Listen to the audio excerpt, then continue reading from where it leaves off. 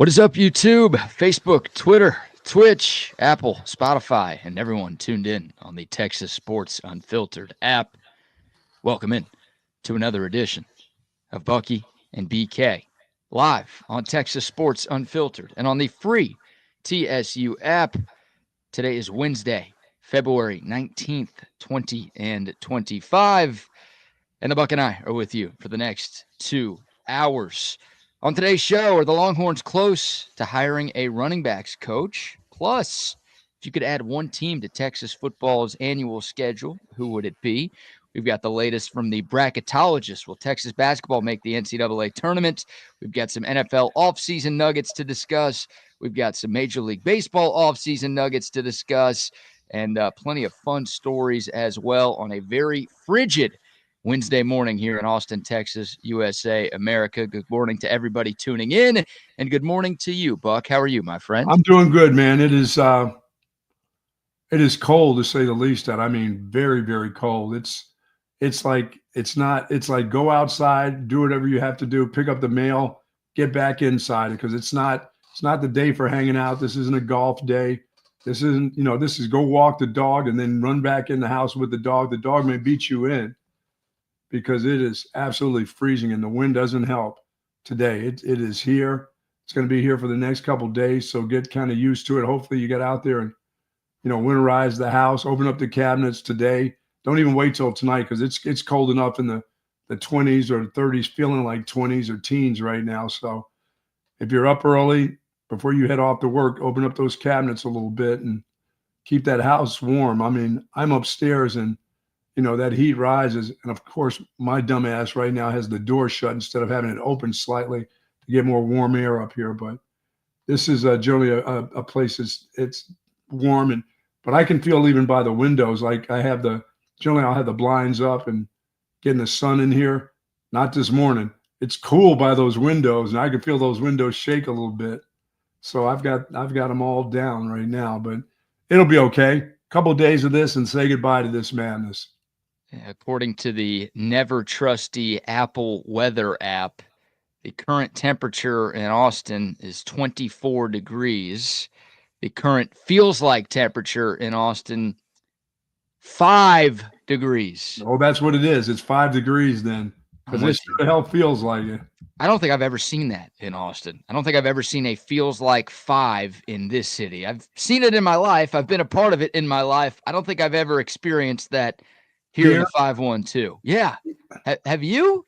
I think we have. I think during the last deal, during COVID, that cold snap, I think we had one of those where it was, 3 or 4 degrees or 0, but no, never below 0 here. But I think around 5 or 4 degrees, I think I have witnessed that or heard of it.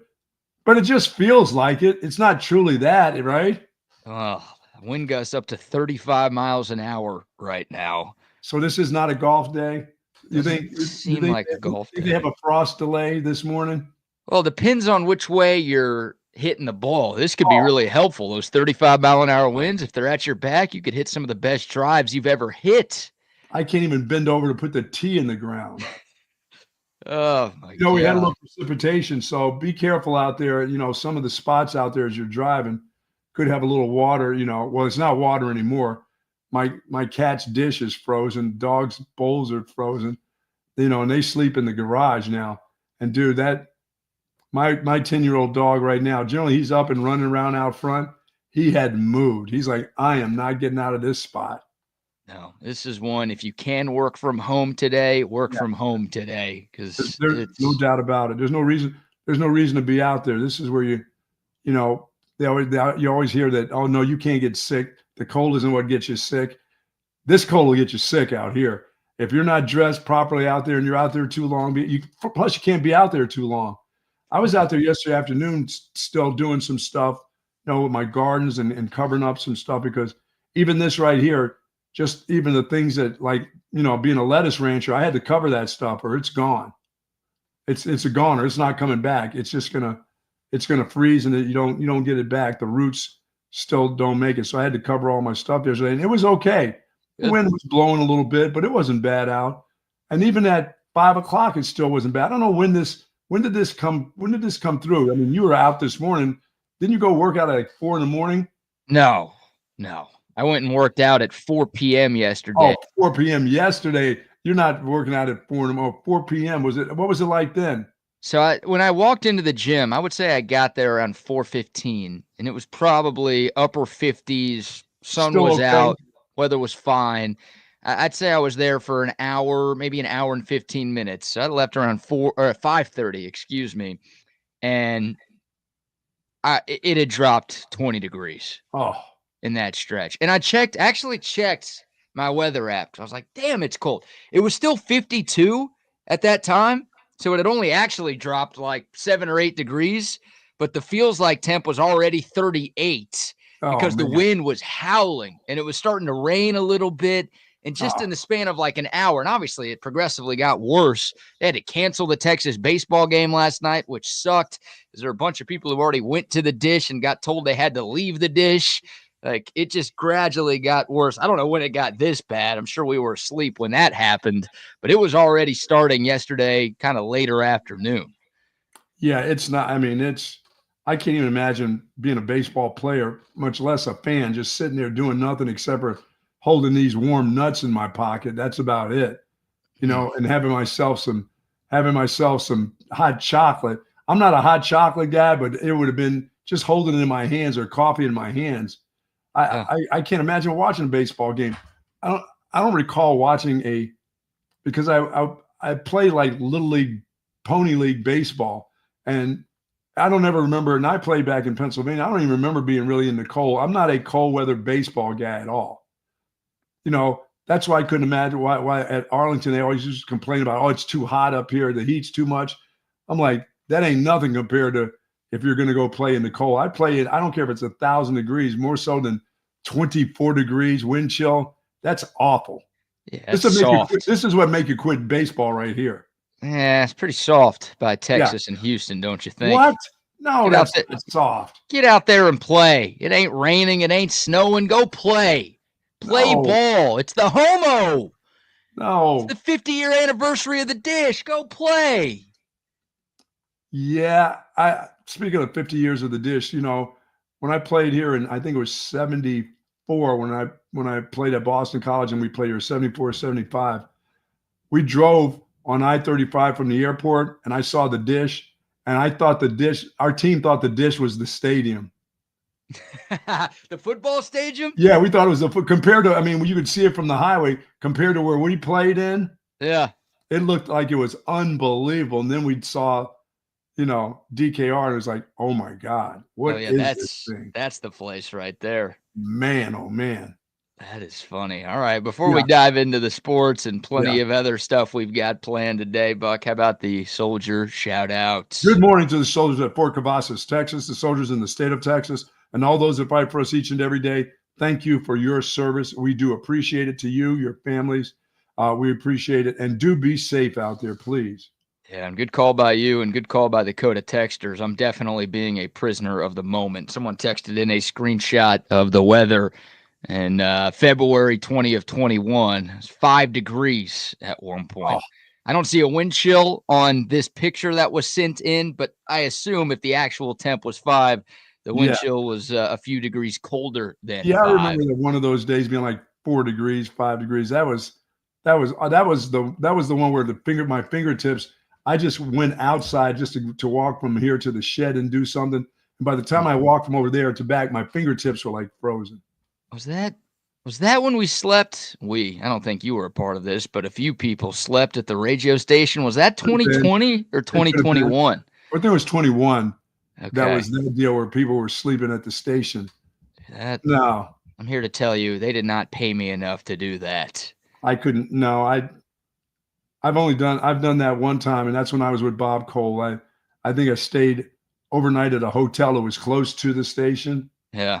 And I was like, dude, why are we doing this? Once I got into the sports part that went down so damn quick, in a ball of flames, I was like, no, I'm not staying in this place. I could talk sports the next day.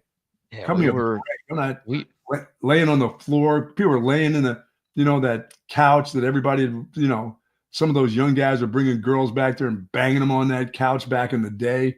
It was like, no, I'm not slaying down on that thing. That thing was gross. There were all sorts of diseases on that deal. I brought that blanket in there, and that blanket was in there for years, and everybody used that blanket. People were sleeping naked under that. I'm like, I know I don't want this blanket back. Thing like stood up. It could stand up by itself. It was like cardboard by the time 3 or 4 years was up with that thing. Yeah, we called that the smallpox blanket. Remember that green blanket? That little. Of course. Oh my gosh. Yeah. Everybody used that blanket. I'm like, they were sneezing on it. Oh, it was gross. Yeah, and that thing never got washed. Never got washed. Yeah, some of those were. I was in an ice storm, and I stayed right there on I-35 and drove into the station. I was with Bob because Bob Cole was going to do the weather and the news no matter what. It didn't matter. He lived for those kind of days. Yeah, the problem was there was no power when we were there. God. So that was the whole point. There were like 4 or 5 of us who had slept in the building. There was no heat. There was no running water.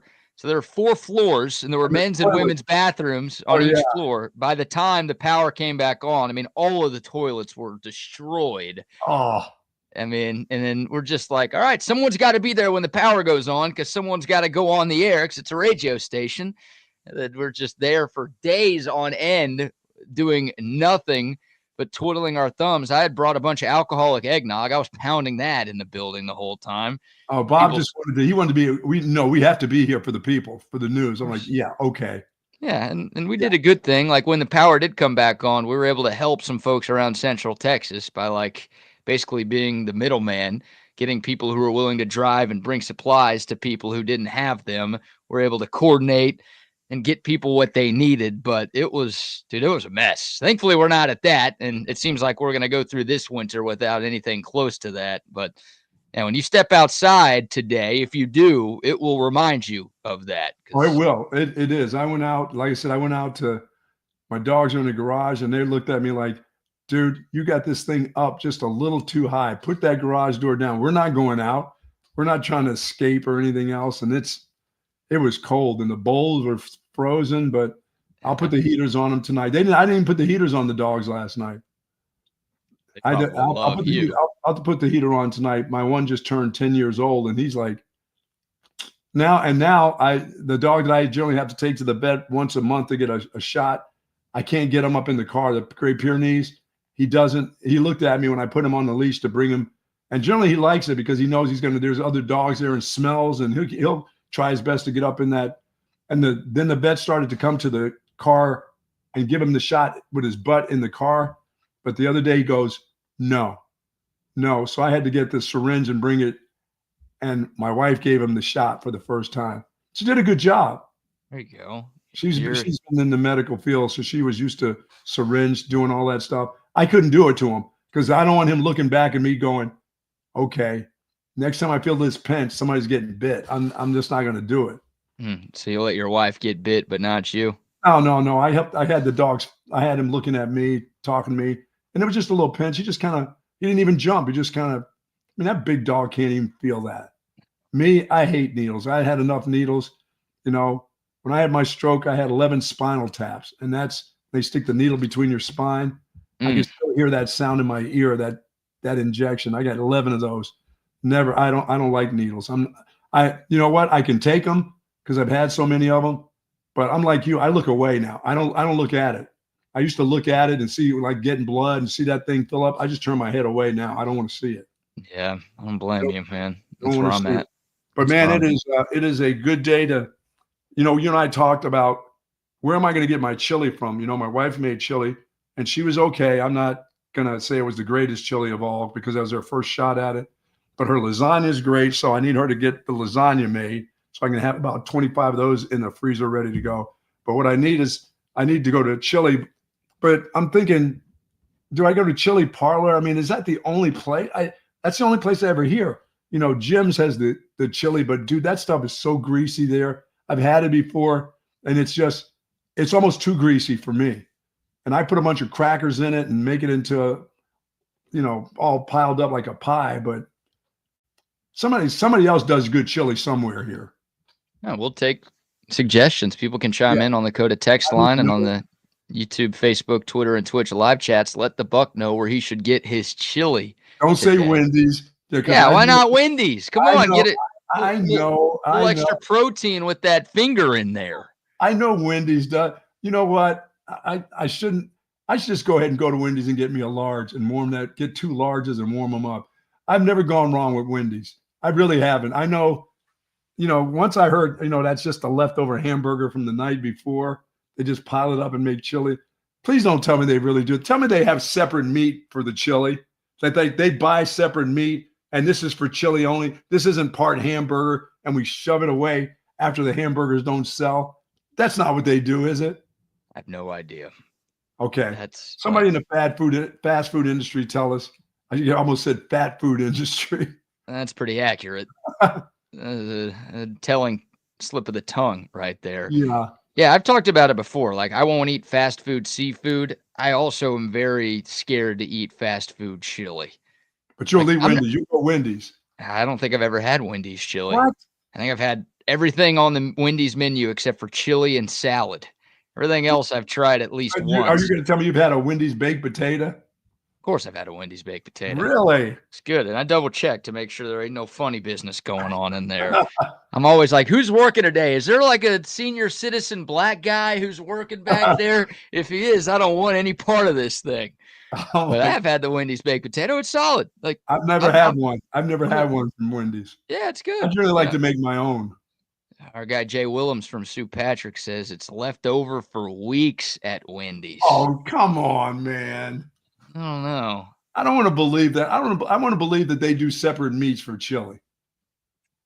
I don't think they're really preparing the chili. I think they're probably getting a giant bag of frozen chili, and it's just being heated up in each Wendy's store, and that's what you get served when you go through. There's got to be a barbecue place that does a good chili.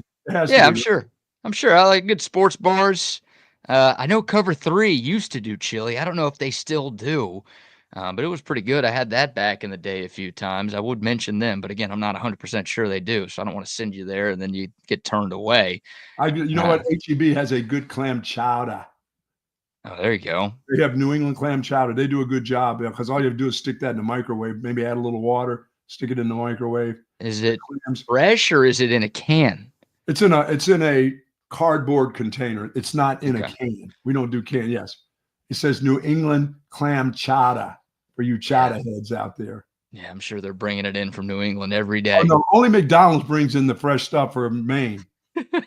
Only the sandwich, the fish. Hey, we're getting close to the lentil season, aren't we? Yes, we are.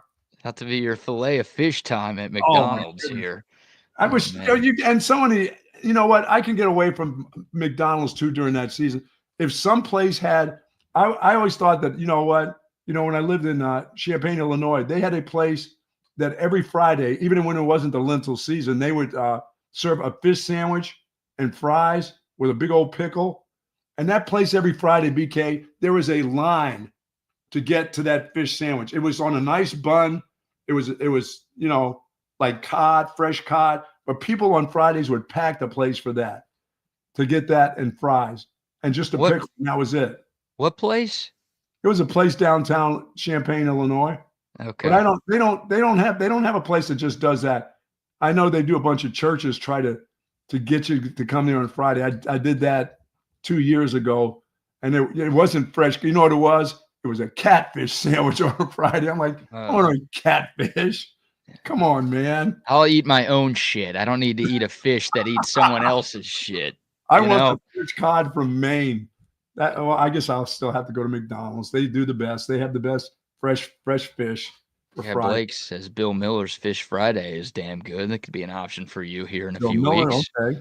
Something to keep an eye on. Of course, Salt Traders Coastal Cooking always has good fish options, so I'm sure that place gets pretty packed on Fridays during Lent. Yep. We'll see. All right. We got sports to talk about. Yes, sir. Texas is just canceling everything, though. We were supposed to have a baseball game last night. They pulled the plug on that. Why are they soft? What do you mean? It's too cold to play baseball. I thought Jim Schlossnagle was all about toughness, but apparently, no, it was a little too cold to play last night. You had fans driving hours to get to the dish, only to be told when they got there that Oh, they can't stay anymore. You don't have to go home, but you can't stay here. There's supposed to Man. be a softball game tonight. The number one softball team in America was supposed to take on Akron at McCombs Field. They've already canceled that game. There's no suspense or drama there. They've already pulled the plug on their midweek game. You've got no men's basketball game until Saturday. You've got no women's basketball game until Sunday. It's a slow week on the 40 acres. I was hoping we were getting to talk about the first home game of the Texas baseball season on today's show, but unfortunately we're not. And they said it was canceled. They didn't use the word postponed, so it doesn't sound like we are going to get a Texas-Houston baseball game this year, which I know is disappointing for some folks who like watching the two in-state teams play. But it sounds like we will not get that because it was a little too cold last night. Oh, it wasn't. No, listen to you. You couldn't have made it out there for 5 minutes. Were you going to the game yourself? No, I wasn't going to the game. It's too cold for you. I don't think I would have gone if it was 75 degrees. So I'm not blaming the weather for that. It's stuff to do. I'm just going to watch at home on my AV Consultations TV and There you go. get some other stuff done. But, go play the game. Come on. We're paying you guys now. It's NIL era. Hey, would they have canceled a football game? Oh, No. no, they would not have. They wouldn't have canceled an outdoor hockey game because they could have done that. Definitely wouldn't have canceled the hockey game in all of this. Yeah.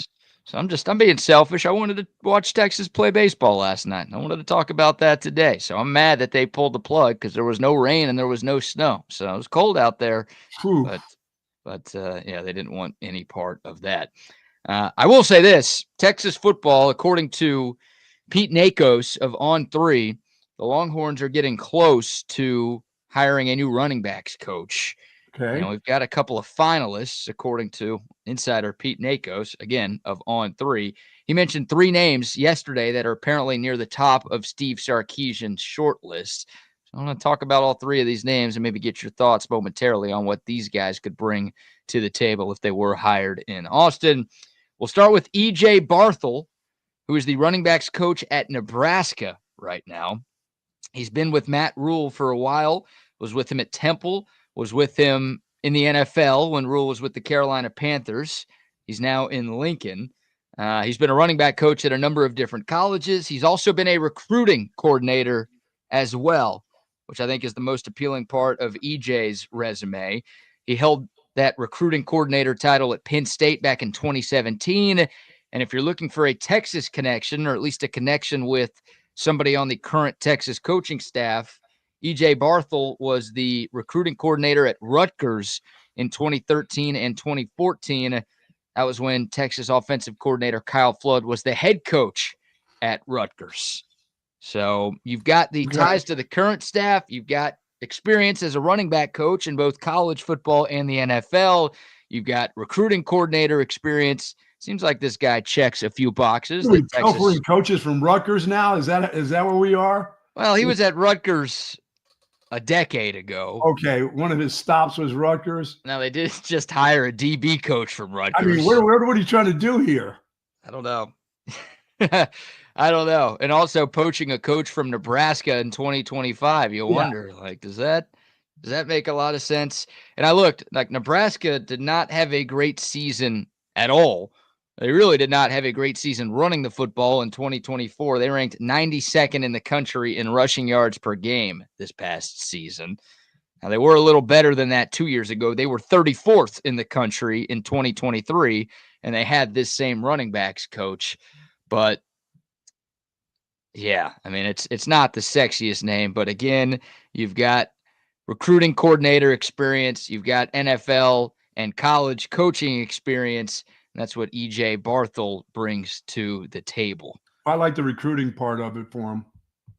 Yeah. That helps a lot. I mean, I don't know much about his coaching. I know Nebraska wasn't very good running the ball, so. They weren't very good passing the ball. They weren't very good defending the run, defending the pass. It's been a little bit of a uphill climb for that Cornhusker program for a few decades now. So, yeah, that's one name to mention. Another name is Norval McKenzie, who is the running backs coach at Georgia Tech. Of course, we know who else was a running backs coach at Georgia Tech. was Tashard Choice. The Longhorns brought him in a few years ago. You won't That stay hire, very long. Those guys leave in a hurry. So yeah, that hire worked out pretty well. And a lot of Texas fans have been panicking because Tashard Choice had great recruiting ties in the state of Georgia, also in the state of Florida, and just in SEC country throughout. And Longhorn fans are a little bit nervous. You're losing Choice to the NFL means you're losing some of those recruiting ties as well. McKenzie would help bring the Georgia recruiting that Tashard Choice had. sure. And Georgia Tech, I will say this, they had the number 1 rushing offense in the ACC in 2023. They had the number 2 rushing offense in the ACC this past season. Their number 1 running back, Jamal Haynes, was an all-conference back for the Yellow Jackets this past season. So a little bit more success running the football in Atlanta than Nebraska had these past couple of seasons. So you've got that going for Norval McKenzie as well. And I also think maybe I'm reaching here, Buck. You tell me. Georgia Tech had a running quarterback with Haynes King. Yes. And a lot of their success running the football as a team came because of Haynes King's ability to run the football. You don't want Arch Manning getting 15 to 20 carries a game like Haynes King had. I don't think that's going to be the plan here in Austin, but maybe some of the concepts that Georgia Tech's offense had with a dual threat quarterback can be utilized here in Austin. Maybe that's part of the appeal for this candidate. Sure. I mean, yeah. Arch Manning is going to there's not going to be a lot of set runs for him, but there'll be some like the quarterback sneak, I hope. Well, yeah, I don't bank on that one happening. That's the one we want to happen more than any other, but we only saw that tried like once last year. So I don't expect that to be a huge staple of the Longhorn offense in 2025, unfortunately. Yeah, well, I mean, that he sounds like a pretty good candidate. I mean, Georgia Tech running back coaches seems like they've done pretty well. And so have some of their running backs that have left Georgia Tech and gone elsewhere. That's true. That's true. He's also been a running back coach at Vanderbilt and Louisville as well. So he's bounced around and worked his way up. That doesn't excite me at all. Nah, well, he worked his way up. Like that's every coach starts at somewhere small. I mean, he's been at places smaller than those two schools too. I figured I wouldn't even bring those up because I knew those wouldn't excite you. Kutztown wasn't going to excite me. East Stroudsburg wasn't going to do it. No, St. Ed's. Blue Hens was not going to do it for me. No, sorry about that. Yeah. You have to start somewhere. I know.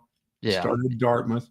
So I don't know. I expect Arch Manning's legs to be a bigger part of the offense, and that's something he gives you that Quinn Ewers didn't give you. So, sure.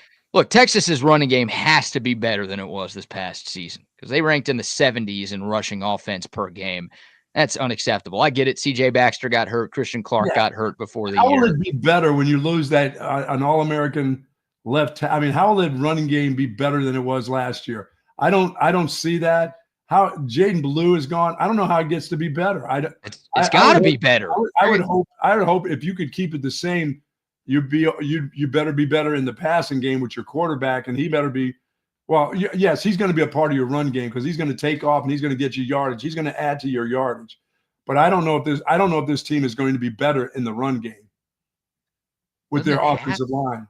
I know they have to be better. I mean, look, Texas made the college football playoff. They were 2 wins away from a national championship. So they were fine despite having a rushing game that ranked in the 70s. But like the pass game with Quinn Ewers, who everybody hated, ranked 13th in America last year. Right. So you can get better than that. There are 12 spots to improve, but like, I don't know, expecting it to get that much better than that feels like a stretch. So you'd like to see the run game. Did you expect this run game with still some of the guys that they have coming back to be in the top 15 run games in America? No, not top 15. No. Okay. But I expect it to be top 40. Like, give me that, please. Hell, we could turn this into a Texas secondary conversation where last year I was like, just be top 50, please. I mean, going from 71 to 50 is an improvement. So I'll take that. But Texas, even though they're losing 4 starters on the offensive line, they still have enough there. They still have one of the best running back rooms in the country, and now they're adding a dual threat quarterback who can run 21 miles an hour. Yeah, he's going to be the guy. He's going to be the guy that adds those extra yards. You're right. I'm gonna be calling for the running back coach to be one and done if Texas's run game is worse in 2025. And I know it won't be all on the running back coach. It'll be on Sark. It'll be on Kyle Flood. It'll be on the other minds in that offensive room.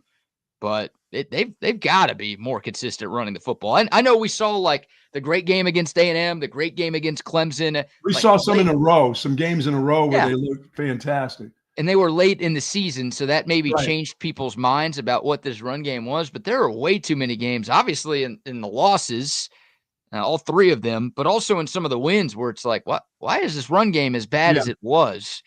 That shouldn't have happened 1 year in a row at Texas. That definitely shouldn't happen 2 years in a row. Well, hell, we were hoping for a 150-yard rushing game, and then we'd get a couple 200, 300 yards, but we get them like 3 games in a row, and then they would disappear again. Yeah. And some of the games where you thought they could have 300-400 yards of rushing. I don't. My expectation is that with missing that particular running back, with the speed that he has, and I don't know what to expect from the guy coming back. I never take into account that, oh no, the guy was going to be better than he was before after knee surgery. That's always a wait and see for me to look at him in a couple games, because I'm not saying the guy will be the same dude he'll be. He may not. And I don't know what one guy is, and I know he was tremendous last year, and I don't think he'll get worse. I think he'll get better. He'll get a little bit stronger as time goes on. The freshman, I don't know what his role is. His role wasn't that much as the season went on. I mean, it's hard to have a role with 4 running backs, or when you're down to your 4th running back and he's getting in games late. When you have your first 2, generally that's what you work through with during the course of the season. You generally don't work with 3 or 4 guys. So I don't know what to expect. I don't expect a lot from the running game. I don't expect it to be that dynamic of a run game, missing who they're missing to 2 guys that are leaving, or the 4 guys that they've got to replace. So I'd really like for them to find a dynamic runner this year. Yeah, there you go. I mean, I don't know if there is one on campus. Like, my hope is it's CJ Baxter, but like you said, he's coming off of a pretty serious knee injury that's going to keep him very limited in spring practice as well. Yeah, that guy's not coming right out of the gates flying all over the place. It's going to take him. He's going to have to adjust to wearing a brace in real games, in live stuff. He's not. I mean, I don't know. Very few of them run out there with just a sleeve the first couple games. Generally, they're in a brace to get used to it. Then they work their way to a sleeve. So. And let's call a spade a spade. I mean, CJ Baxter has been here for 2 years. He's been hurt both years. Yes, you're right. His first year, didn't cause him to miss the entire season. We got to see a lot of them, but he missed multiple games in 2023, and he missed every game in 2024. So, he might come out of the gates looking incredible. He might go on the road at Ohio State on August 30th and put up 100 yards, and Texas might win that football game. But in the back of my mind, I'm going to be worried, something is going to happen to CJ Baxter. He's got to prove that he can stay on the field for a full 12-game season, and maybe 15, 16, 17-game season, the way college football is going right now. Yeah, I mean, I expect Trey Wisner to be he'll come into this season being bigger, because he knows, and his new coach, and Sark will tell him, you need to put on a few more pounds. You're another year, so you need to put a few more pounds of muscle, because we're going to give you the ball. We know what you can do. Right. Yeah, I wonder if he's the starting running back just by default, right? Oh, I think he would be. I don't know if you come in, you put a guy who just coming off a knee. He'd have to be spectacular in the springtime going into the fall to tell me he'll be your starting running back in front of the guy who had 1,000 yards and was everybody's All-American. I mean, you got to be kidding me. Everybody's All-American. I mean, everybody on the Texas staff. I mean, they found they found a guy in Lost and Found and made him into a star. So you don't think that guy is? What, he's not going to be the 3rd back? Nobody's going to jump ahead of him. He's got to be the starter. Yeah, I would think so. He knows the offense. The offense is not going to change that much. I think, though, and look, this is a slight to Trey Wisner, and I'm sorry to slight him. He was amazing last year. I mean, he's a 3-star recruit.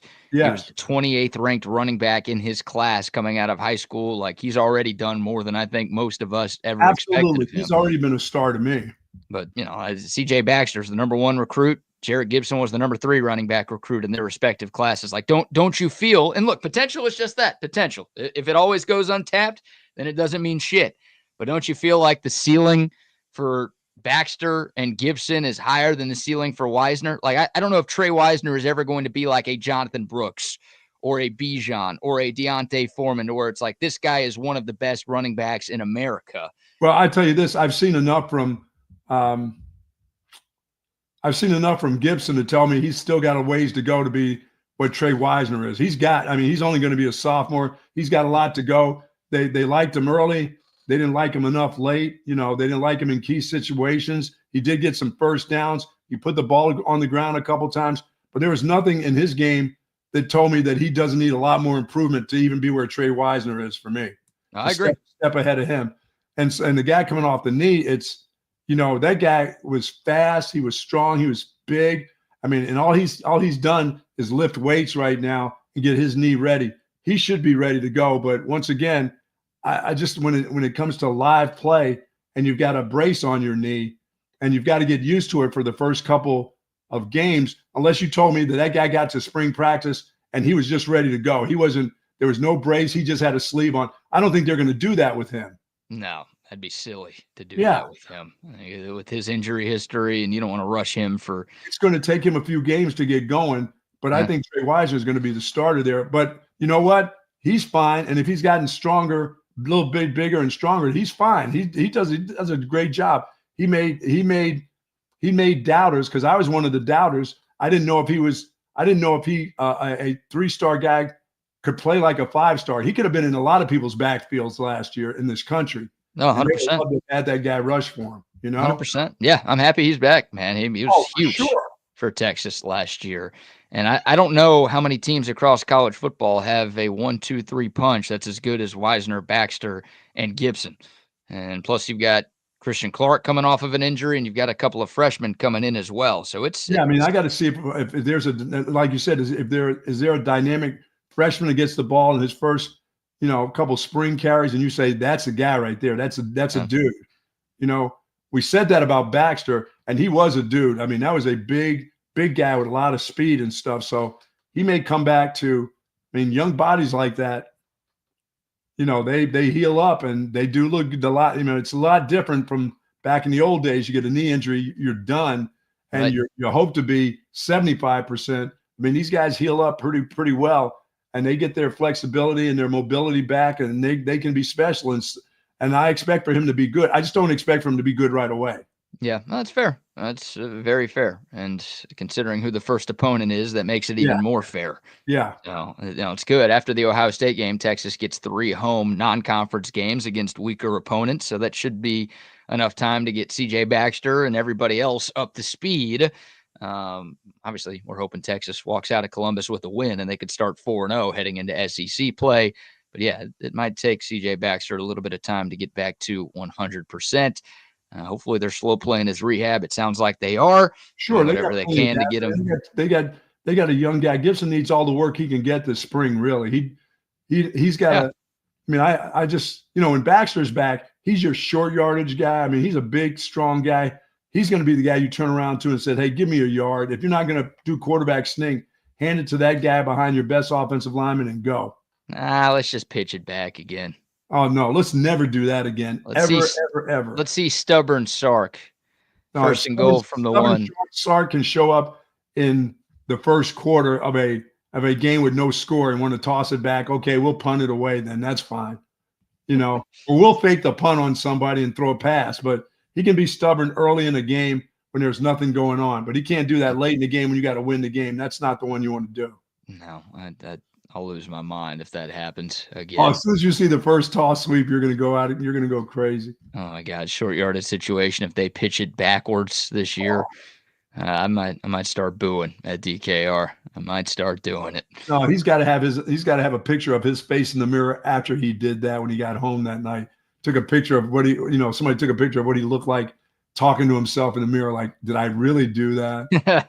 Yes, you did. It still hurts. All right. We'll take your thoughts. We'll mention the last finalist, at least according to On3, for the Texas running back coaching position in a second. But, Buck, before we get back into the Longhorn football chatter, how about our first round of sponsor shout-outs? Folks, our good friends at the Relax the Back store would love to welcome you or welcome somebody that you care about that's got a bad back or bad hips or bad shoulders. I mean, they will help you out. Believe me, I'm sitting in my chair. It's going to be cold. I'll be in this chair, BK, a lot over the next couple of days to give me the kind of support I need, because my back is twinging already thinking about the cold and thinking about going outside. And they've got everything you want. Select office chairs there. They've got all those wonderful recliners there. And folks, I love the Tempur-Pedic mattresses and pillow. I love the pillows for sure. They're going to help with your neck and shoulder area. And you can get that kind of comfort at Relax the Back. And if you care about somebody and you know they've had back pains for a long time and they're always complaining about their back, send them over. Send them over to Jason and the gang there. They'll take care of you. They'll find out your comfort level and what makes you feel good. 2 locations in Bee Caves at the Hill Country Gallery across from Whole Foods, and in North Austin at the Gateway Shopping Center across from the Container Store. Live pain-free like the Buck at Relax the Back. Speaking of living pain-free. Oh, yeah, baby. We got the classic grape Olipop this morning. Nice. This is still your favorite, right? Oh, yeah, that's the one right there. This stuff is fantastic. You know what? I'm going to crack this open for everybody to hear and for everybody to see. There you go. There's that iconic sound of cracking open a nice cold soda. But this is different. Olipop is a new kind of soda. This tastes just like a grape soda, but it's actually good for you. Only 4 grams of sugar in this can, only 45 calories in this entire can. You've got 9 grams of fiber, plus prebiotics, botanicals, and plant fiber, ingredients that help support good digestive health. You're not going to get this in old school soda. You are going to find this in Olipop. They've got 19 different flavors, including some classics like vintage cola, root beer, cream soda, lemon lime, and more. They've got tons of unique flavors as well. And they're easy to find. This stuff is all over the place. Pick it up wherever you buy your groceries, H-E-B, Walmart, Costco, Target, Whole Foods, wherever you go, you can find plenty of Olipop. This stuff is growing like crazy and with damn good reason. Get you some. It is Olipop. Heck yeah, man. How about this? Reports from our guy Double R saying a light snow is falling in Round Rock right now. Come on, man. We had someone else. I'm trying to find the comment, but someone a few moments ago mentioned that there's some snow falling in Circle C. Here we go. Our guy Richard, of course, a couple of Rod Reed guys. It's snowing right here in my hamlet. You're getting some snow? I'm getting some snow right now here and dripping. That is precipitation. Where's your call? I only call for rain. You don't even do that. You didn't call for rain yesterday, and it rained yesterday. Where are you, man? We're losing you. Yeah. Weather guesser, Buck. And my water guy's delivering water. How about if he leaves the water out there and I don't get to the water this morning? See ya. See ya. I just called him. I'm just sending a text message to my wife. Hey, Joyce, there's 6 cases of water at the gate. Let's get to work. Yeah, you don't want that freezing on you. You didn't order a bunch of ice, did you? No. You don't need that. So you got a little snow apparently falling across parts of central Texas right now. How about that, man? Yeah, it's snowing. It's snowing out right now. 2 snows in 1 year? In Austin? You know what? That's okay. I'm not going out there in it now. This did it for sure right now. But you know how the people are. You know how those people are driving. No, I don't have enough toilet paper here. Oh, no. There's screwed. I got tons up in my upstairs here. Might have to pay you for some. Yeah, you got to make that run. 9 o'clock, you're fine. You can make the run. Should be okay. Should be okay there. Yeah, because if anybody skipped work today, it's sleeping. They're not up on their computer. They're still sleeping. They got that little put their heads out from underneath the cover, looked outside. Now they're seeing snow. They're going right back to sleep. And a text coming in, snow in Leander right now as well. So it's hitting all parts of the Austin area right now. My blinds are closed, so I can't see what's going on in South Austin, the Sunset Valley, Oak Hill area. But there's got to be a chance that it's falling here too. That place right there is different. There's you got a different weather pattern all together there. That and that hamlet that I used to live in down by that gas station, Cedar Valley there. I was the little mayor of Cedar Valley, and a tornado came through there. It uplifted big cedar tree in the front of my house. It was like that weather was different. It was different than any parts of the area. And you live in the same place. Oak Hill is the same way. Anything could happen down there. Hey, we don't mess Hey, around just down don't here. mess up the construction. Let's just continue to move on with that down there so that we're not still doing that 20 years from now. You'll be dead. I'll be dead. Oh, God. Your kids, your grandkids, Man, everybody is going to be dead by the time the Oak Hill construction is done. aren't we almost close to being done there? Yeah, we're close to being done with like one part of it, and then we're about to Good start another part. gosh. That's what we do around here. By the way, quick check of the code of text line, 512-222-9328. A lot of text this morning. Thank you all for chiming in. A 512 number says, my son's soccer game was played in the rain, cold, and wind last night. Shout out to Eastview. They beat Pflugerville Weiss 5-1. There So you go. That's the way to get after it right there. We got high schoolers playing in the elements last night, but these paid college kids can't play a little baseball. What's going on? And it's soccer. How about that? Soccer. Those fake fall down people. That really? It's not even a real sport. Soccer game? Yeah, they play in soccer. They won't play college baseball. What are we doing here? Oh, that's right. My grandkids has a soccer game Friday. They're liable to cancel that for those little teeny kids, aren't they? There's a good chance. I'm sitting here like last week. We played a clip of Coach Schloss on this show where he said, we're a blue-collar team in a white-collar town. Wow. You're very blue-collar not playing that game last night, Coach. Dude, it was 30-mile-an-hour winds. That curveball that hit somebody in the front row. All right, I'd like to see that. Just wanted Can't to watch do that game. Can't do that. Send the people to the hotels. Oh, that's right. It's not postponed. It's canceled. It's canceled. Yeah, we're not going to get a game. Not going to get a game tonight. Houston Cougs. Hey, way to get a day off of school. Little bus ride. I just wanted to hang out with your guy, Big Burger's son. CC Sabathia's son, a member of the Houston Cougars team. I wanted to go watch that. I wanted to see if CC was going to be there, man. That's right. Big Burger's son was pitching last night. Not pitching. He's not a pitcher. He's an outfielder. Oh, but he's not like Dad. He's not a Big Burger too. Nah, he's in pretty good shape. Meat. No, not double cheese, double meat, or double chin on Karsten Sabathia. Yeah, Jason, it could have been Houston who canceled. I'm sure both schools got together and whatever. They weren't the only team that canceled, but they could have played it. And I'm being selfish because I wanted to watch a baseball game last night. Whatever. All right. I mentioned we'd get to the last running back. You know coach. what you got to do? You probably got to watch Kansas basketball. You love Kansas basketball. How'd that work out? I didn't watch a second of that game last night.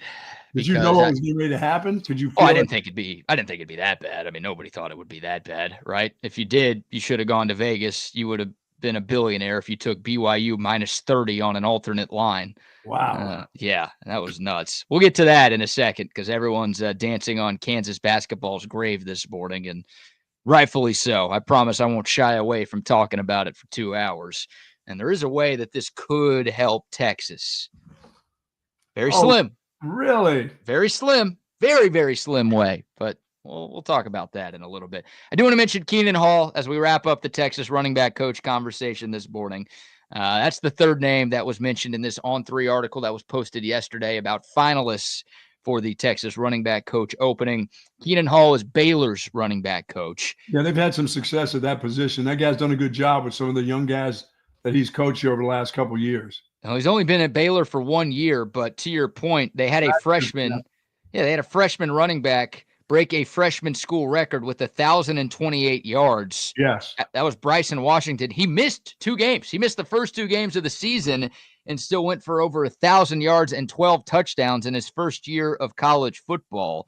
Baylor had the 32nd ranked rushing attack in America last season. Before Hall got to Baylor, he was at SMU, and SMU had the 35th ranked rushing attack in college football 2 years ago in his final year in Dallas. So obviously he's a young dude. Younger dude, has recruiting ties, obviously, in the state of Texas because he's from Texas. He's coached at SMU and coached at Baylor the last couple of years. Seemingly very highly regarded on the recruiting trail as well by in-state kids.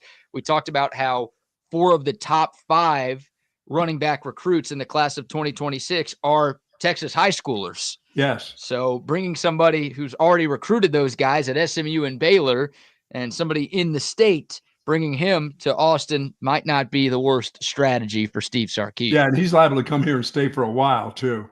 Yeah, that's a much better gig than what he has right now in Waco. Yeah, I mean that sounds like a winner right there. Yeah, so those Yeah, I are mean I those are watched the some job names. he did last year with that freshman. That guy was good. He was good. Yeah, a bright spot for Baylor. Look, Dave Aranda saved Yeah, his job.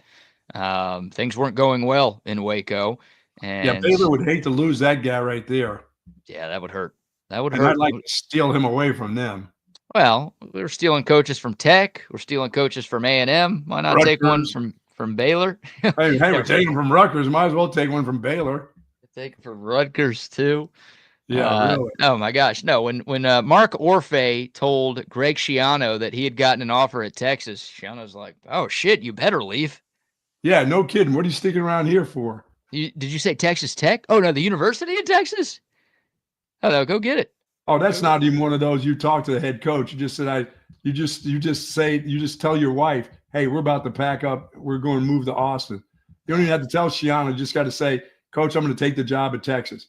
Don't you thank him. Hey, thanks for the opportunity. It's really been nice, but I'm going to Texas. Yeah. See ya. See ya.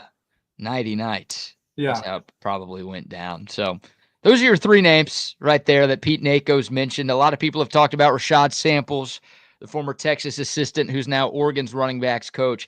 It's going to be tough to get him away from Oregon because they've got a ton of money up there.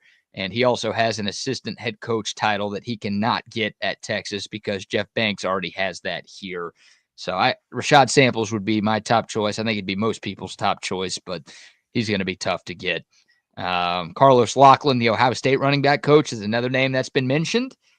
I don't know how realistic of a candidate he is, but the Longhorns did already hire an Ohio State coach this offseason.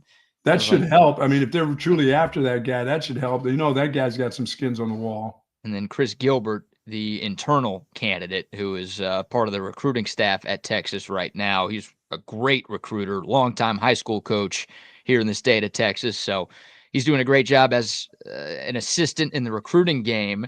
But you make him a position coach, obviously, he gets to travel. He gets to do in-home visits, which he can't do right now. So there's some appeal to promoting him as well. So those are some other names that have been he knows the about. Players. I mean, he's been around these players. I mean, once again, remember, it's not just recruiting to high school. You got to recruit your own players all year long, too. You're right. That's a good point. And I don't know how CJ Baxter, Trey Wisner, and Jarrett Gibson feel about Chris Gilbert, but I'm going to assume that they like that guy. Yeah. He's so been to keep around a guy in-house, it's like, oh, we already like this guy. We already know this dude. Like, there's zero chance we want to hit the transfer portal. I don't think those guys would leave anyways, but like, oh, we like this. We're happy with this hire. Just promote somebody from within who we like. And he's got skins on the wall as a coach to where this wouldn't be just a here you go, thanks for your service kind of gig. He's earned an opportunity to get at least consideration. Yeah, I mean, if he became the young running back coach, I'd be like, that's fine. He knows the players, they know him. You know, he knows the system, he knows Sark, he knows everything about the university. Yeah, I wouldn't think that. I mean, it's not you're not hiring an offensive coordinator, you're hiring a position coach. But for this place, it's a big position because every year you're going to deal with the best in the country. You should be at least. Yeah. Dealing with those type of players. So Agreed. So there you go. We'll see if and when. Well, we know they will. Plus, you already got the guy from Oklahoma State. You said that's coming. That's going to help you out with your fullbacks probably because that's going to be probably a position that of one that's going to be not only blocking but coming out of the backfield and making catches. So you've got a guy that's going to help you out right there too. That can help out a young guy for sure. We'll see what Jason McIndoe brings to this Texas offense because I don't know if Texas has a fullback on its roster right now.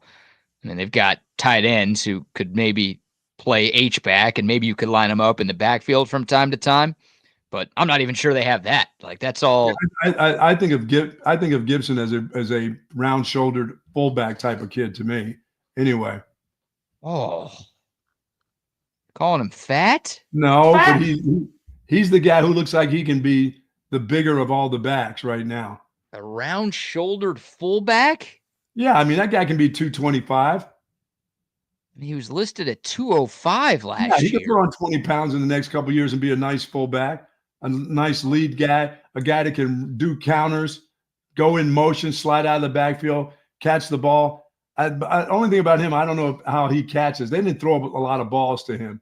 Did he not catch a couple screens? Not really. This ain't the 90s anymore, dude. You can't put like star running back at fullback and say go lead block. I don't know if guys are going to be keen on doing I'm not that. saying he's not going to carry the ball. He carried the ball too. Right, as a running back. And I Yeah. guess they gave him some of those carries, the fullback dive that they did from time to time, but I don't know if they want to trot him out there a bunch in that spot. Well, if he knew he was getting on the field and there was a back even there with him and he was coming out of the backfield, hey, I need you to slide out there and a little swing. I need you to catch this ball for a first down, catch and run. He's not going to complain. No, he won't complain about that. He'll complain if he's got to be a fullback lead blocking for somebody a lot. Well, what he won't do is he'll feel a lot better than sitting on the bench as the third running back. I know that. I will also complain if Jarrett Gibson at 205 to 210 is a lead blocker for this team. That's a shitty strategy. If he does get to 225, which I don't think that's the plan because that's a lot of weight. 220. I can do it at 220. Maybe I'd listen to it a little bit more if he's at 220, but I'd rather throw like one of your young tight ends back there and have them take the role as an H-back slash somebody's going to have to be a real tight end for this team too. Yeah, for sure. That's a serious question for Texas throughout the spring. And do they have enough? I don't worry about that because they got enough wide receivers and they got one who's big enough to do the things that the tight end has done, with the exception of blocking on line blocking. I'm worried about all the pass catchers. I'm worried might be too strong of a word, but they don't have a lot coming back there. I mean, it's DeAndre Moore and Ryan Wingo. Those are your two receivers. You got no tight ends with any big game experience. So that's two pass catchers that you've got that what you're going to get from them. So you've got a lot of 4 and 5 stars that could be really good, and I expect some of them to be really good. Oh, you expect at least one of them to be playing as a true freshman at the wide receiver position that's coming in here. If he's a 5-star, that person's playing. One of them's playing and getting a lot of snaps, I got to believe. That's what spring ball is going to be all about. I mean, there are obviously a few position battles I'm going to be focused on, but pass catcher, because if you don't have multiple guys emerge at wide receiver and tight end, then Texas will be hitting the portal after the spring. Yeah, well, there's no doubt about it because you're right, because you got to have more than – I'm saying one of those guys, one of those 5 stars is going to emerge as a big-time player at wide receiver. You need another one. You need 4 of those. You know how they get hurt. Yep, they do. Yeah, they do. You're right. They may have to go to the portal if 2 of them don't come to life, and it's not guaranteed that a high schooler will do that, even in the spring ball. 1 may do it. I expect 1 if they're a 5-star. I don't know if I can expect 2 to be dynamic. So they've done it over the last 2 years, gone to the transfer portal and come out and pull the rabbit out of their hat pretty well. I'm shocked that they didn't bring in a portal receiver in the first earlier, right? Yeah, because AD Mitchell was early. The 3 guys they got last year were all before spring ball. Right. And they helped. I mean, they made the playoff the last 2 years, and AD Mitchell was a huge reason why. And Matthew Golden this past year, and I'll throw Silas Bolden and Isaiah Bond in there too. They were huge components to this team. So it's out of character. It's not like it can't work. Of course, unless they've got the guys on campus that they think that I got 2 of them right here. Then the third isn't bad, and then I'm bringing in a couple more. So if Sark knows that position, so he may feel pretty good about what he's got. These 5 stars may be true 5 stars that are just unbelievable players. So that would be great. That would be great stuff. Man, Khalil Lockett, Jamie French, part of this great 5-star receiving class that Texas brought in. I mean, they've got a few guys going into their second year who are 4 and 5 stars as well. So there's talent. There's no doubt there's talent. And we trust Chris Jackson to develop that talent. He's done a great job as this team's wide receivers coach. But yeah, that's once again, whenever spring ball starts, at some point we'll get an announcement for when that's going to be. I'm going to be very locked in on that. No doubt. You're talking about a first-year quarterback. I'm excited about Arch. I think he's going to be great, but I don't care who the quarterback is. If you don't give him enough receivers or enough of a running game, it's going to be a struggle. So those guys are going to have to step up and make life easier for him, because we're talking about 2 starters back on this offense, and you're bringing in a first-time starter at quarterback. That leads to some questions, Buck. Yeah, I mean, if he doesn't do that, I think he feels really good about those kids coming in at wide receiver. That it's not like criminal that they brought from up in the Dallas-Fort Worth area to the campus. Yeah, no kidding. We didn't talk about the second Jonte Cook arrest, but that dude, it's falling apart right there. So He's not getting out anytime soon. I don't know if he's not getting out of jail, but I don't know if he's going to be playing college football anytime soon. He's got bigger fish to fry right now. Maybe that's it. Maybe that was part of the reason why Texas felt like they needed portal receivers last offseason because they already knew what kind of guy he was, probably. Yeah, we all thought Jonte Cook was next yeah. man up, but the coaches maybe knew something was up with Jonte Cook, and they're like, all the players had talked about him being the next guy up, but yeah, that's why we thought so too. They're going to stick by their buddies, so yeah, or maybe something changed with Jonte. I don't know, but you're right. They're banking on the guys that they have on campus being difference makers. Hopefully, they're right. It sounds like they got enough tight ends. Somebody's going to. I mean, they've got bodies. Yeah, they have a lot to replace in production. Yeah, I mean, there's. Like you knew Gunnar Helm was the starter last year. Yes. Like I don't know if anybody expected Gunnar Helm to be as good as he was, but it's like, okay, JT Sanders leaves. Gunnar Helm was a decent sized part of the offense in 2023. He's going into his last year in college. Like plug and play. Like he's going to be the guy. No questions asked. And he was the guy. Yeah. Now it's like Jordan Washington, Spencer Shannon. And those are your top two tight ends right now. What have those guys done in college? And Jordan Washington. Who are those guys? Yeah, he's a redshirt freshman, and Spencer Shannon's like a big dude. He's 6'7", 260.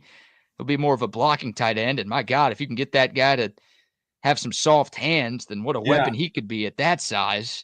But yeah, who are those guys? Like the diehard fans, the ones probably tuning in to Texas football talk in the middle of the offseason, or they know who those are. But the casual fans, you walk around campus right now and you ask like 100 UT students, hey, who's Spencer Shannon? Oh, is he on Squid Game? No. Yeah, really? No, he was not. He was not in The Brutalist either. Sorry. So that production, they have to get that done. Yeah, and as you said, that offensive production when it comes to scoring zone, you have to have a really pretty talented tight end in those spots. But once again, I still say use your wide receiver. One of those wide receivers who's big can get into those spots that your tight ends have gotten into, and they can get there a lot quicker even. Yeah. So that as you said, the guy from Oklahoma State can add to some of this. He's got some offensive stuff, still a playbook. Bring the playbook with you, Fine with me. Oh yeah. Sorry, Gunny. Sorry, I misplaced your playbook. And the good news for Texas fans is Jason McIndoe was not on Oklahoma State's staff this past year. Yes. So he's had the book. When Oklahoma State was going winless in the Big 12, you can't put any of that on this McIndoe cat. That's all on he's a man. He's almost 60 right now. Oh, my. Of children. Yeah, thank you, Coach. Appreciate that. Appreciate that. All right, I got to put you on blast here in a second because we'll do a little radio tease here because someone has texted in some more information about the cologne that you talked about during yesterday's program. Yes. And you may have been lying to the people yesterday. So we'll get to that in a second. But first, how about a few more sponsor shout-outs? Folks, if you're seeking that specialized patient-focused orthopedic care, contact the experts at Texas Orthopedics. Their physicians offer comprehensive surgical and non-surgical orthopedic care for children and adults, spinal care, sports medicine, trauma care, joint replacement, and more. Dr. Danny, Dr. Stockton, dedicated orthopedic surgeons there, and all-around good guys. And their goal is to get you right back into good health and the great quality of life that you deserve. Texas Orthopedics is the largest independent orthopedic practice in the state of Texas. For more information, go to txortho.com. Yes, indeed. Shout out to our friends at Waterloo Printing and Graphics as well. You'll see the new TSU rope hat that I'm rocking this morning. Oh, what's up, rope? Yeah, it was made by our friends at Waterloo. We also have the white version as well. All of our hats, our shirts, our signs, our stickers, everything that we have merch-wise at TSU was made by Adam and his great team at Waterloo Printing and Graphics. If you've got a business that needs the same stuff, reach out to Adam and his team, and they will take care of you. They're based right here in South Austin. They will get you what you need, and they will get it to you very, very quickly. Find them on Instagram at Waterloo Printing. You can shoot them a DM there, or you can call or text Adam at 512-300-9640. 941. And also a quick shout out to centextickets.com. Well, if you want to, nope, you can't go to the Texas baseball game last night. Can't go to the Texas softball game tonight. But there will be more games here in Austin, Texas, USA, America. It's 80 degrees when they play when it's 80. Well, Texas baseball was supposed to host Dartmouth this weekend, but might be a little chilly. No, the Dartmouth guys want to get out of – they need to get out of that place. They want to get here and play a game. Might not be able to handle the cold. They'll play in this right here. No, they definitely will. Texas won't. I can tell you that. But hey, centextickets.com. They've got all the tickets you need. Sporting events, concerts, comedy shows, Broadway shows, you name it, they've got it. And it's not just events here in Austin. It's events all over the country. So if you want to be in the building at the most popular events in sports and entertainment, head over to centextickets.com to get your seats. And don't forget to use the promo code CENTEX10 at checkout to get 10% off of your purchase. Hello, Jay, over there at Sue Patrick, 5222 Burner Road. I got my Sue Patrick gear on today. There we go. This got the little long sleeve on, BK. I'm going to need more. I'm going to have one of those Sue Patrick hoodies on today and the jacket over the hoodie. It looks like hoodie's not going to just do it. Did I tell people to just go with a hoodie last night? That wouldn't have worked, would it? Yeah, they canceled the game after you said a hoodie is all you need. Yeah, so cool. Canceled the game, and you were about to send people out there with just a small hoodie.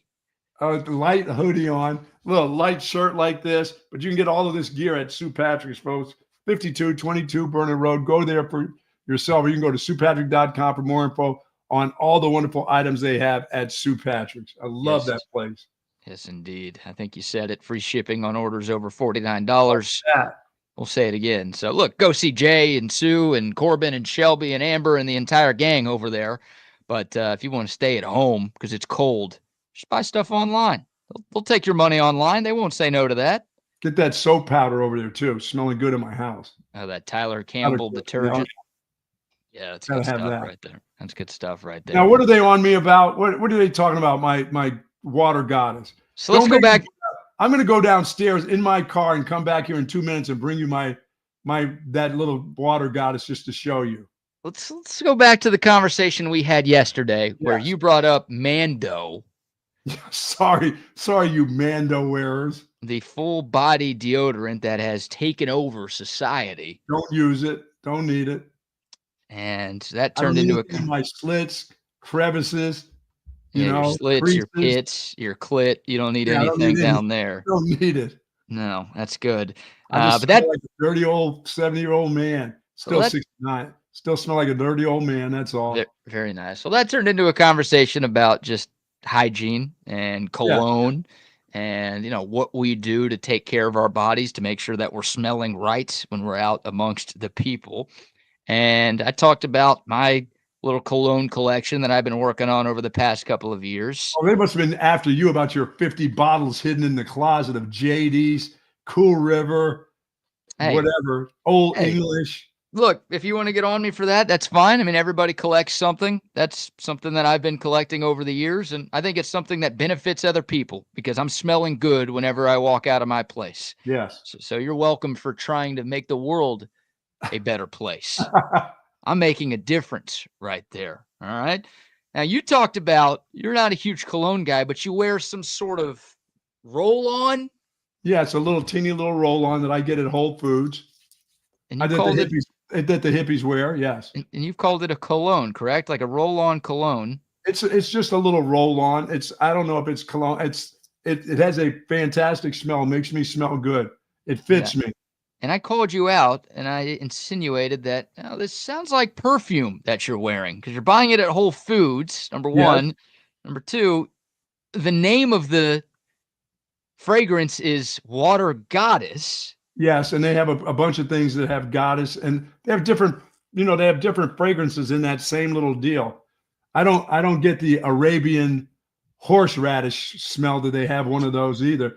I bypassed that one for Water Goddess. So I don't know if you need to put a man or a woman's, title on that, but I don't get Arabian musk. How's that? I bypassed that for Water Goddess. How's that?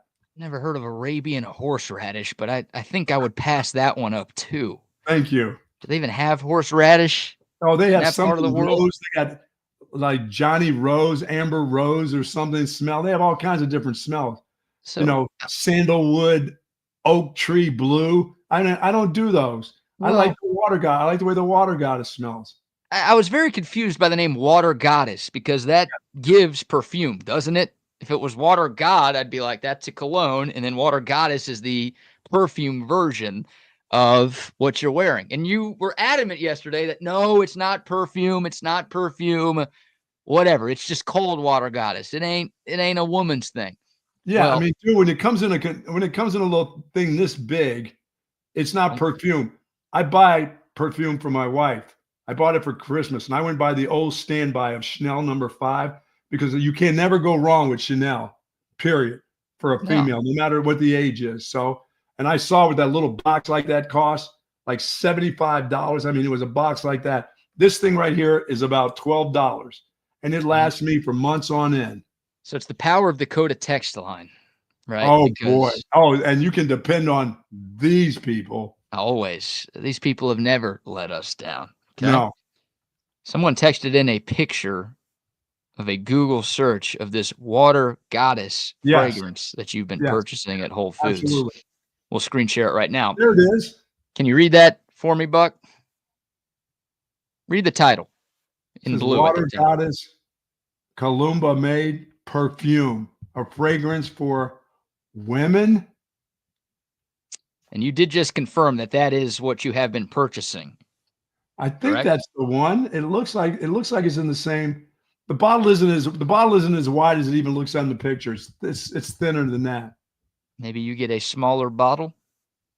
I get a thin bottle. They only have the little thin bottles, like smaller than that. Okay. But this is what you're getting.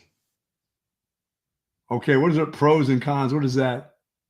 Oh, the con is you've been wearing perfume for years. Longevity is well worth the price. There you go.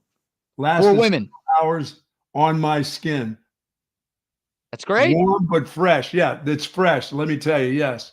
If I go to Whole Foods, I'm thinking like a chick, I guess. Yeah, focus on the top part here. A fragrance for women. So all of those pros that you talked about are pros for women. Oh, man. I know you're a huge figure skating guy, and I know you called another man a light chocolate wonder yesterday. Cinnamon roll, yes. But you shouldn't be wearing perfume, man. What are you doing? Dude, when I get you that and you smell it, you're going to say, this is good on me. Yeah. I'm not wearing that. Don't pigeonhole yourself into that this is perfume. Yeah, no, it's not. It hasn't been. I'm not pigeonholing. It's what the internet says, and you can't put anything on the internet that isn't true. Wait a minute. The internet could be so wrong. It doesn't smell like perfume. I know what perfume smells. It doesn't have that kind of smell. I'm telling you. It smells like Kingsbury. It's fresh. Maybe Kingsbury wears perfume too. I don't know. No. He's a manly man. People have had questions about his sexuality in the past. So maybe he's a manly man. He's a fresh tossed salad. I don't think whatever tossed salad cologne Kingsbury is wearing is actually women's perfume. I'm very disappointed. I'm very disappointed in you people. Why? They're all disappointed in you. Look, if you want to wear perfume, I guess, go ahead. You can do whatever you want. But like that's a weird bit for a straight man to be going around wearing women's perfume. I'm going to have to ask now. I'm going to have to ask my wife because she will let me have it because she loves the smell of that. She says that really smells good on you. And I've heard people say that smells like what I wear, Buck. No, that's not what she's going to say. Did you take my perfume out of the closet again, honey? No, I don't. I don't pay that kind of money for your perfume. I'm not wearing perfume. I want to reiterate that everything that I have is actually meant for men. Michelle Godbolt. Who's writing the Michelle Godbolt in there? That's CB's calling you Michelle Godbolt. Yeah. No. That's fair. Wearing women's clothes, calling other men chocolatey wonders. No, dude. I've worn that stuff since I've smelt that. I've worn that. I like it. I tell you, it fits. It's perfect for me. And you're not going to make me change. No, I don't wear a dress. I'm not doing anything else. I don't have a drawer full of tampons. It's all good. That's the only, that's a little deal that I do on the back of my palm, and it's good. It works for me. You probably smelled that scent on a woman, and you're like, No, never have smelled that scent until I went to Whole Foods and I saw that little area there that had all the different deals. Like I said, I don't do ambush rows or any of that other stuff that they have there. I'm gonna go buy Whole Foods. I'm not a huge Whole Foods guy. Yes. I just get intimidated in that place. What do the prices get you to in there? Dude, it's too, yeah. I mean, it's too highfalutin for me. Like, I don't need that quality of grocery, and I don't need to be paying that price for. Dude, grocery. I'm an HEB guy, but they don't have that little section in HEB. So, but yeah, I've never been to a grocery store that has a perfume collection. So I don't get my seafood from HEB. I know I see the great commercials of them going out. I mean, it's Whole Foods. I guess it's the same. They're the same, aren't they? Yeah. Isn't Whole Foods? That's kind of the same. But I get my fish from there if I'm going to get fish at all. Yeah, that's fair. When they have that wonderful salmon that sits in HEB, I've got it there maybe a couple times and said no, it's not. It doesn't taste the same. I'm gonna go buy Whole Foods and do some research. Do some research for me there. Yes. I'm gonna go spray this thing. I'm gonna go smell it in the store. Yes, go get Water Goddess. Just tap it on the back because it has a little roll on like the deodorant that women wear with the little roller. Oh yeah, that's right. The little roller thing. Little roller thing. Secret or whatever the hell it is. Do they have trials there? You know how if you're at the mall and you're spraying cologne or perfume. Yes, they do. They have a little one. They have one that you can try. Because I don't want to be seen buying perfume. Okay. Part of me is like, I'll just buy it for the show and we'll do it on air. But then the other part of me is like, I don't want anyone to be like, oh my God, is that BK buying women's perfume? Nobody's gonna know. It's that small, BK. It's not even in a box. It's still in the same little tab. Then I'll just put it in my pocket and steal it. No, you don't walk out with it. Just slide it in your pocket. By the way, I the other day at HEB, I was getting some emollients for my skin, and I had a cart, and I had the deal that I bought for $7 on the cart, and I didn't have it down and put it on the deal, and I walked the cart out. And they had put the bags in. I went back and paid for it. The next time I went to that HEB in Circle C, I went back and I brought the tag from the little box on the thing that I took, and I paid for it. You shoplifted? It was an accident. I rolled out there with the cart. It was still sitting there where if you had a baby, you'd sit that baby right there. Yeah. Baby's ass would be there. I rolled it out, got to my car, took the bags out, and there that thing was. And the next time I went to that HEB, I gave the money. I gave it the money for it, the $7 for it. Who'd you give the money to? Cashier. Really? You're just like, I stole something last time I was here and I feel bad about it. So here you go. I said, I made a mistake. And when I was pushing the cart, when you loaded the cart down there, that thing was there. I just pushed out. And I said, when I got to the car, I didn't come back. I said, the next time. And I came back the next time and I still had the little tag on it. I said, here's what that was. You know what that employee did with that money? No, put it in the cash register. Oh, no. Pocket. No, they didn't do that. Thanks for the tip, guy. HEB needed that. That conglomerate needed that extra $8. Oh, yeah. They're really hurting for money right now. They won't be after this winter storm and everybody's buying all the toilet paper up.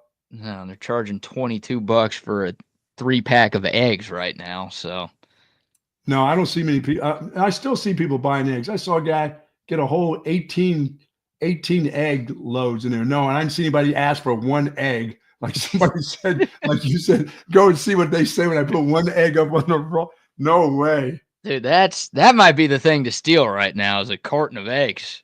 Put that in your heavy jacket when you're walking out today. And there you go. No.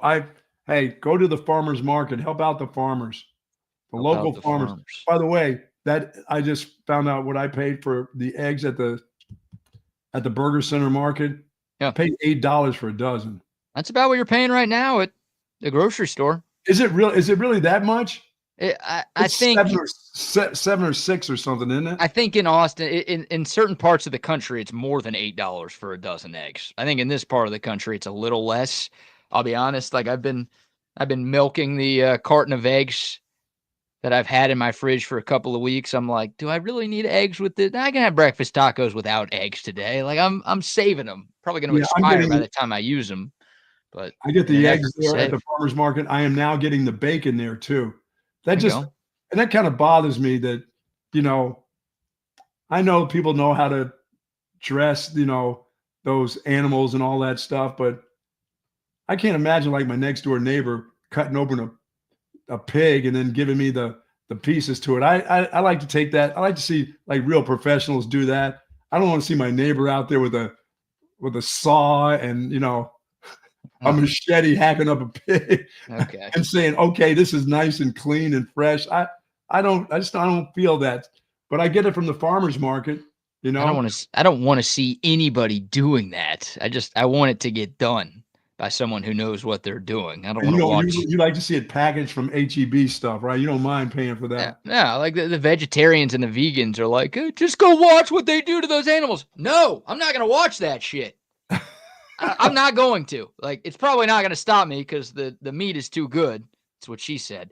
But like, I don't want to watch. I don't want to watch animals get slaughtered. Okay, I'm gonna let somebody else do that. I'm just gonna eat them because they're already killed. That's it. Don't make me watch any of that process, please. Yeah, I'm good. A farmer's market, I'm helping out the farmers, and plus I'm learning some tips from the Richardson farm people on Saturdays. And they don't mind giving up their tips. They know that I can start growing some stuff myself. So Richardson, Texas. Richardson Farms, it's what it's called. That's where I get Huh. my wife buys her milk from these people. My wife doesn't get the milk. You know, she buys she orders, but she gets that milk like she's a farmer. She was born on a farm. She was raised. I mean, they raised those animals and killed them and milked them and goat's milk and all the stuff that I don't, you know, buttermilk, all that kind of stuff that I don't even think about Yeah. having in my body. My body would regurgitate all of that kind of stuff. Yeah, I don't think about that kind of No, I'm stuff. not ordering milk from anybody, but I do now get, even at HEB, I get my milk from a group that has glass containers. I've got to turn glass back in and get $2 for the empty container. I don't get cardboard milk or plastic milk. Is that why you buy the glass? You can get some money back? Well, yeah, you can return it. Recycle. They'll Huh. recycle that container, but I don't. Because I don't drink 2%. I drink whole milk. I'm back to when I first started. That's when I started off. I guess my mother's breast had whole milk in it. So, and then I went into you can't drink that. Milk's not good for you. You need to drink 2%. Yeah, they 2%. told you at 12 you had to stop sucking on your mom's teeth, huh? By the time you 14. got to 12 years old and you're about to start high school, someone's like, "Yeah, you can't keep doing that, guy." After I saw that kid under that poncho who was like 7 at the airport pitching a fit because he couldn't have any milk, his mom threw him underneath the poncho, and all I could hear was all the suction going on. I've been grossed out ever since. So yes, that had to stop.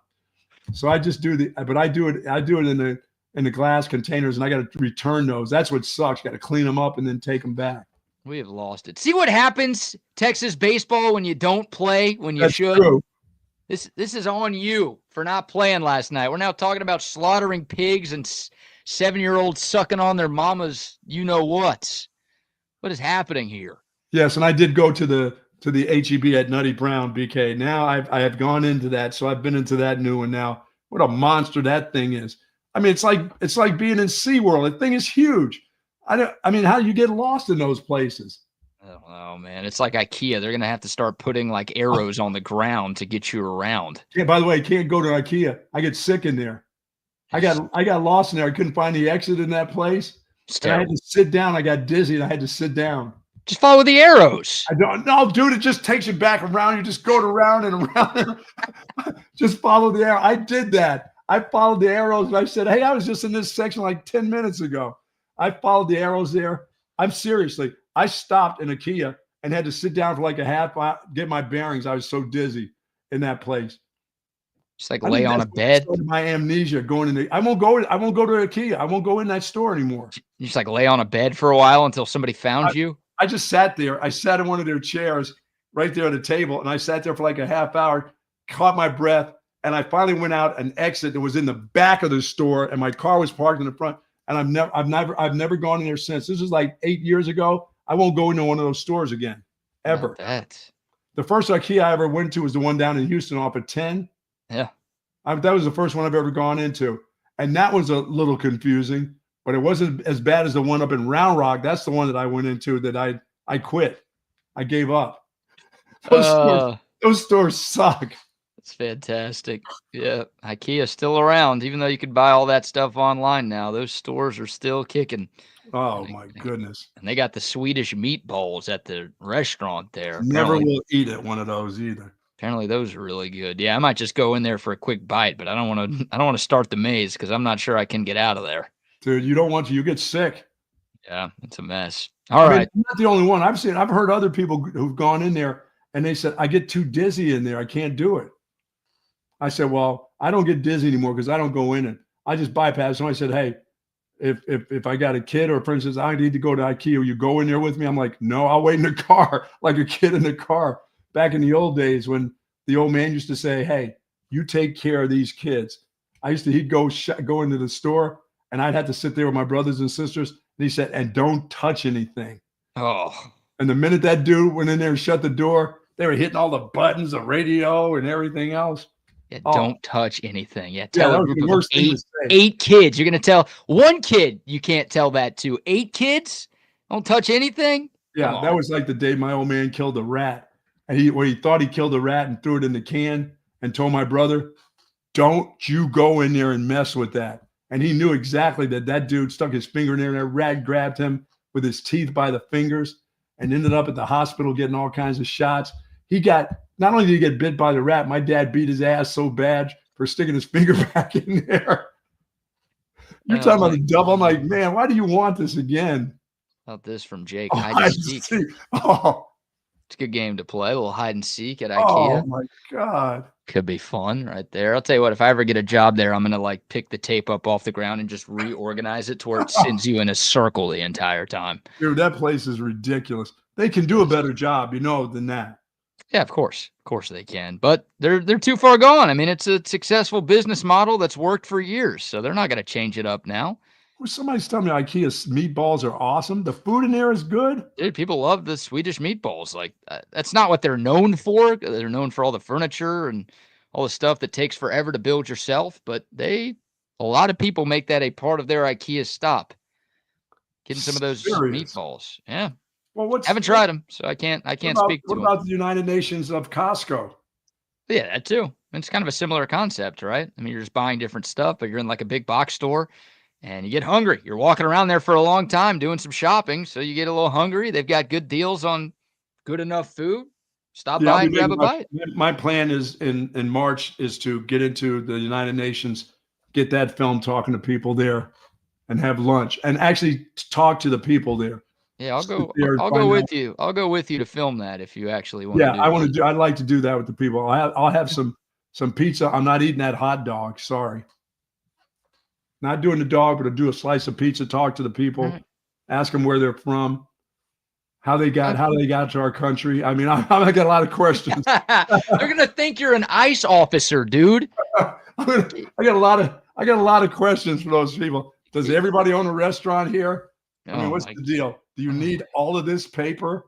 Do you need all of these peanuts? I mean, what's going on here? You can't be asking people how they got here and what they do here. I'm holding a conversation with them. In this economy? I'm holding a nice conversation. How many times do you go to the kiosk here? Really? Amazing. All right, we'll get back to the sports here. I do want to pose a question. We'll tease this because I want to get some text and some comments in on this. Our social media guy posted a fun topic on social media last night. And we talked yesterday, Buck, about the possibility of the SEC expanding to a 9-game conference schedule starting as early as 2026. So we already know the Longhorn schedule for the upcoming 2025 season. That's not going to change. That can't change. But starting next season, the SEC might add one more conference game. So if you're a Texas fan, I want to get your thoughts. If you could add a regular opponent, let's say that 9th conference game is going to be an annual opponent like Oklahoma or A&M, who would you choose to add? Before I get your answer, though, and before we talk about this, I think this could make for some fun conversation. Got a few more sponsor shout-outs. So our friends over at 34 Wine and Spirits, 4601 Southwest Parkway. Lots going on here on these weekends. got to have for those who get their drink on, that is the spot to go. They are a wholesale distributor. So if you're having a big party, having a big function, do call on these guys. They can get it done for you. They can get it delivered in Travis County to you. And they're about to expand out of Travis into some other counties. So you're going to hear an awful lot about this group at 34 Wine and Spirits. But if you want to pick up your Allstat beer and all your different wine and spirits right there at the store, it's located 4601 Southwest Parkway. It's 34 Wine and Spirits. Amen. Get you some of that Altstad beer there as well. It is. And that's the name 34 is, you know what 34 is. Ricky Williams is a part of ownership of 34 Wine and Spirits, of course. Yeah, and it's the 34 Altstad beers I drink. Yeah. Every time I go into 34 Wine and Spirits. Shout out to Altstad beer. It is liquid gold. Look, I get it. When you walk into 34, it could be intimidating. You got a lot of different beers you could choose from, but here's why you should drink Altstad. Number one, it's local. You're supporting a local business every time you drink Altstad. Number two, they've got a bunch of different brews, something for every beer drinker out there. Number three, Altstad is the most authentic German beer drinking experience that you could find anywhere in Central Texas. Number four, Altstad doesn't have any additives or preservatives or unnecessary sugars that a lot of the other big beer brands and even some other local beer brands have. And number five, the price. You're not paying an arm and a leg for Altstad beer. Some 6-packs of beer are like $14, $15 now. Just blows my mind that people are spending their hard-earned money on that. No, Altstad is like getting a luxury car at a family sedan price. This stuff tastes great. Don't just take my word for it. One sip and you won't go back to the other beers you've been drinking in the past. Promise you guys are going to love it. If you haven't tried it yet, you are missing out. Get you some the next time you're at 34 Wine and Spirits, and the next time you're buying beer at the grocery store. It is Altstad beer. No impurities, no regrets. Yes, sir. Also, quick shout out to Covert Bee Cave. Let's let you see from and hear from our friends at Covert Bee Cave. It's really a family experience. You know, I walked in the showroom today and everybody greeted me by name. How are you doing? What's going on? How's everything going? From a price standpoint, from a customer service perspective, just conversation when you come in, it feels no pressure. I want to buy cars here. The family buying car experience, one of the best that you will ever have. Come and experience it for yourself. Covert, born and raised in Austin. Oh, yeah. Love the Coverts. All right, Bucks. Hey, my wife just left me a message. She can't get Zach to go outside. Too cold. It's too cold. I'm going to have to pick up the dog and carry him outside and sit him in the grass to make him take a shit. That's going to be great. He's going to be running back in. As soon as you let him touch the grass, he's going to be running in. You won't get that crap done. No, I'll squeeze it out of him right there. Man, oh man. What are you going to do to make that happen? I don't know. And here I am, BK. I'm a couple of weeks away from thinking I'm going to get some chickens because of I've raised chickens before and I've got a spot where I can do that for the couple chickens, maybe 6 of them or so.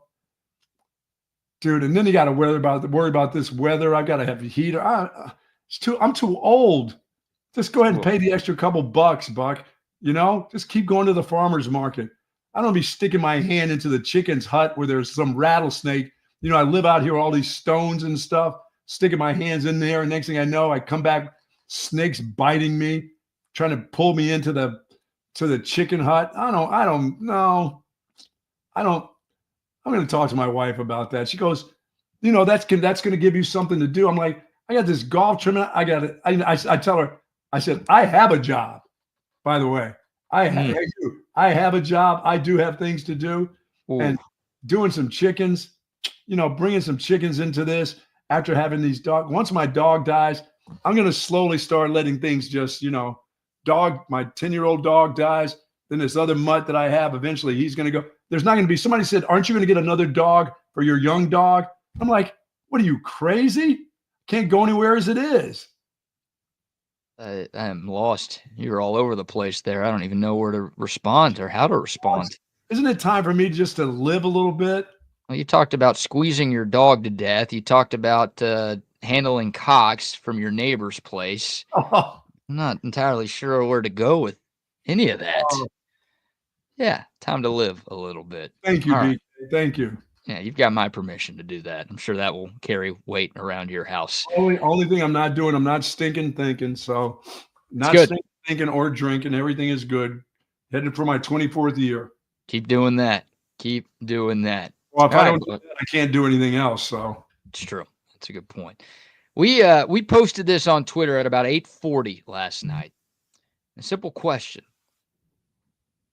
If the SEC moves to a 9-game SEC schedule, which team would you want to play every year other than OU and A&M? And this tweet is kind of blown up. 31,000 views. We've got more than 120 replies to this tweet right now. A lot of people have been giving their thoughts and weighing in on this simple question. So I'll ask it to you, and we've got a bunch of texts coming in. We've got a bunch of comments coming in as well. The SEC adds one more game to its conference schedule. Which team would you want to play every year outside of Oklahoma and Texas A&M? for me, For you. Personally, Sure. it would be Alabama. Really? It would be Roll Tide. I know people are saying that's too hard, that's too difficult.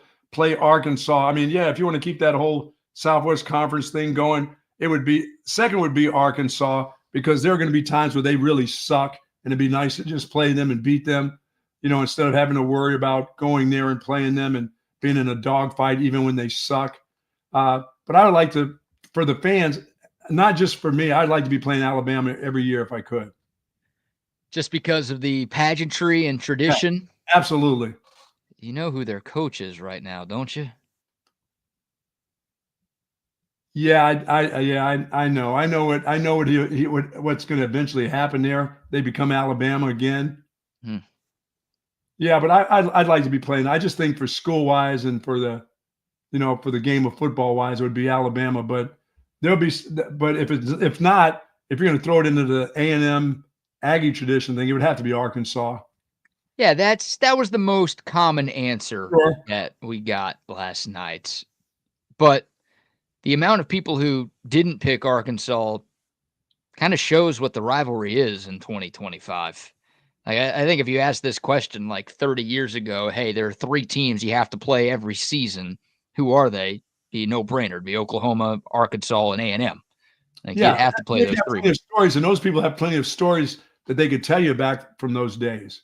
Yeah, and it's like, I don't like Arkansas, but I don't have a ton of animosity towards Arkansas. We talked about that when Texas played the Hogs in Fayetteville this past season. It's like, I know I'm supposed to hate them, and I don't like them. And the last 2 times they played in football, Arkansas won, and their fans were obnoxious. So I already can't stand them very much. But I don't know, just the fact that so many people gave differing answers to that question kind of tells me that the rivalry doesn't have the same weight that it once had.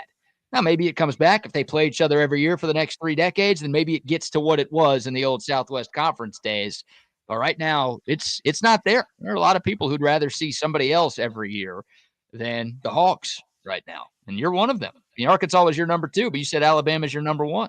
Yeah, Alabama would be my number 1 because that's always been the latest talk. If Colt McCoy would have played in this game, here's what we did when we went to Alabama. Here's how close we got. We beat the crap out of them there. That's been the talk of the last, more like the last 8 or 9 years has been that talk. I don't, the Arkansas talk goes way back past me even, for people in the Southwest Conference. So it doesn't have the same feel. Plus I like beating Alabama. I like playing against them. I like that pageantry.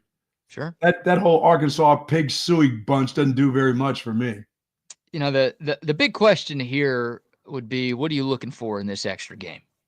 Right? Are you looking for pageantry? Are you looking for a rivalry game? Are you looking for a game that makes geographic sense? Are you looking for a fun road trip to take every other year? I'm looking for something that the nation would like to see. Are you looking for an easy win? Like, what about Vanderbilt every year? I know they were a lot better last year, but we know what Vanderbilt football has been since the beginning of time. Like, wouldn't you want that? It's hard to find a guaranteed win in the SEC. Well, once again, I'm not a coach anymore. So I'm a fan. I like the wins, but the coach would probably say, yeah, let's go ahead and play Vandy. But for me, I want what the people would be excited about. And I think, like you said, there's still that Arkansas deal, but playing Bama every year would be kind of cool. You notice I didn't say Georgia. No, thank you. Yeah, there were a couple of people who replied Georgia, and I'm like, No. one guy's like, Georgia, to be the best, you got to beat the best. And it's like, we could play them every few years and beat them every once in a while. We don't need that on the schedule every year. Okay. Especially not right now while Kirby Smart is in Athens. Well, I in my mind, after when the year started, BK, and we started out with this SEC stuff, and we saw the groups that travel. In my mind, I thought that who's going to eventually be a real kind of cool rivalry would be Florida. Okay. I mean, plus recruiting too. Sure. The second most popular answer. So Arkansas was number one. Yeah. The second most popular answer by a long shot, and we've got a few people who have commented this morning as well. It's LSU. Yeah. Right. The border state, the chance to go to Death Valley every other year. Texas fan, we got robbed the opportunity to go to Death Valley in 2020 because of COVID. But like the regional sense, it's kind of a rivalry because LSU recruits Texas, and Texas has been trying to recruit the state of Louisiana a lot. That'd be pretty fun. Yeah, it would be to go there, to go back and forth. Yes, because I always thought even when we weren't in the SEC, when we're the big, we should have been playing LSU in Houston. You know what I mean? I don't want that. In RG, having a nice game there every once in a while, where everybody would feel good. It's not at home. It's one of those weird games like Arkansas A&M playing at Jerry's World, That game sucks. Everyone hates that game is at Jerry World. Oh, man, you got like TKR and Tiger Stadium are two of the best venues in America. Don't rob the fans by putting that at NRG. Okay, You're well, right. I've seen that. I'd still say Alabama. That LSU thing, yeah. Oh man, I just think of the tailgating with LSU.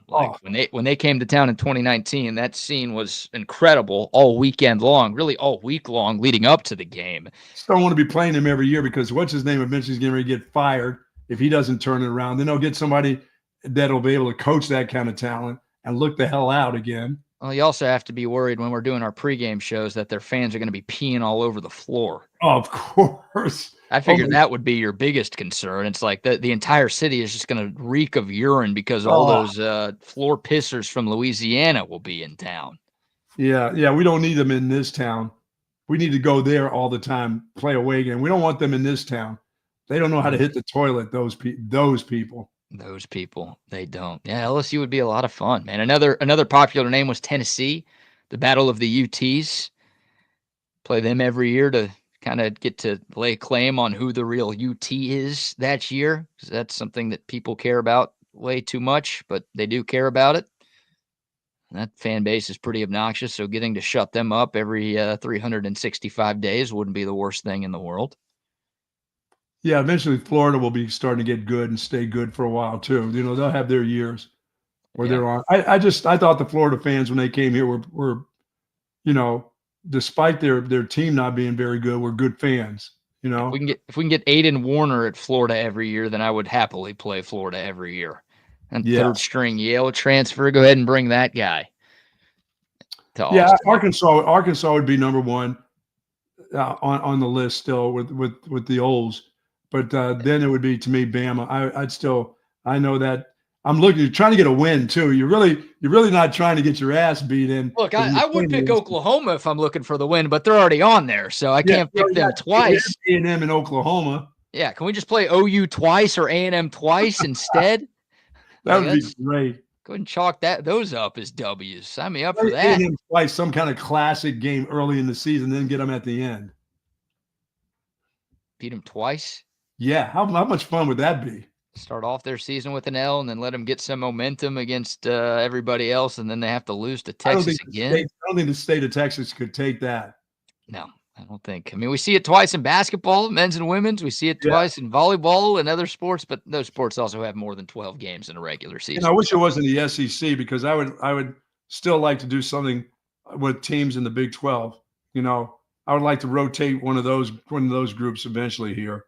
Yeah, I do too. I don't know if that'll ever happen, especially if the SEC moves to 9 conference games and they do that partnership with the Big 10 that they're talking about. That's 10 right there.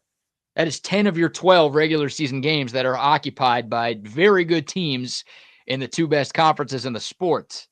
No, Like, that's when you got to play at Texas State. You need a win. You don't need to be playing around with anybody in the Big 12. No Baylors, no TCUs, maybe yeah. Tech because they suck. I mean, I would go 2 cupcakes for those other 2 games. yeah, you can't mess. No, you can't. You can't be playing teams that can hurt your team physically, or just beat you. Yeah, like I'm changing my stance on that because of these potential changes, right? If it was still an 8-game slate, I talked about wanting to play one of Texas Tech, TCU, or Baylor every year. And people got on me for that. And like, oh, we don't need those teams, whatever. Like, I think those are rivalry games. I think those are good games that are good for people in the state of Texas. So I feel like they should be played. But if you're telling me that 10 of the games that Texas has to play are now SEC or Big Ten teams, then yeah, you don't need to add another like power conference team. You need to add somebody that's in your state that you know you're going to beat, that's going to like the paycheck. You're going to help their program out. Incarnate Word, come on down. Yeah. Somebody like that. Well, keep playing the Road Runners. That's all right. Yeah, UTSA works. UTEP works. You could play schools in the state system. You're supporting the I noticed you don't say Southwest Texas because you're a little worried about you don't want to bring that into play. I would play the Southwest Texas state teams from the 80s. That's what you're asking. Yeah, I'd be fine with Texas State from time to time. Sure. I'm not as worried about them as you are. You should be. I know you're terrified of them. They just sent that. They just gave their gave their coach a big pay raise too. Did he win the Sun Belt this year? I don't think so. No, he did not. He did not. Call me soft, but I'm going Vanderbilt is my answer. You want to make that trip to Nashville every once in a while, huh? Yeah, I've never been to Nashville, so I just want to win. That's what it comes down to. Give me that win. That Cinderella story is not going to be like that every year, is it? Although Diego Pavia is going to keep suing the NCAA. They're going to let him play for 40 more years. So I don't know. He might be there for a while. And they might be there for a while. I'm glad that dude is coming back. Now he has to come here. Yes, Vanderbilt will play in Austin this fall. That is good. Good news. It's good. You hate that guy. You hate all Hispanics, so it makes sense that you hate. I like his story, but I don't think he's as good as he was this year. I don't think he's going to come and be that good again. They had a pretty good team. They've had a good young coach too. Yeah, Clark Lee did a great job this past year. I mean, you can get Vanderbilt to a bowl game. You're doing something right. Yeah, let's see how their recruiting picks up. Does that pick up a little bit because of the success they had this year? It'd be interesting to see. Yeah, and obviously it's Vanderbilt. They got some money, so they can pay some kids to come there. For the academics, they got some money, but they don't have the money that any other SEC team has, I don't think. It's just too small of a school. Like it's a great school, and I'm sure they've got plenty of wealthy alumni, but it's just a small school, unlike every other one in the SEC, right? There's Patrick. He says, let's play North Texas, Rice, or Prairie View. There you go. Get those teams in the mix. I like that. All right. I got crushed by them before. We'll take your thoughts. Yeah, some votes for LSU, some votes for Arkansas. Those have been the 2 most popular responses that I've seen. But it'll be interesting to see what they do when they add that 9th conference game. Do they make it a regular opponent, or do they just add another one to the rotation? We'll wait and see whenever that comes down. All right, Buck, we've got about 10 minutes left in today's program. We've got a funny story where a woman's mugshot has gone viral, in large part because of something she did to get arrested. We could talk a little bit more about Kansas basketball's meltdown last night, or we can get into your Vi Queens and what they're going to do with Sam Darnold. He's going to come back. They're going to get rid of the other court. They're going to get rid of their J.J. McCarthy. He's going to go.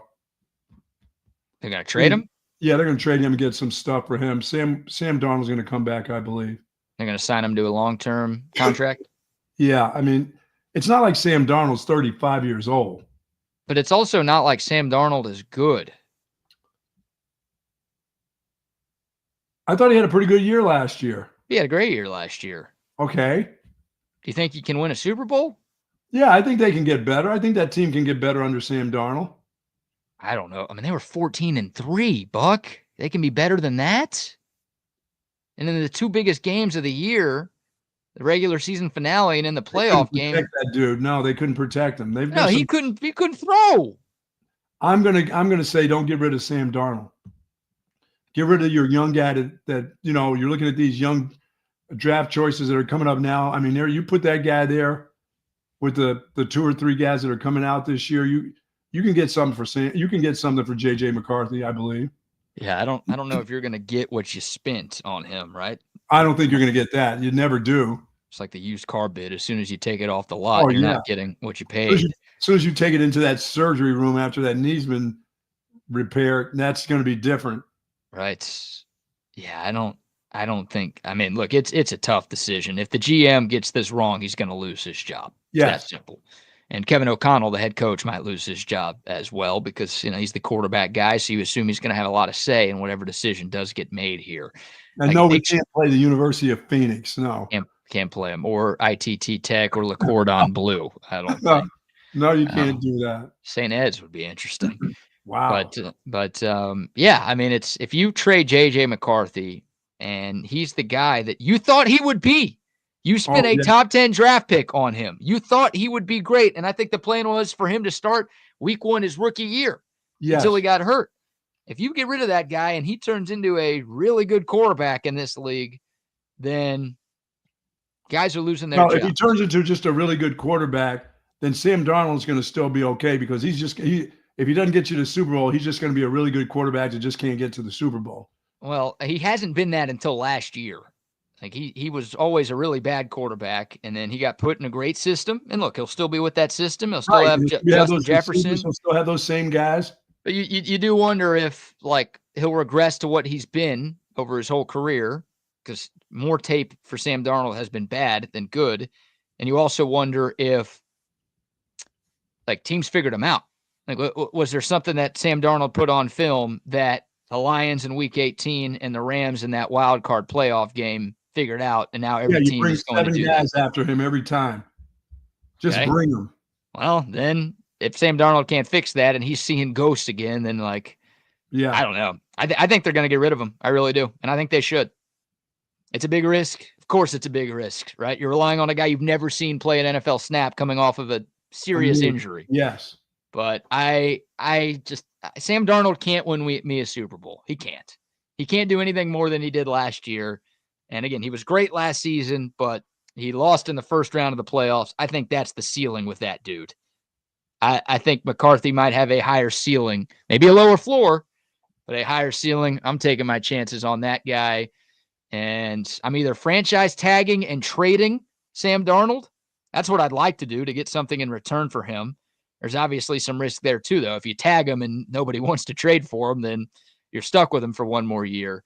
Yes, but if not that, I'm letting him go. I'm letting somebody else pay him $45 to $50 million a year. Well, if you go ahead and you tag him like that, he's still going to have to beat out that other. He's still going to have to beat out McCarthy, right? McCarthy still's got to beat him out when it's time to start playing. Yeah. You're going to find out an awful lot, really, in a hurry about what your first-round draft pick was from last year, what he's like coming off a knee. That's the biggest risk of all, though. If you bring Darnold back and you have a quarterback competition, and Darnold loses, then his trade value is kaput. Then he's your backup for life. And you're paying him, you're franchise tagging him, so he's making $40 million. Yes. And he's your backup. Now, he's only your backup for 1 year, but you got to eat $40 million that you can't spend anywhere else. Then you can't get rid of him the following year because he doesn't play. And then, he'll be a free agent, but he'll go somewhere else. But, you get nothing back in return for him.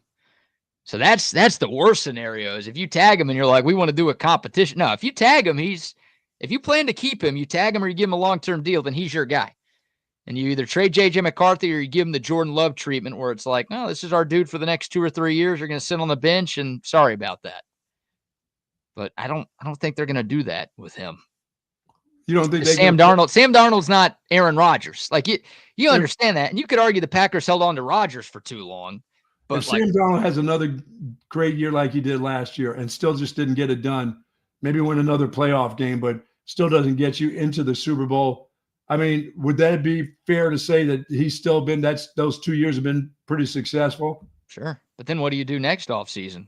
Because he'll be a free agent again if you have him on the tag. And then what do you say to yourself? Oh, he got us to there. We can't get rid of him. I mean, you could tag him again, but that's going to be like $50+ million there. Or you can give him a long-term contract at that point. But, it's like, I don't know. I'm just. Your deal is to bring in Aaron Rodgers. Let's get it done. Let's go. Let's get it over with. Yeah, well, I don't care about the Vikings, so I would love to see you guys bring in Aaron Rodgers. No. He's got a complete, again, dick pic needs to be sent, steal from the poor, give to the rich, and finish the career in Minnesota. Then Aaron Rodgers has completed the Brett Favre trial. And we'll see him in some Wrangler commercials, too. Maybe that on top. I'm expecting him to say, I'm hanging it up here shortly. Did say that last year, though. He probably should have last year, but he didn't. Really. He stayed 1 year too long. Yeah. By the way, the quick Vegas odds for where Sam Darnold will play next season. Minnesota's not even the favorite, even though he's, I guess he's about to be a free agent. So I don't know if you could technically say he's on Minnesota, but y'all know what I mean. The Vegas favorite for the 2025 team that Sam Darnold plays on, the Vegas Raiders. Yeah, makes sense. They've got the 6th pick in the draft. Maybe Ward or Sanders aren't there. They don't want to take that risk. And they don't want to trade up to go get one of those two guys. So maybe they go make a move for Sam Darnold if he hits free agency. And Steelers are number 2, by the way. Excuse me, Buck. Yeah, I got to believe that he can help them. Because they need a lot of help. They need a quarterback, BK, like when you say Sam Darnold won 14 or 12 games. They need somebody that can just do that for them to keep the interest up. Hey, can you give me 12 games? Can you give me 11 games? Hell, can you give me 10 games with the Raiders? But the way they've been, they're just so bad. What does Sam Darnold do with that talent around him is my question. Probably still get maybe 10. No. The Raiders? You think the Raiders will win 10 games next year with Sam Darnold? In that division that they play in? No. I still think they can get 10 games. Really? Can you name a wide receiver they have? How about the salty? I mean, they've got salty enough defense to be in games, don't they? You're thinking of 6 games. Yeah. I mean, that's what they got this year. Like, I think you're thinking of the 6 they have. No. I think if Sam Darnold's there, he looks more like Jets Sam Darnold than Vikings Sam Darnold because the talent more resembles what the Jets had than what. There's no Justin Jefferson or Jordan Addison in Vegas. Shit, who is there? I don't even know. Like I don't even know who the receivers are. They don't have Renfro anymore. They don't have Devontae Adams anymore. Hey, Jacoby Myers still from the Patriots. Yeah, he was there last year. Wow. I don't even know who else they have. That's the only receiver. I mean, they got Brock Bowers, of course, like one of the best tight ends in football. That helps, but like. I cannot name more than one receiver on the Raiders right now. They had so Sincere McCormick out of UTSA starting games at running back. Yeah, they got some problems. Yeah, I mean, great name, great kid, great story, but like I just you spend $40+ million on Sam Darnold to bring him to Vegas. I think you're gonna have a bad time. So I don't know. I don't know where he ends up, but like I see why Vegas is the favorite. Don't get me wrong; they need a quarterback. I'd rather draft somebody than go down that route. Steelers are second at +250, and the Vikings are third at +325, followed by the Jets and the Giants rounding out the top 5 there. I don't think the Jets would ever do that again. I don't think Sam Darnold would ever want to be a part of that again. How would you go there and get slapped around again? You're right. I don't know why they're even on these odds, let alone have the 4th best odds. And we're not sending my guy to the Aggie coach after what they've been trying to do to Texas lately anyway. About this call from Anthony. If Darnold goes to Vegas, they win the Super Bowl. Book it. Nice, Anthony. I don't take a lot of bets these days, but Anthony, I might take you up on that one. Sounds like one you want to take on? Might be your bookie right there for that deal. So there you go. We'll see. I think Darnold's gone. You think he's staying. It's maybe the biggest story of the NFL offseason coming up. Where does he end up? Myles Garrett deal is the biggest thing that I'm thinking of for the offseason. Yeah. What in the hell? Who's going to get instant defense? Yeah, if he gets traded. Somebody's about to have an instant defense. He requested a trade. The Browns have come out and said they don't want to trade him. So who wins? Does that thing get ugly in Cleveland before the start of next season? Who knows? But yeah, Myles Garrett, obviously a better player than Sam Darnold. We're talking about a future Hall of Fame player. He's going to be kicking for the Ravens next year. Myles Garrett's going to be kicking for the Ravens next year? Who's going to be kicking for the Ravens? Oh, Kareem Hunt, I believe, will be doing that. Jeez. Yeah. I don't know what a mess that is. That is such a mess. And it's getting wilder by the day again. Yeah, I think it's up to 16 massage therapists who have now alleged inappropriate behavior against the lifetime Longhorn, Justin Tucker. Man. No lawsuits yet. He hasn't been charged with anything. 16 is a big number. I mean, is everybody out to get you? Well, it's very similar to the Deshaun Watson thing. Now, the biggest difference, again, Deshaun Watson was like sued. I mean, there were lawsuits. There were 25 suits against Deshaun Watson at one point. Right now, there are 0 against Justin Tucker. Well, so once one starts, it'll. So yeah, until there's actual like lawsuits and charges, then they're not quite the same. But with Deshaun Watson, yeah, it started as a few, and then it got to a few more, then it got to a few more, then it got to upwards of 60 for Deshaun. So, with Justin Tucker, there are some women who just gave Justin Tucker a massage at one point who are joining these claims. Like, oh, maybe I could cash in on this too. Actually, I'm gonna do this. There's no proof that he did anything wrong to me, but there's also no proof that he didn't do anything wrong to me. So I might throw my name in the pot. I don't know. Yeah, you're right. That's all he said, she said right now. But yeah, it's not a great story. It's not a great look for him, and we'll see what his future holds in the NFL. All right, let's bring on the fellas. Real quick, McCall Custom Homes didn't give them some love yet. I know they've been at Rodney's place the last couple of days, so we'll let Double R. You know what? We'll do a little crosstalk live read with McCall Custom Homes. What's going on, Double R? Man, let me tell you, morning, guys. A little bit of light snow happening over here in Round Rock. You see, I've got McCall up here today. They came in here yesterday, and my bathroom, they went in my master bathroom, tore it apart. It already looks better than it did before. Let me tell you. After they tore it apart? Yeah, I have no floor. I have no cabinets. They pulled out a jacuzzi tub. They took my shower out. It's immediately better. And these dudes were in, and let me tell you something. When you want a custom job done, the cleanup is what I couldn't believe. The wife gets home and she's like, "Oh my God, what does the bathroom look like?" I said, "It's cleaner than you left it." That's impressive stuff right there. Yeah, and they're here now. I mean, they're. I was gonna text Matt and say, "Hey, dude, I understand. You know, we got snow flurries. All this, that, and the other." Before I could even do that, they showed up, man. McCall Custom Homes. You got to get a hold of those, dude. Top notch all the way. I should have talked to Mike and been like, dude, just leave Rodney's place like that. Like, go tear it all out and then just be done. Don't do anything. Just leave it there. Just leave. Just to mess with you for a couple of days. Just your bathroom is completely empty. That would have been probably bad for business. Well, I got to tell you, the funny part about it as well is in the secondary bath. I didn't know this, unbeknownst to me. I don't know any details of anything that happens around here. So they were going to go in there and replace the floor as well in the secondary bath, which I didn't know. And so they go in there and they pull that floor out. And then the wife goes into that bathroom last night. And she's like, "You forgot to clean the toilet. That looks horrible. They saw that." But the floor looks really, really good. Nice. So, yeah, man, good stuff right there. You need to get a hold of those guys if you want the best custom work that you're going to find. That's awesome. Yeah. Wags, what's going on with you, brother? What's up, guys? Just marveling at it being 2025 and the number one pick on the top free agent board is Sam Darnold. Who'd have ever thought?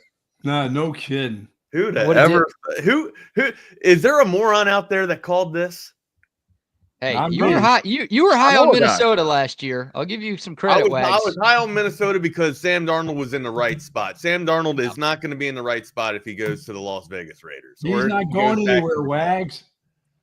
He's gonna. I feel like he's gonna get tagged. But anyways, that's. I guess we'll talk about that a little bit later on down the road. I don't know. What's your all's thoughts? Like Minnesota, it's a win-win situation for both of these guys, right? For both parties, Minnesota and Sam Darnold. If he stays there for one more year, sure, you got to prove it. but you had to prove it last year, right? It's trickled down a little bit, but just, hey, man, peaks and valleys. Get it back up and then get your dollars up. I mean, they spent a lot of money on the guy that they have that they drafted last year. But once again, you don't know how he's going to come back. We still don't know. You know? Yeah. Yeah, the franchise tag. I mean, that's a better option than giving Sam Darnold a long-term deal. But I just don't think they're going to do it, man. What do you think? What's a win-win, or what's an optimal scenario for Darnold? What would his party think that's a win for him? Darnold wants a 5-year deal in Minnesota. Yeah. He can't expect that right now. No, but that's best case for him. Is like he gets to stay in a situation where he's comfortable, a good situation, like you said, Wags, a great offensive minded coach, great receivers, great running backs, all of that. Continuity. Yeah, he gets to stay there for a long time. So that's what he wants. I think I don't know if any quarterback wants to play on the franchise tag ever. Right. So I think Sam Darnold would rather get a 4-year deal somewhere else where he can make $40+ million over 4 years instead of just over 1 year. I think that'd be option number 2 for him. And then option number 3 would be play on the franchise tag. Yeah, so that's worse. That's worse for the player. Yeah, if Sam Darnold was 33, 34 years old, he'd love what's going on now. Yeah. My only reluctancy, or my only thought that Sam Darnold would have reluctancy to leave, is because he's gone down that road before and it hasn't exactly been good for him, right? Like he's a journeyman, right? Now he's found greener pastures, and usually that doesn't happen. Like, don't give up the unknown for the known, right? Not with those receivers, not with that group that he's with. You got a tandem and a half, Buck. Yeah. Well, and guys, I think the other thing that factors into this is if you look at the free agent list, Aaron Jones is on that free agent list. And Aaron Jones made a huge impact going to Minnesota from Green Bay. So I think if you're going to lock that in, if you're going to keep all of that nucleus together, you Sure. better do something with Aaron Jones. And he's going to command some money because the running back is relevant again. So, which is a sad thing to say, a really sad thing to say. But you better lock that dude in also. They need him. Yeah, they do. They do. And like Jerry Jones and those people, I'm like, hey, Aaron Jones is there. Any chance you can go maybe try to do something there? But no, that's free agency. We don't do that. Mono man, number one free agent. Cowboys need to just hold on and hope the guy from Boise is still around at that pick, and don't mess around. Don't say, "Oh, let's let somebody sneak in and take him before." No, do what you can. If you have to move up to get him, go ahead and move up to get him. Just don't let him get away. That's one guy they can't afford to let that dude get away. Ashton Genty would be great in Dallas. I mean, get that dude there, and I think that's a guy that you can move forward with. To you guys talking about who's going to kick for Baltimore, I know who it is. Zeke Elliott. Hey, I didn't know. I forgot about that. He can snap the ball. Utility Center, man right there. running back and Oh my kicker, God. man of many talents. That Zeke Elliott. Oh my God! Right there, boys. What a disaster! All right, boys. I am going to go out there. I've got bottled water sitting by the gate that's about to freeze. You got those pipes wrapped? Everything's been wrapped. I've done all the things that I need to, and thanks to those folks at Woods Comfort System, they have hooked me up. They've come out and made sure everything is working properly. I've gotten out there. I'm not going to be out there, but just long enough to bring water inside. I'm not out there lollygagging around. It's too cold for that. You don't have to take your milk bottles out today. The milkman's not coming. No. Oh, wasn't those great days, Rodney, when the milkman used to come and you had the milk box? I've only heard of those, but I heard you talking about it. Those I've only heard of. You've only heard of the milkman? No, we had carton. We the youngest things I can remember, had the missing kids were on the carton. I've never even seen one of those. All right, man. Later, guys. See y'all tomorrow. Later, buddy. We keep mentioning Genty to the Cowboys here, right? I know he had a disappointing season, not Genty. Where are people at with Ollie Gordon? He's kind of gotten forgotten, right? And isn't that the weird thing? Just a disappointing season for the Cowboys, right?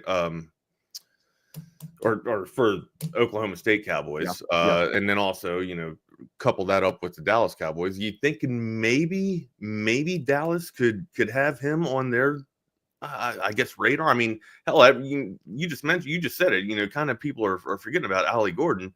I did too a little bit. Kind of just floating around there. Everybody's just throwing Genty around. Well, I mean, Ollie Gordon was a prominent prominent name in the running back land here. Before 2025 started. I like that. I mean, I like that a lot. And I think that's where Dallas, hopefully they're savvy enough. I don't know what their draft board looks like, but I mean, you got to have that guy factored in there somewhere, because you do see where guys drop to a third or fourth round, middle of the round pick, and they end up being something really good. You get them on a rookie contract and they can kind of escalate you to a different point. So, man, I hadn't even really thought about that, because all the focus is on Genty and on some of the free agent stuff right there, because Dallas, to me, the point of emphasis is you really have to get a running back. You're going to have to do something to solidify that. So I don't know, but yeah, he has kind of gotten forgotten. We didn't hear a lot about him this year. Cause dude, like, if you're thinking about it, depending on where Ollie Gordon is projected to go, there's a decent chance that he could land on your lap in the second. I don't know. Maybe he is a second rounder. Maybe he's a second rounder and you can steal him in a second. I don't even know what draft picks Dallas has this year. I don't even know if they have a second rounder. I'm assuming they have a second round draft pick. I got to take a look at the board. But anyways, if that's the case, you could probably elect to take, I don't know, an offensive lineman or some hog molly that you need for trench warfare. And then if a running back of that caliber is there and slips to you, falls to you, scoop him up. Yeah, looking at CBS, and I just found the first one that I could find right there. CBS Sportsline right now has Ollie Gordon as the 6th running back on the board around the 98th pick. So he's kind of fallen that far. He's right there behind Judkins from Ohio State. And I got to check out his pro. I don't even know if they had their pro day yet. As well as Henderson. So yeah, I don't think they've had their pro day. Yeah, that's a sleeper there that you could sneak up on, and you're going to get him cheaper, and it can make an immediate impact, because whoever comes into Dallas, I don't know what the status is going to be with Rico Dowdle. That's a dude that maybe, because he is that guy going to carry? Is that guy going to be able to get totes and carry you for over 1,500 yards? No, that's a serious question. Yeah, no. I'm legitimately asking him. He's been a journeyman running back. He's earned his carries, that's for sure. But is that guy going to be able to carry you for 1,500 yards? No, he's not. And I mean, all of his yards, the bulk of his yardage was right there at the end of the season, where he had the consecutive games right there, with 100 yards plus and all that. I'm like, okay, where's that at the beginning of the year? Rodney. Like, I was just throwing it out there. Like, there's no way that pro days have happened yet. Yeah, that's all after. So good call right there. But I mean, Genty is that one, and it's supposedly they can't miss. And I do think that's going to be a really good running back wherever he ends up. But I mean, we'll see if the Cowboys go that direction with that number 12 pick. What do they do? And he's right now, he's projected what, 5th or 6th? Who's that? Ollie Gordon as the 5th or 6th running back. He's the 6th running back on the board right now. Which you're exactly right. I mean, I remember going back the first part of the year, we're doing our top 25, and everything about Oklahoma State was going to be focused on him. It was focused on if their defense was going to be okay, which they returned 10 starters. That didn't work out well for them, man. And then also we thought that their offensive line was going to be decent and be able to allow or plow the way, rather, for Ollie Gordon to allow him for a decent, I wouldn't say a 2,000-yard season, but hell, a decent year where he's able to lead the Cowpokes to a Big 12 championship, or help lead the Cowpokes to a Big 12 championship. That was not the case at all, Rodney. That was not the case at all. We sat here. That crystal ball for me was a little cloudy, my dude. You and I missed that one. We had two teams that were solidified. They were going to be fighting for the Big 12 championship, and neither one of them was. Yeah. So Oklahoma State returned 20 players on their offense, 20 combined players. Yeah. And they didn't win a conference game, did they? Maybe one. I got to go back and check that. It was a Mike Gundy year, which is very weird, because we see Mike Gundy a lot of times to where he's set up in situations to where it's like, oh, it's going to be a challenge. This year, it was kind of like all out the windshield in front of him, to where it's like, there it is. I mean, this is Mike Gundy and the Cowboys' time. I thought maybe Utah would contest. Mm-hmm. Maybe. Yeah, that's what we said. Yeah, that's who we said. It was going to be those two teams, and they fell flat on their face. So. I don't know. Wags, I know I threw it out to you this morning kind of on text, and the guys were talking about it. So I'm like, forget about it because they're talking about it. But who would you like on that if not this season, but the following season? If Texas is going to have that 9th SEC game, you got OU and you have A&M that are going, you want them on the schedule. That's your rivals. Is there anyone there? I've heard Georgia, Alabama, Arkansas. What do you think? What do you think? Or even outside of the SEC, is there a team that you would like to see Texas play every freaking year? Not Maryland. Don't say Maryland, because Texas can't beat them, for crying out loud. I've given it I would like to see Georgia again, just because we weren't able to. We got some unfinished business with Georgia, or Texas has some unfinished business with Georgia, and I think after year one, if both these clubs can continue their trajectory, if the Bulldogs can stay at the top and the Longhorns can continue their trajectory to the top, then I think that these two teams could be a decent rival or a decent out-of-state rivalry, right? Mm-hmm. I don't think it'll be anything like an Arkansas-Texas rivalry, but it's nice to have a nice southeastern state and a Texas team, actually, button heads together. But other than that, I was thinking a non-conference with a team that is known worldwide or known, globally for, their traditions or just the gleam of their helmet, right? I keep wanting to think Notre Dame and bring Notre Dame into the fold, but maybe reserve Notre Dame for a few years, every now and then, because it's such a prime game. Thought about USC being able to go in and take down or, fight, a good Big Ten team and, with a decent mascot and decent tradition and decent heritage. Thought about, USC. I don't know how many teams that we're playing on the West Coast. But yeah, I mean, honestly, stay in conference, if you will. Throw Georgia back on there and let us prove that we can beat the big boys. Yeah. Code a text line, which you guys are free to be a part of if you're not on the YouTube chat and so forth. 512-222-9328. By the way, Coda, Circuit of the Americas next week. I like what Tom McKay says here too. Yeah. LSU. Yeah. That's who I would say, honestly, if it was going to be in conference. Circuit of the Americas next week, the eyes of the NASCAR world as NASCAR comes rolling in. That's next week. But Coda text line 512-222-9328. Mike McCall checking in on that. Coda text line says Tech if you're going outside of conference. But I like the LSU. Home with Wisconsin. All right, I could get down with that. I was Arkansas.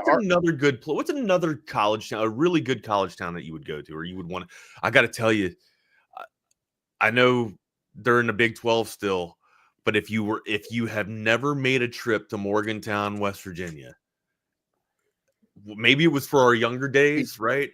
But Morgantown, West Virginia is one hell of a party. It's just a party town, man. And I know that's not going to happen because that's in the Big 12 again. What's another? Let me think on this for a minute. What's another good party school? I'd love to see Pullman. I'd love to see Washington. Yeah. I don't think that would be a good rivalry, right? But I would love to go up there to the Pacific Northwest. I think it would be Oregon. Really cool. Oh my God, I'd love to see Oregon. I'd love to go up there and experience that madness, that chaos. If you're, I mean, the Big 12, the SEC to me, it was number one was Arkansas, just because it's a big rivalry to me because I'm older and I remember that. I think that rivalry is bigger to Arkansas people now than it is to Texas because we're in this new generation to where they never witnessed that. I mean, they never felt that. I like the LSU, quite frankly. If I'm going to take a road trip, I want to go to Nashville. So I guess that would be what, Vanderbilt? So, I've been to Tallahassee. Tallahassee's not really. But I wasn't like partying on campus or anything. I was kind of just passing through on a weekend. Doing like the bar scene. So I can't really. And I was out of college. I mean, Florida State's probably fantastic if you're a student there. But for me, like my experience on the Tallahassee, and also it wasn't in season. It wasn't football season, so it wasn't anything too crazy or anything too raucous on the weekend there. Yeah, I do think though if it's an SEC, if it's going to be an SEC, added game right there, I think you do go with Arkansas. I mean, simply because you get yeah, you get your three rivals back. I mean, you get A&M, you get OU, and Arkansas right there. The way that's happening, and quite frankly, that's probably a more winnable game right now. That's the other part that I look at this to where it's like, I mean, I love the Georgia, I love the Alabama. I think Alabama would be great if you play Alabama every year. Imagine that bouncing home and home, from Tuscaloosa to here. I mean, and that rivalry's already. And think about this: they haven't played that often here in the modern era, and that's already a rivalry. It's a what if, what Is if it? we play Alabama? Is Bama in Texas a rivalry? Got a lot of Alabama friends that they're like, man, we wish that we played you guys a little bit more often, because it's like the history. I think that's where, when I talk about with Arkansas, a lot of the history lacking in that rivalry now. The Alabama thing is just two storied programs, every from Bear Bryant and Darrell Royal all the way down, now it's Saban and everything that's happened here, and the fact that Texas went in there and punched them in the face and beat them in their own yard. And I think that that's a big part of it for the Alabama fans, to where it's like, we want to play you guys a lot. So I think that would be great. And man, you talk about TV winnings and ticket sales and all that. Yeah. You're going to do that with that game, brother, every time. I'm trying to think if there is a ACC besides Florida State. Does Clemson give you any type of motivation, or does that move the needle for you at all? Clemson? Dabo and the crew with Clemson? I think that, it does right now, simply because, what Cade Klubnik did in that playoff game, to me, is something to where you may have intensified that rivalry a little bit, and Clemson being at one point, one of the true stalwarts, and maybe they're heading back that way again, but it doesn't for me. It honestly doesn't.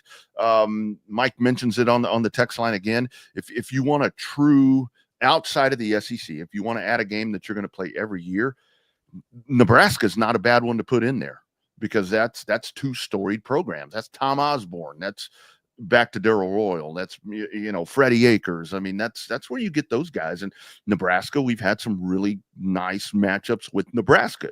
We seem to own them, but that'd be a good one to put on there as well. And again, it's winnable. The new Matt Rule era for Nebraska, Rule. For the Cornhuskers here. Go up. I'd say bring them on, Wags, but in 2 years I may be like, I don't want to play them.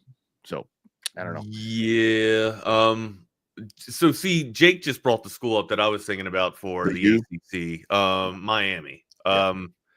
I don't know if Miami has arrived or if they've returned back either, but I would love to go and make a trip to Coral Gables. I would absolutely love to check that place out.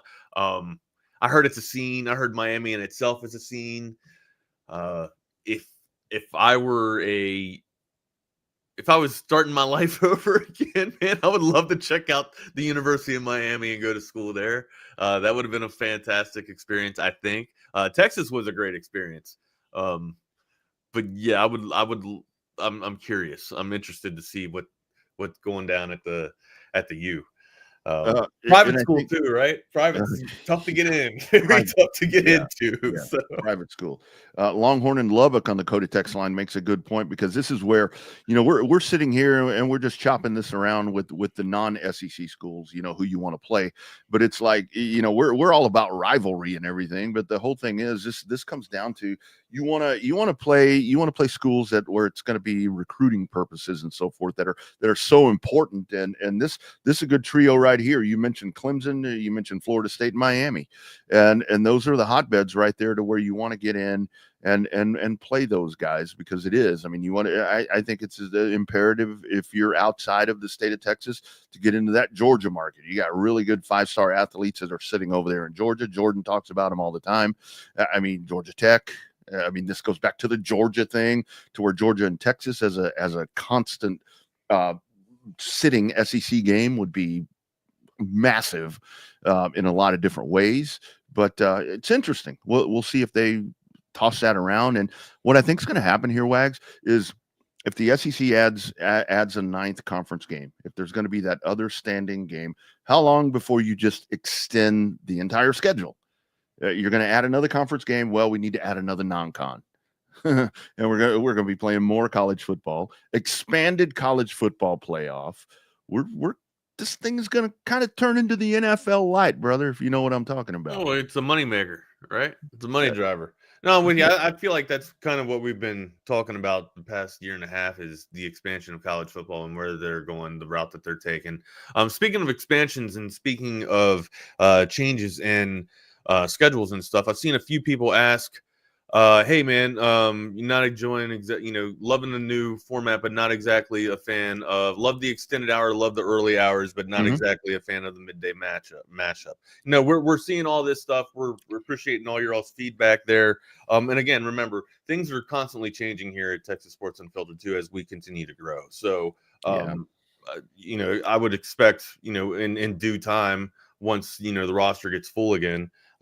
Maybe there's going to be more live content coming out in the midday. So I don't know. That's a conversation to have with the boss man. But again, everybody, we're seeing all your comments. We're hearing all your all's feedback. And yeah, it is very nice to be able to interact with you guys too, because we've said it from time to time. You guys make the show. We come on here, we have stuff to talk about, and we're we like conversing between ourselves, but also like when you guys get involved with the conversation, that's when we really start chopping it up, because hell, man, the show thrives with the community, right? The community is the heartbeat of any type of programming or any type of show. So without you guys, man, we'd just be sitting here talking to a damn wall. Yeah. And we take a lot of pride here. I mean, I'm kind of speaking for BK, I guess. And if I'm not here tomorrow, it's because I'm speaking out of term. But it's, we take a lot of pride. Or you're detained. What's that? Or you're detained. Or I'm detained. No, I'm not going to be detained for a while. I've got some stuff. Oh, how about that? I got you. We can get some continuity. I'm not going to feel like Sam Darnold. They put one of those ankle bracelets on me so they can monitor what I'm doing now. So it's all good, dude.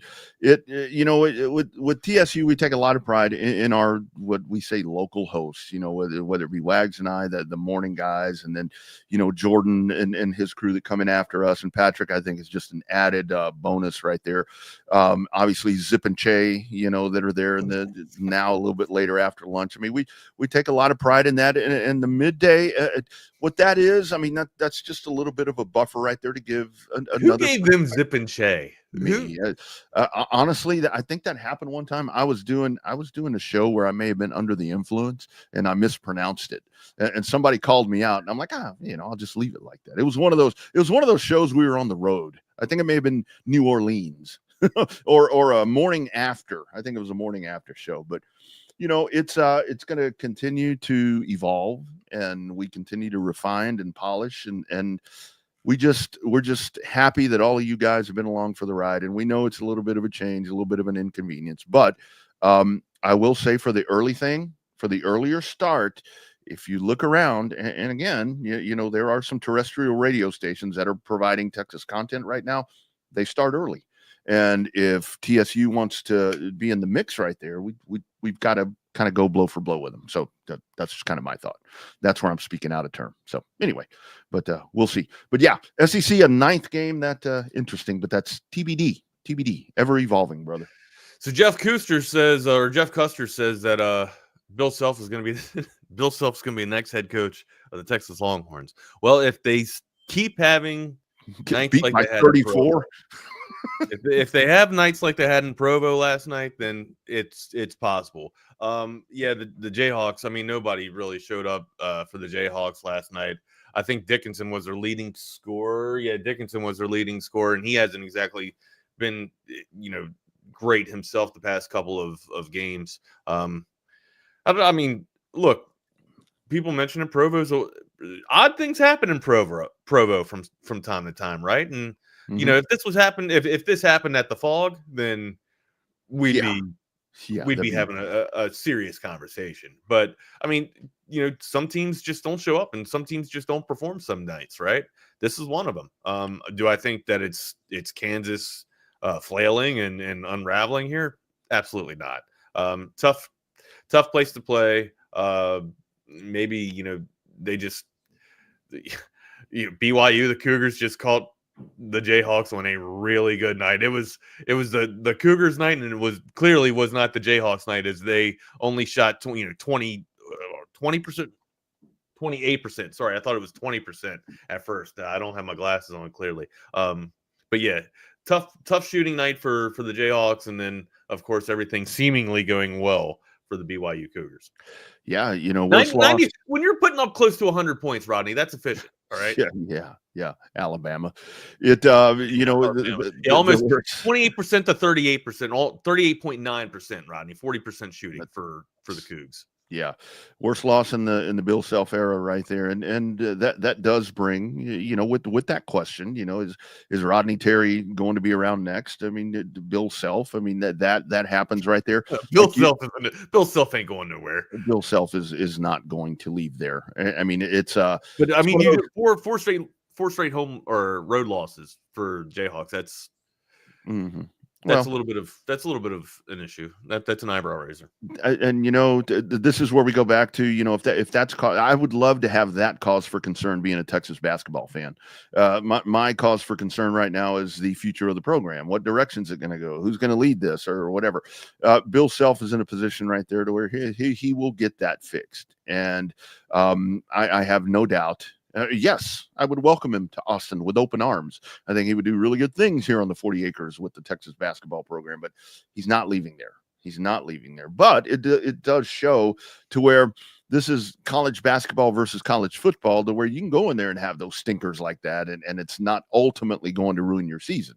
You know, had SMU not lost that conference championship game, they probably wouldn't have had to go play in the snow. And it could have radically changed the outcome there. I don't think they'd have won, but it is, you know, with college basketball, Kansas is going to bounce back and they're going to be totally fine. Bill Self is not coming to Austin. Dickinson's still getting double doubles. You're going to be all right. But he's been a little inconsistent, maybe a little bit. Mayo was off last night too. Zeke Mayo, one of their better guards, probably. I think he is. Let me go to their stats. I'm pretty sure Zeke Mayo is their leading scorer for their leading point getter for their guards. Yeah. Mayo's the top guy in their backcourt there, averaging 14.7. Ike Carumba, what's up, Ike Carumba? We see you, buddy. Kansas, tough little defeat last night there. For Bill Self and the crew. What else you got, Rodney? What else you want to get into? Hey, I do want to mention, I hope people remember while we're on the basketball thing, San Antonio Spurs play here tomorrow, taking on the Suns. They got two games at the Mood, and then taking on the Pistons on Saturday. So you get some NBA, get some National Basketball Association happening right here in our fair burg, as he liked to say, Wags. So go check that stuff out at the Mood. I think that's something that'll be pretty cool and exciting. Also cool and exciting, our friends at Covert Bee Cave, covertbeecave.com. New pre-owned car, truck, or SUV. You can check those folks out. All of your service needs. So many service bays galore. Service bay heaven. You buy the car, it's always, or you buy the vehicle, it's always the after, because that's where this thing, like I talk about, you're rolling around in a thousands of dollar vehicle, and that's your investment. That's your livelihood. It gets you to work. It may be part of your work. Well, Covert Bee Cave are the people that you want to go see for those. Here's a word from our great friends out in the beautiful hill country. I bet there's snow out there right now because it snowed in Round Rock. It's Covert Bee Cave. Building a home. It's a family atmosphere. It's not just when you stop in, you buy your car. From communication to expertise to professionalism, it's exactly what I expected from the Covert family. So they make it so easy for me. That car that I wanted, they found it, and I didn't know if I can afford it, but they make it possible. You'll see that they really will move mountains. They're going to do what they need to do to get you what you want and make sure you're happy with it. Come and experience it for yourself. Covert, born and raised in Austin. Absolutely. covertbeecave.com. Thank you, Dan. Thank you, Hayden. Great folks right there. And don't forget, if you are a Texas sports fan, not just football, this is sports all across the board, and you haven't been over to passes.com, you are certainly missing out. Passes is the content creator company the Texas One Fund is partnered up with, and they're giving you Texas fans, behind-the-scenes access to our favorite teams that we have never had before. You've heard about the Texas One Fund. You know everything they do for Texas athletics, a driving force now with NIL, transfer portals, all these different things. Well, the Texas One Fund is a huge part of that, and now at passes.com, when you sign up, you have access to tailgate parties, meet and greets, VIP experiences, athlete spotlights. Get to know these folks on and off the field, court, so forth and so on. And you're not just donating to help the future of Longhorn athletics. You're also getting that perk for yourself. Head over to passes.com/Texas One Fun to sign up today. Get in the game better and bigger than ever before. Once again, it's passes.com/Texas One Fun as Tom McKay checks in. And this has kind of been my thought with the program. And I'll just kind of leave it right there at what Tom said. Texas basketball is just an afterthought in Austin. But I think that, like we talked about a couple of weeks ago, we're with the program where you do need to build it, and you need to get a leader in there that's going to take it to the next to that level that we want it to be at. Chris Beard was going to be that guy, but it didn't work out. So it's like you've got football, you got baseball, basketball is sitting in there, and you kind of expect to be disappointed is kind of my thought, or you kind of expect it to be what we have right now, where there's expectations that maybe really aren't legit, if you know what I mean, Wags. And correct me if I'm wrong. I mean, I've just never thought that when I'm going into a Texas basketball season where it's like, oh, we're going to be in the Final Four. Maybe once or twice have I thought that. I thought that this roster would do a lot more than what they're doing. I thought Texas, made some decent moves in a transfer portal, but people like Larry's trying, right? It's just not working out, right? Like that's just maybe he's pressing too hard. But yeah, it's just the talent that was sought after in the transfer portal isn't exactly panning out the way that we thought it would pan out. Inconsistent. Mark had a fantastic game the other night, but again, maybe what's the adjustment that you make for that? Put the ball in his hands more. You do that, then you remove the ball from Pope, and now you got to find another facilitator. Unless you just plan on utilizing Mark and Jones and letting them eat, and then having Kaluma find some of his minutes. Kaluma find some of his points in the paint, or just whatever he's able to do.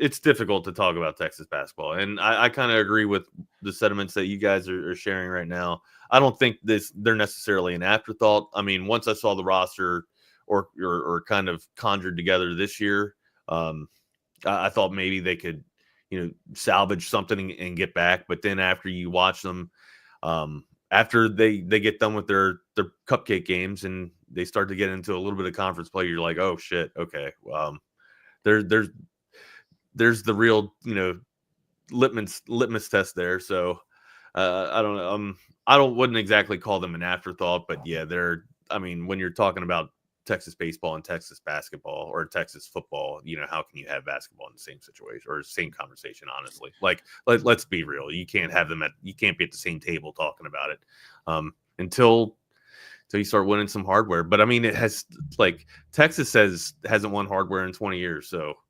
that kind of excuse is moot if I'm standing on that point. And NIT don't count. I mean, no. I know it does not. I mean, not at all. So it's like for me, Wags, when the basketball season starts, it's like, look, I mean, I go in there and I look, I am totally with you that I thought with this roster that it was going to be, and look, I'm honest, I did not think the SEC was going to be this freaking dominant. I mean, I talked about it where I'm like, well, I'm glad we're getting out of the fucking Big 12. Well, no. Now I wish we were in the Big 12. But it's like when basketball season starts, Wags, I'm like, there are going to be some big wins. Like the one we just had this weekend.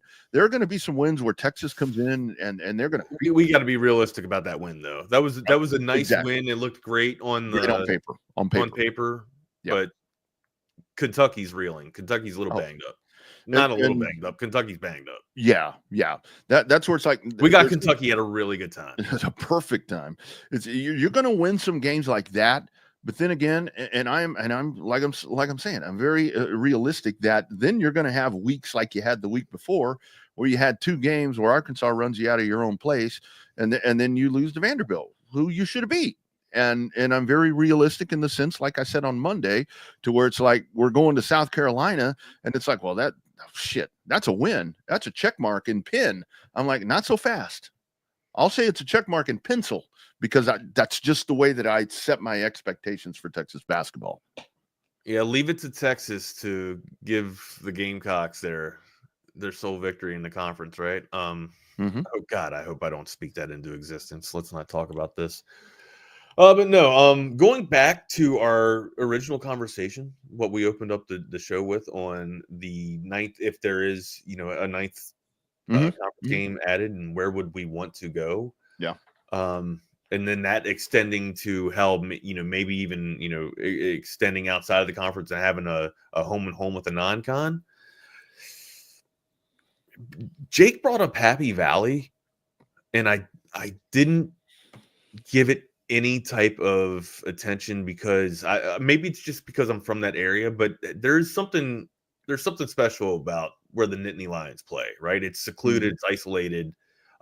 It's almost like West Virginia. It's almost like the West Virginia vibe, right? And of course, that's just the region of that area, right? It's mountainous, very wooded, and it feels like it's a protected territory, right? And when you're going to West Virginia, you got to fly. I'm pretty sure, regardless of where you're coming from, you got to fly into West Virginia, or excuse me, you got to fly into Pittsburgh and then drive into West Virginia, right? That's a draw, and like you better catch a nice little nap, or you just better be able to get in your playbook and stay focused, because a lot can happen on that drive, right? You can get tired a little bit, lethargic. If that's happening, make sure you get some good shut eye and make sure that you're well rested before you get to Morgantown. And if that's the same case, maybe it carries over into Happy Valley. And nonetheless, it would be a tough situation. What I'm trying to articulate here is that would be a tough venue to play in, right? And then it gets absolutely violently loud and inside of Happy Valley. So that's just a great stadium to play in. And if you're the opposition, you have to appreciate how ruckus that environment can be. And again, if you haven't experienced it yet, it's a game that you should go up to, especially when they have a whiteout. Like it's a pretty awesome space, or a pretty awesome place to experience.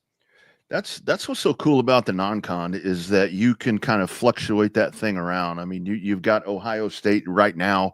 So imagine that, if you stack it to where it's like, in the next, 6 to 8 years, let's do it in 2-year increments. I mean, if you stack this to where it's Ohio State, USC, then you add other ones in there. I mean, that is like really, really cool stuff, because I would want to go to Penn State.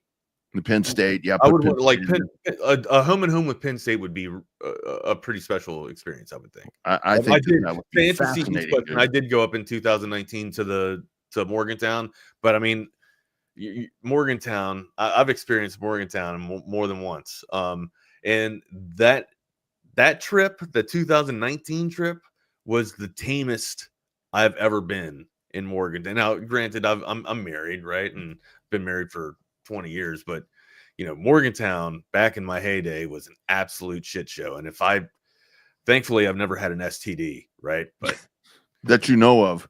I've been you get plucked in the Marine Corps quite a few times, man. Yeah. They make sure that you're a clean boy. But Morgantown is it's an absolute zoo. It's a fucking war zone in itself, man. And if you can come out alive in Morgantown, you're going to survive the rest of your life. I guarantee it. Mashed potato and gravy wrestling. I don't know if I've ever mentioned that before on this show.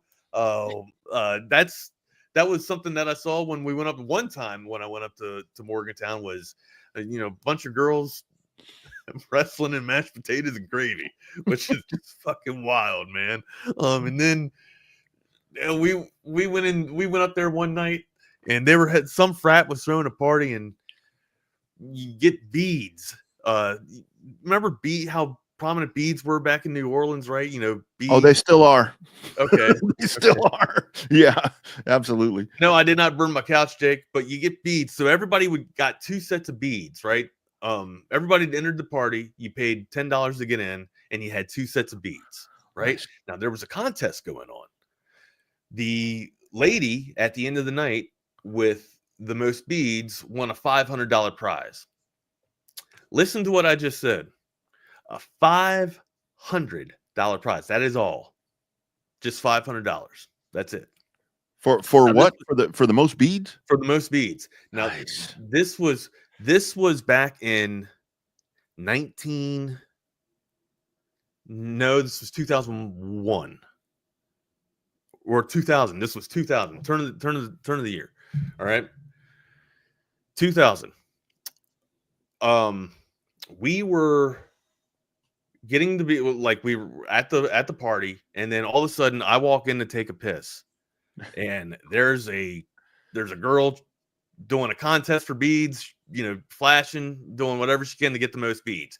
Going to the bathroom 2 hours later, it had escalated to the girl in a stall with another dude trying to get beads. $500 was the total prize. Wait, in a stall trying to get so she went in there to flash, or was she doing something else? Man, there wasn't no flashing going down in that stall. Damn it. For beads, amigo, for beads. Man, I'm hanging out in the wrong places. Crazy times in Morgantown, man. Crazy times. But I'm sure college venues are like that all around the country or all around the world. So people, getting detached from mom and dad for their first times, and holy shit, was Morgantown a party. But yeah, mashed potato and gravy highlight. Yeah. Nice. Yeah, I think there are so many different spots right there, and I do wish that we would see. I mean, A&M, for example. I wish that they play Tech every year. I know that's not a conference game anymore, but I wish that they play Tech every year because that rivalry is so bitter. I mean, they don't like each other. I mean, they hate each other. They should figure out a way to play that game every year. And those staple games right there, I mean, it matters not how good the teams are. A shitty Tech team and a good A&M team, vice versa, they play each other. It's gonna be an epic battle with just. I mean, that screams college football, and I wish that we'd see more of that. And I heard the guys talking this morning, where the non-con for Texas kind of keep it in the system with that money generating around, playing the Roadrunners, playing whoever else it may be. No, forget that shit. Let's go to Michigan. Let's play games with Ohio State, Colorado, for crying out loud. I think somebody mentioned a really good one. Somebody threw Boulder up in there. I would love. Was it okay? Yeah, I mean, I think that would be great. I think that would be great. But where it gets hard now is with all of this that we're talking about. Now you need to change this playoff system to where it's the home and home because it's more travel. I mean, this past year was outrageous. I'm trying to think of the venue in the area that I would want to go see, right? And that be the reasoning why I would want the home and home. If I'm thinking of like the Midwest or maybe centralized. It's the only team that really jumps off the page to me is Notre Dame. And I mean, not that South Bend is like an awesome environment or an awesome area to be around, but it's got to be an experience, right? Just to see what South Bend is, or, on a Saturday and see, touchdown Jesus. That would be an experience in itself, right? I can't really think of two. I'd love to see Champaign, but I mean, that wouldn't be a game. Like, I don't know, maybe Indiana. Maybe if Indiana can continue to win, or just put up an offense that can plow defenses down with 30 points a game, maybe that's something. But still, that I don't have any appeal to want to go to their campus or visit their campus. Really, it's for the Midwest. To me, it's just touchdown Jesus and Notre Dame, see the gleaming gold. Mm-hmm. Like, there's something about Pullman. There's something about being up there in the Pacific Northwest, but also like there's an Oregon vibe. I would love to go see Eugene, right? But ultimately, like this is a place that I've experienced before. The sun just does set differently in California. Like, it just does. And man, I'd really enjoy a nice little home and home with USC. And it's not just because of the song girls, but damn, those traditional sweaters, those guys, those traditional sweaters, man, holy hell. And then just the venue. Hawaii, I've lived in Hawaii. So I lived in Hawaii for 6.5 years. It's fantastic, but it's that plane trip, it's you're a hemisphere away. Yeah. You know what I mean? It sucks. It sucks. Yeah. We did Hawaii several years ago on a vacation thing, and it was like I was so excited to get there, and then by the time I get there, I'm like, that sucked. I mean, because it took so long, and then you get the time there, and it's like 2 days before you leave. It's like, oh man, I mean, I gotta do that again. Yeah, you got yeah. And usually you're only there for like 5 days or a week, if that, right? Yeah, and I got home, Wags. I'm like, I need a fucking vacation from being on vacation because I feel like hammered cat shit after the travel. You know, so yeah, that would be great, but let them come here. Let's make it a Texas home game. But you know, I would do a home and home with USC. Yeah, that's probably to kind of complete that conversation. That would be USC or Miami. Give me a coastal. Yeah, for non-con. Honestly, having spent so much time lately in Missouri, I wouldn't mind a home and home with Missouri because that's a trip where you can travel to St. Louis or whatever and go see some really cool shit. And I think that's the other part of it, to where these things, a little bit of a destination. That's not the big matchup, but it's just a cool destination to go to. First off, Steven, what island are you going to? And if you're going to Oahu, hit me up. I got a whole bunch of spots that you need to go to. I still got some friends that are on the island too. But yeah, Oahu is where we lived. We lived in Kailua, so it was again, it's the first time that the Marines got a thin slice of paradise, right? Usually the Navy or the Army kind of gets, there. Don't worry, they got their paradise too. Army got the North Shore, and then the Navy in Air Force, they got Pearl Harbor, or they call the Air Force's base Hickam there. So, but it's right around Pearl Harbor. But yeah, the Marine Corps, they got Kaneohe Bay, and they really got isolated. Of course, the military wanted to put the Marines isolated away from the rest of the branches because the Marines are just, Marines, and they're relics and only need to be rented for warfare. And, so they isolated them out in Kaneohe Bay, and that ended up being the best place to be. On the west side, or excuse me, the east side of the island. It's just absolutely right next to Hawaii Kai. Oh, it's fantastic. But yes, please, I'm loving to hear where you're going so we can share. Yeah, I can share some stuff. We did Kauai, and that was like an amazing experience. I mean, the hiking and the coffee and just everything that we got to do over there, man, it was truly incredible. But hell, that was even further. I think that's what made it even worse, is just getting to the island and then to another island. It's like, holy smoke. Yeah, but that's only it's a 20-minute trip if you're taking a plane ride, from island to island. But it was one of those puddle jumpers, and I remember we're like going. They put my wife in the front seat. Little region plane. Dude, it was so crowded in there, and so it's like all these big old fat dudes like me. My wife, we would go to Maui from time to time because my wife was on the Hawaiian State Outrigger team. Yeah. So, oh man, yeah, she was. I'm telling you, man, smoke show. Me in Hawaii with my wife. I mean, a lot of people were just like, Jesus Christ, Wags, how did you get her?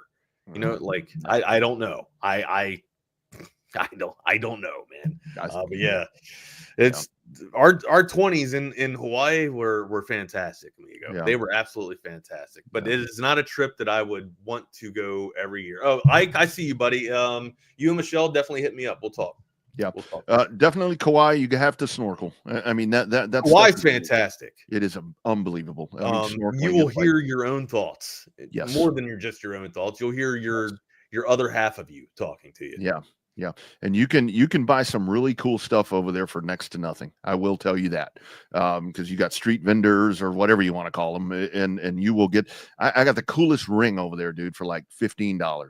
And Kauai's probably if you're looking just for good peace and sanity, Kauai's probably the best island to go to. If you're looking for tourism, Oahu, right? If you're looking for excursions, I don't know. I say excursions for Maui, but the Big Island has really good excursions too. Especially if you're looking for a hike, man, you can hike up Mount Mauna Kea, and go see snow caps in Hawaii. Yeah, Mount Mauna Kea. The elevation is like 20,000 feet, and you can actually look down inside of a volcano with snow on it. It's pretty wild, man. I got pictures of us. We actually hiked up the entire. Well, we started from the ranger camp, which is halfway up the mountain. So you're starting at like mile 9, but we hiked up to 20 and then came back down. Now, Rodney, let me tell you something. The hardest part of that hike was coming back down that mountain because your skin was already tender. Your feet. You've already blistered up, 10 miles going up the hill, right? And thankfully we didn't have to carry any gear. We were just going slick. But yeah, our first sergeant was just like, hey, you're going to go through elevation, massive elevation change from 9,000 feet to 17,000 feet within a few miles here. The mountain range scales back and forth, but it's pretty steep as hell. So, make sure you're drinking water, pounding water, and, also, you're probably going to experience headache and dizziness, man, and altitude sickness because you're going up that high. It was a difficult feat. It was tough. But yeah, the entire company got it done. It was an awesome exercise, but coming back down was the worst part because that's when the skin on your feet was so tender and it actually started to slide off your feet because of the blisters, because you were trying to hold up. It was gravel too, right? And you're trying to, keep your momentum and not, fall forward going down the damn hill. But I mean, you're sitting there putting so much pressure on the back of your heels, man. All that skin that was already blistered up is starting to slide off your feet. It's crazy. That's gross. Crazy stuff. But yeah, that's my stint on Mount Mauna Kea there. The Big Island's fantastic, but I was usually only there for training. Yeah, Big Island is one of those things to where it's like the obvious. It's kind of like the tourist thing where you're going to go there. I mean, that's where. To me, the tourist place is Oahu. Like if you want to go, if you want to be on a tourist island, Oahu, because that's got Honolulu, Waikiki, North Shore, like that's where. Or what is the Halavea? Halavea is the town where North Shore's at. Haleiwa. Sorry, not Halavea. It's Haleiwa. But you'll be on the like ha ha ha or the kame hey. That's what the tom or whatever your damn what is it? What the hell? What is the thing that's called that gives you the damn directions? It begins with the G. Why is it navigation? Oh, yeah, but what the hell's it called? GPS. Sorry, the GPS. Your GPS system will talk to you like that, very robotically. It's really pronounced the Kamehameha. It's the Kamehameha. I was getting ready to do it just like the damn robot there. Anyways, that was a while. We got on Hawaii for a while there. What got us on Hawaii? Oh. Talking about the non-con. Yeah, talking about the non-con. Yeah. Non-con. See the comments there, which we will talk about tomorrow. U.S. Canada. Team USA hockey? Yeah, absolutely. We got that coming up tomorrow. That's coming up tomorrow. And don't forget, if you want to witness these great sporting events, football is gone, but you got racing, you got hockey, you got baseballs coming up, pitchers and catchers. Maybe we'll talk tomorrow a little bit about Rob Manfred talking about the Dodgers. They're not doing anything wrong, he says. But anyway, if you want to witness these great things, Rob. Insight and sound. It is our man Tom McKay, audiovisual consultations, 512-255-8678, abconsultations.com. Whatever system that you are looking for, they will set you up like what I have right here. I mean, I've got 3 screens in my studio, ultimate sound. I'm sitting here watching sports after sports after sports. Every now and then I'll pop some other stuff on. It works for everything. Not just sports, movies, shows, Netflix, all of that. Netflix and chill, do it with your Tom McKay system. Wags with an unbelievable system. BK, Chip Brown, all of us. Tom has hooked us up, and he can hook you up too. 512-255-8678, abconsultations.com. And Tom is there. Tom is there for this epic contest that's going to go down tomorrow that's going to break ratings records. Going to break ratings records. It's going to be the topic of sports tomorrow, Wags. Across the board, everybody's going to be talking about this. And this is where we go back to the All-Star. I mean, all these NBA guys talking shit about the NBA, about the All-Star game. Passion. These guys want to play. They want to play, and you're going to see it tomorrow night. No better spot to watch it than AV Consultations, avconsultations.com. There you go. Anything else we got to get to? What else? You didn't happen to see any of that TGL stuff last night, did you? The simulated golf thing? So I've been catching the highlights. I haven't been actually watching the matches there. Yeah. What do you think of that? Has New York gotten a win yet? Who? New York. Has New York Golf Club gotten a win yet? I don't think so. I kind of like that concept, right? I mean, that's where everything is kind of just so different. It's given golf some juice. It is, right? It is, right? You know, a random, on a random, what was last night? Tuesday night, to sit there and then you turn it on, freaking Tiger Woods is on. And it's like, okay. I saw that shot. Dude, missed it by 100 yards, Tiger Woods. Oh, man. And you know what? The other cool part about that was when Marty Smith or whoever that was talked to him, it's like Tiger's laughing. He's just like a regular human. He's just a regular person. And I think I think that's what's so cool about that. Not robotic. What does Tiger have to prove? Like if you're not there just for your overall enjoyment and your fun, like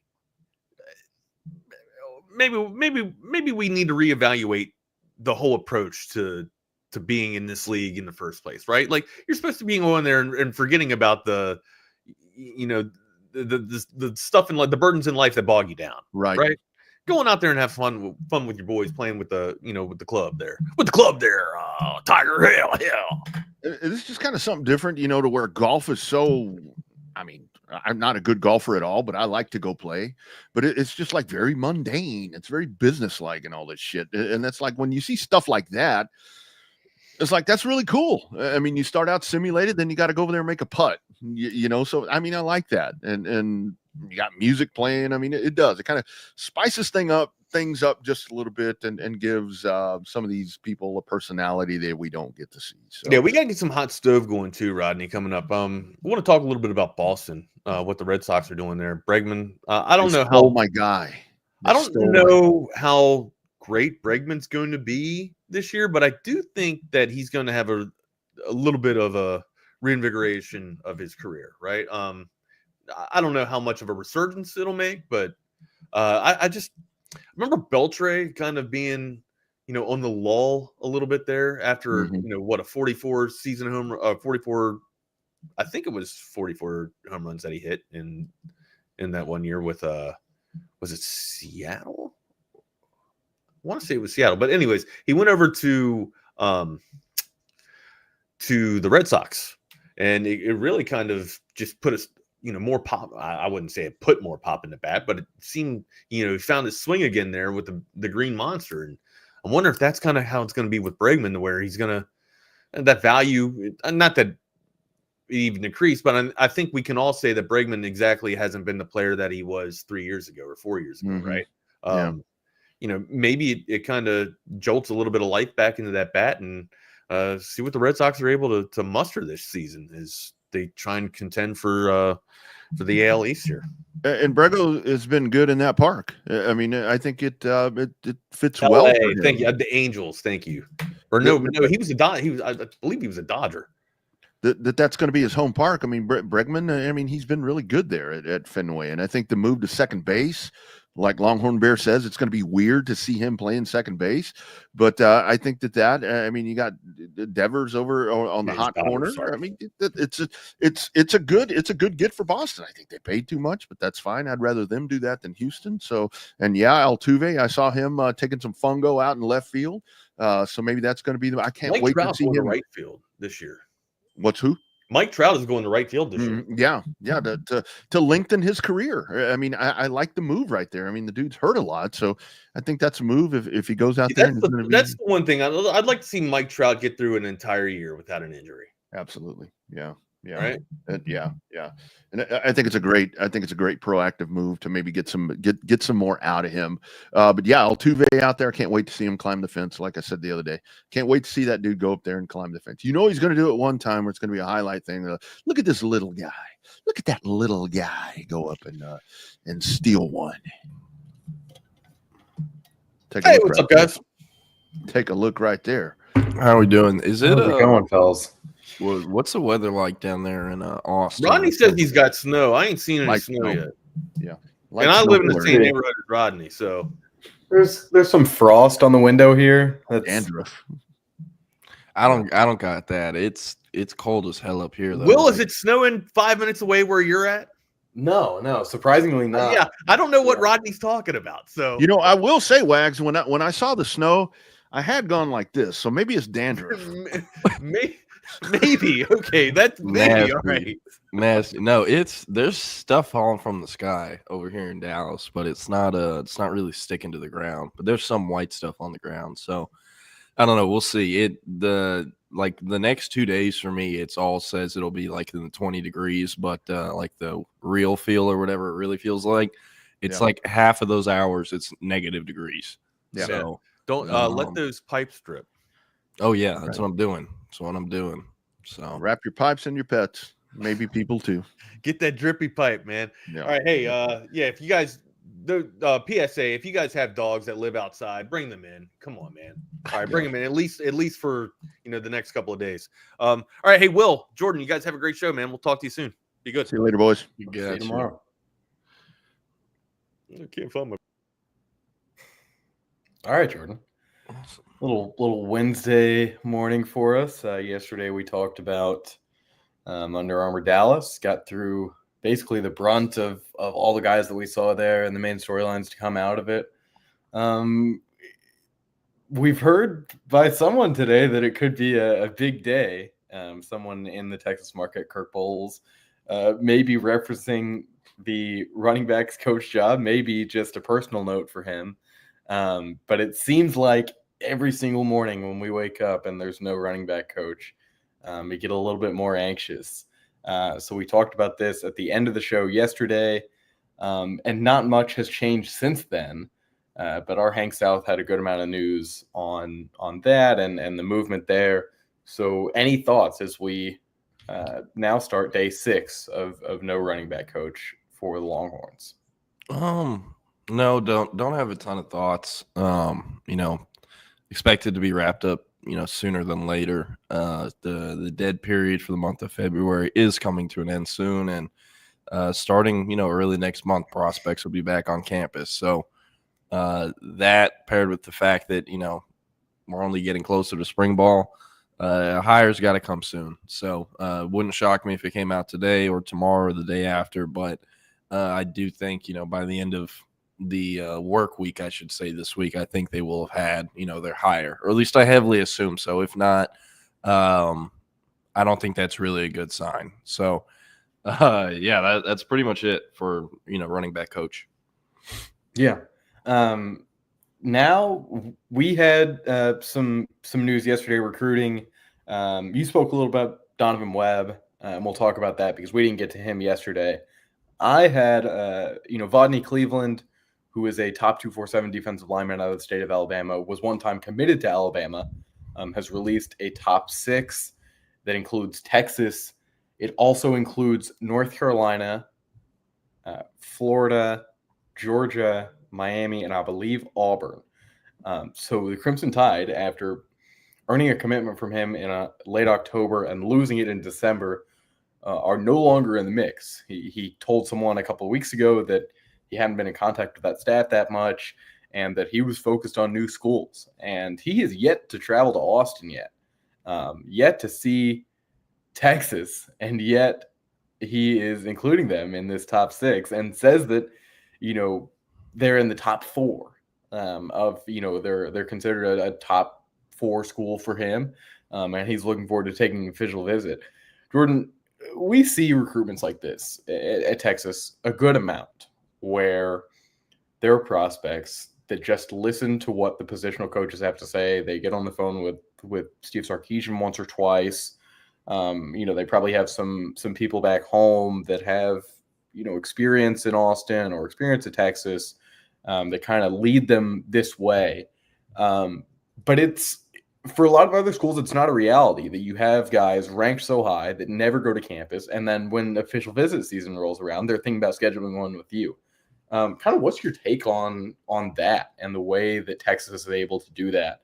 Not having to get guys on campus 4 or 5 times before the official visits. Yeah. No, I mean, it's interesting. You go and look back at the class they signed last year. For the most part, almost, all of those guys had been on campus prior to the OV.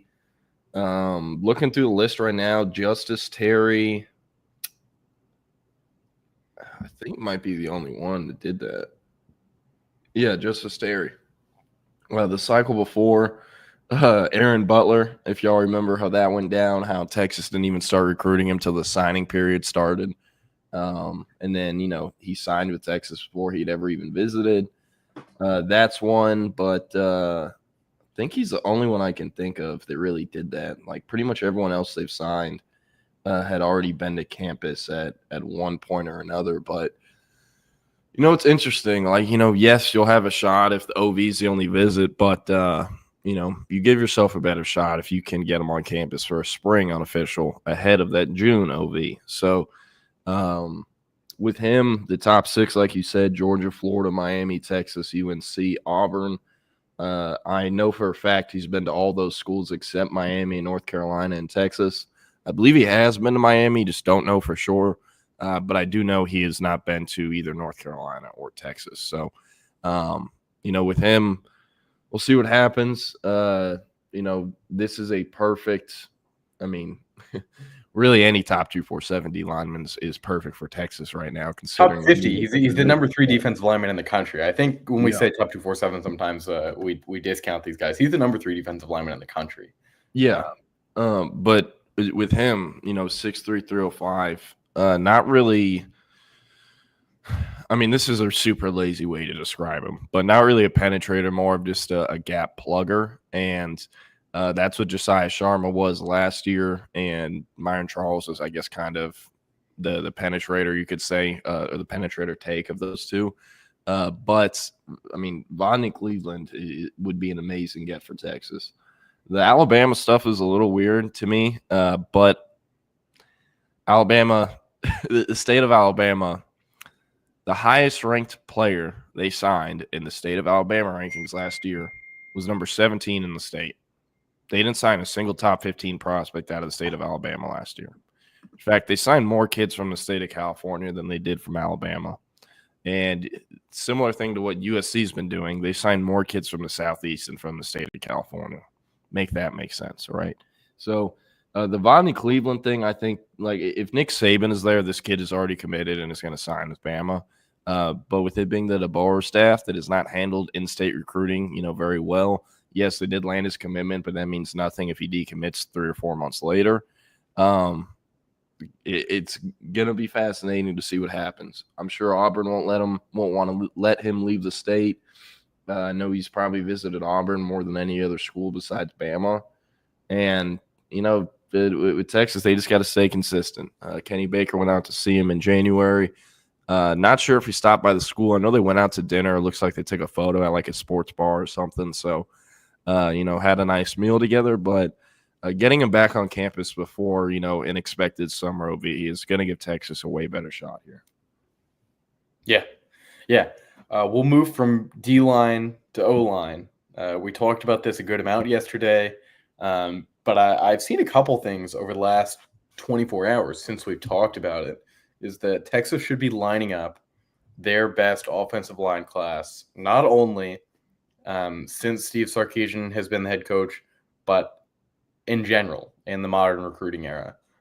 As someone who knows the numbers and knows the guys, is this a possibility for Texas? I'm sorry. Say that again. I was looking at something. My bad. You're all good. Could this be the greatest O-line class that Texas has ever had in the modern recruiting era? Well, right now, the 2022 class has that label. Kelvin Banks, Cam Williams, Cole Hudson, DJ Campbell. All 4 of those guys have already started at one point, or been, the full-time starter at one point. Nato Umeozulu, he's going to be a full-time starter this upcoming season. Connor Robertson, not really expecting him to win the center job, but, in competition for it. And then lastly, Malik Agbo, he was the 4th or 7th take, I guess, in that group. In the mix for the right tackle competition, but has been a big-time contributor, or at least was, as a 2-year player, or in year 2 at Texas when he would play that jumbo tight end role in 12 personnel. So it probably won't be able to top that, just to be honest. You go back and look at that 2022 class, and it's just, we're going to get retrospective here for a sec. It is hilarious because if y'all remember that 2022 line class, every kid Texas landed, everyone was just like, oh, he wants the bag. The Texas has the pancake factory. The pancake factory is paying kids $50K a year. That is chum change. Calvin Banks made 7 figures last year in Austin. Goosby's making close to that. Like the price tag on these cats has gone up. I mean, it's at every position. Also, yeah, I hate to break you up for 1 second, but the main outrage nationally in that O-line class, and I remember this very well, was Kelvin Banks flipping. And Jordan, remind them where Kelvin Banks flipped on, because I'm pretty sure it was a place that has a few dollars, even for their O-linemen. Yeah, well, I mean, that's the thing. Both Kelvin and Cam Williams flipped from Oregon, and it was because Mario Cristobal left for Miami. He was trying to recruit him to Miami, but those dudes had never been to Miami, and they wouldn't have time to visit in, the 24 hours before signing day or whatever it was that, Cristobal left for Miami. So Texas finished second, I believe, for both of them whenever they did commit to Oregon in the summer. So it was kind of just, they looped back and circled around. But, I mean, that was before, like, really anyone was really, really dropping bags. Like, everyone talked about A&M's 2022 cycle. I know someone who was very close with that operation, not on necessarily the A&M side of things, but helped with setting up contracts, setting up the NIL collective, other things like that. The most a kid got paid in that class out of high school as a freshman was $250K a year. That is what a high 3-star makes out of high school nowadays. And that was what their top targets in that class were making. So with Texas, the point I'm trying to get to here, O-linemen and really any position costs more than anything that they used to, 2-3 years ago, right? But the O-line is 2 premium positions, offensive tackle. And yes, right tackle isn't as premium of a position as left tackle. But right now, if you were to go in the portal and you're 6'5 plus, 34 plus inch arms, and you're a functional athlete, you're making $500K easy to play at the FBS level, because there's a lack of those true bookend, corner protectors at the tackle position. And so the market's inflated. Like, for example, Howard Sampson, the kid who tech signed from UNC, who's actually from Humboldt, friends with Kelvin Banks. They grew up together. That kid wasn't even like a top half starting tackle in the ACC last year. And he's making over $1.2 million at Texas Tech next season. Why? Not because, he's great, but because he was the best there was in the portal, and the options are limited. So what happens in the portal also, has a rollover effect to high school recruiting with what the markets are for each position. So I do think it will be hard for Texas to sign a O-line class that can replicate 2022 just because, that'll be so much more expensive to sign 7 top-tier O-line recruits than it was back in 2022. And now while they can sign 7, I do think, 4, maybe 5 of those guys will be dudes, and 2 of them will be guys that are like, okay, yeah, I don't think this guy will ever really play.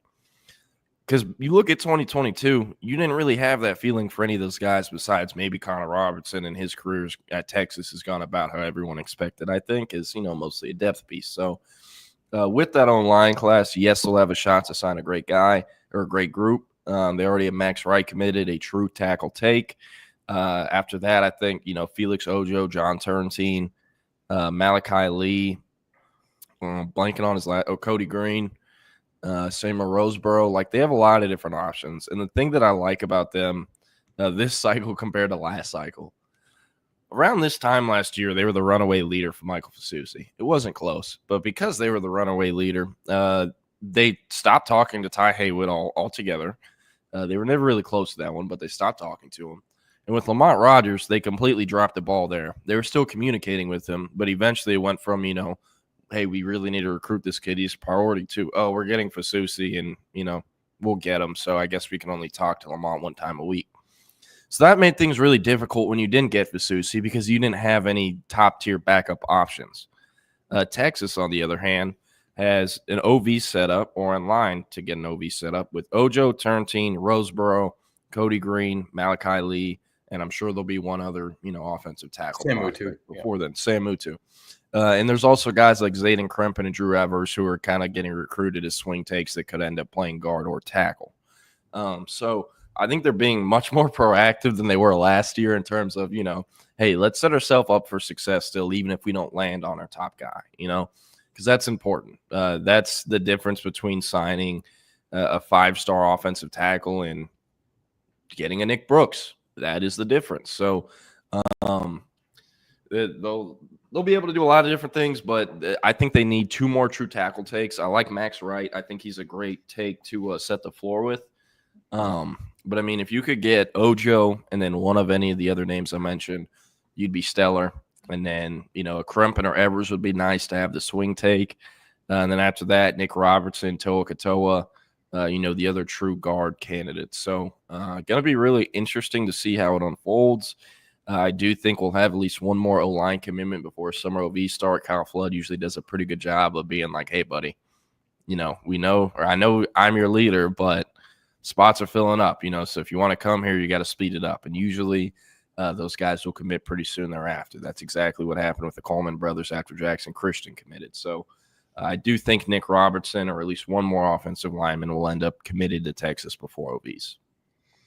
Yeah, I think so too. And earlier in this O-line talk, you mentioned Simpson from North Carolina making whatever it was, $1.2 million at Texas Tech.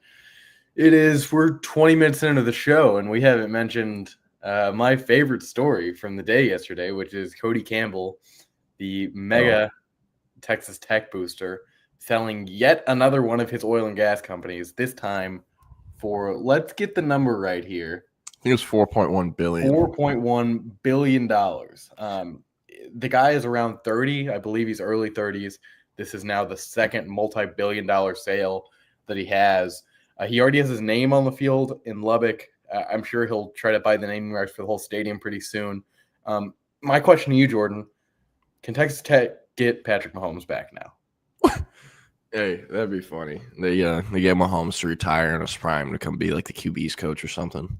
Yeah, that would be hilarious. Hey, maybe CDC could get him then. He did only get Schloss, right after the College World Series. Who knows what CDC can do? That was one of my favorite days of Twitter when that happened, because the memes after were just like breaking Texas interviewing Mike Elko for the linebackers coaching job, and stuff like that. But for Tech and Cody Campbell, I do think that report is getting blown up a little out of proportion, considering he isn't getting all that $4.1 billion. The main investor for his company is actually an SMU alum. So I saw, SMU fans being like, this is more of a victory for us than y'all.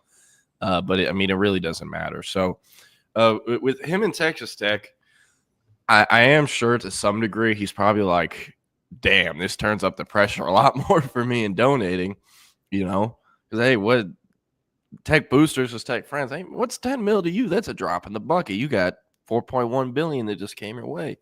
So I'm very curious to see how that's going to affect Texas's donor operation and other things. Will other donors be like, hey, this guy has enough money. He can handle all this. We don't got to keep donating.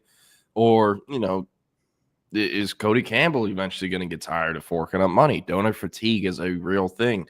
And yes, I know Cody Campbell, it's like public information. He now has fuck you money. But like that operation is just hard to continue doing. Like I'm not really expecting him to give $10 million to Texas Tech every single year in the portal like he did this year. He gave them $10 million. So, we'll see. Jordan, if they win 9 games, then I think, anything is on the table there. If they can break that 8-win mark, I think we're going to see more money pumped into Texas Tech. I think they're going to be playing in AT&T in 2025. If they get things going here, it's going to be a huge production. They're going to try to be America's team. If they can just win more than 8 games in a single season, will that ever happen? That's a great question. Yes. If. Let's see. Who do they I don't want to look at the basketball schedule. What are we doing? Here we go. All right. I'm about to look at their record and guess how they go in 2025. UAPB, they should beat them. One. We'll win that one. Well, hey, they had to go into overtime with Abilene Christian. Who the fuck knows? So UAPB, Kent State, Oregon State, they're starting out 3-0. They got to go to Utah. I don't even know who Utah's could be. Hold on. You just went ahead and brushed over Oregon State as a I know they have definite Malik Murphy. Malik Murphy. Yes, the smooth operator is still at Oregon State, or now at Oregon State. So don't count them out there. But yeah, we'll say it's a win for Tech. Yeah. I don't know who Utah's QB is going to be. I thought it might be Zach Wilson, but I think they might. Actually, I don't know. The pig farmer dude is out of eligibility, isn't he? I think he's coming back, but maybe not to play. I don't know. It's very. We'll give the win to Tech. We're saying they're starting 4-0. Houston, they got to play Houston on the road. That'll be interesting. Yeah, I'm taking Tech. I think UH is another year away still from really competing. They'll beat Kansas at home. Damn, I'm giving them a lot of credit. 6-0. I'm not so. They're not beating Arizona State and Tempe. 6-1. Oklahoma State. They lose that game. Oklahoma State is going to have a bounce back here. We'll say they lose that game. 6-2. K-State in Manhattan. That's a tough environment. They lose that one. We'll give them 6-3. BYU at home, playing the Jewish QB, Retzlaff. That's a tough one. I don't know if BYU can really. I think they got very predictable near the end of the season. All right, we'll give them 7-3. Yeah. Let's UCF and Scott Frost. It's going to take a minute to put that thing back together. 8-3.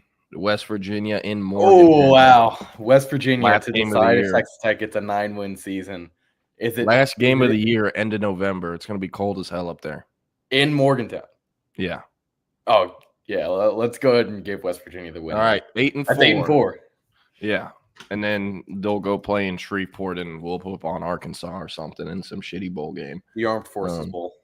Yeah, they Joey McGuire went 8-5 year 1, 7-6 year 2, 8-5 year 3 at Tech. So with Texas Tech, my thing is just like they get so much media hype, and the reason they get ranked early in the way too early rankings or week 1, week 2 things. Gonna kind of tell you how the sausage is made for a sec. The Tech staff is pretty cool. Great guys. Texas high school football guys that coach in Texas high school football. They're very friendly with the media. If you don't get what I'm talking about, them being friendly with the media, it kind of helps them a little bit. I'm just saying they are very, very friendly with the media behind the scenes. They reach out to several reporters, talk to several reporters. And that's fine. There's several other schools that do that. But for the amount of hype they get, it comes from that. And with the way they recruit, most of the time, their class is filled with guys, or will have a lot of guys that, might not be the best football players right now, but they have, an uncoachable trait, whether that's an unreal track time, unreal measurements, something. The Tech staff feels as if it's worth betting on them, recruiting him, and, they have enough confidence in themselves as a coach to develop this player from not too good of a football player with an uncoachable trait to, a starting level player that y'all got the most out of that trait. So that means usually your recruiting class won't really be serviceable till year 2 or year 3. They are going into year 4. They have stacked several recruiting classes up to this point. So, if they're not winning 9 games this year, the formula is broken. And they went from this formula of we're going to take these long-term developmental guys. We're going to be all about I remember they used to have this hashtag all over the place. I haven't seen it in a minute. Relationships. That was their thing. Relationships. And the REAL would be in all caps in a hashtag. Now they're buying dudes out the portal. 10 million, 11 million, 12 million, whatever it was Cody Campbell donated. You don't see that relationships posted around much more. Why is that? Because they're dropping bags. They're trying to win. That's why. But how does it work when 80% of your roster are long-term developmental takes and the other 20% are some of the highest paid players in college football that are coming in to take those developmental guys as starting spots that they've been working towards for 3 years? How does that affect the rest of the roster? Because Texas Tech has never had to deal with big boy recruiting like this before. They haven't. Sark, other big-time SEC programs, coaches, they've dealt with taking top-tier players out of the portal and having to have those hard conversations with returning starters saying, hey, this guy's taking your spot. And they have experience dealing with that. But it's a whole nother ball game with Tech when you go from, spending $1 mil or $2 million a year in the portal last year to now $10 million. So Yeah, I'm fascinated to see what happens there. I do think, the money thing, if they can get that into high school recruiting, I would be really interested to see what happens with that. The problem is that, they'll run into, no matter how much money they have, they play in the Big 12. Kids want to play in the SEC or the Big 10. Those are the two best conferences in football. Everyone knows it. You have to get kids out to Lubbock. It's not the easiest place to travel to. It's a long drive, and it also is Lubbock. It smells like shit in the town for the most part because of cows and, the yards or whatever. But, it's Lubbock. I'm just saying what it is. It's not an amazing place to live. I'm just saying it. You don't know if we have any Lubbockers watching today. I've been to Lubbock like 6 times in my life. I'm not just talking out of my ass. So I can talk about Lubbock. And then 3, Texas Tech is not that good of a school. Compared to the other colleges, if you're that level of football player, Texas recruiting you academically blows Tech out of the water. Same with SMU, TCU, Baylor, name whoever outside of maybe A&M. Right? State. Yeah. Texas State, yeah. Well, I just meant the schools on that, competition level. So I do think eventually, even if no matter how much money Cody Campbell's thrown at them, they'll reach a cap with what they can actually achieve. And also, like, if things go so well, can't Joey McGuire just leave? I know he said he wants to stay at Tech the rest of his life. Everyone says that at every job they're at.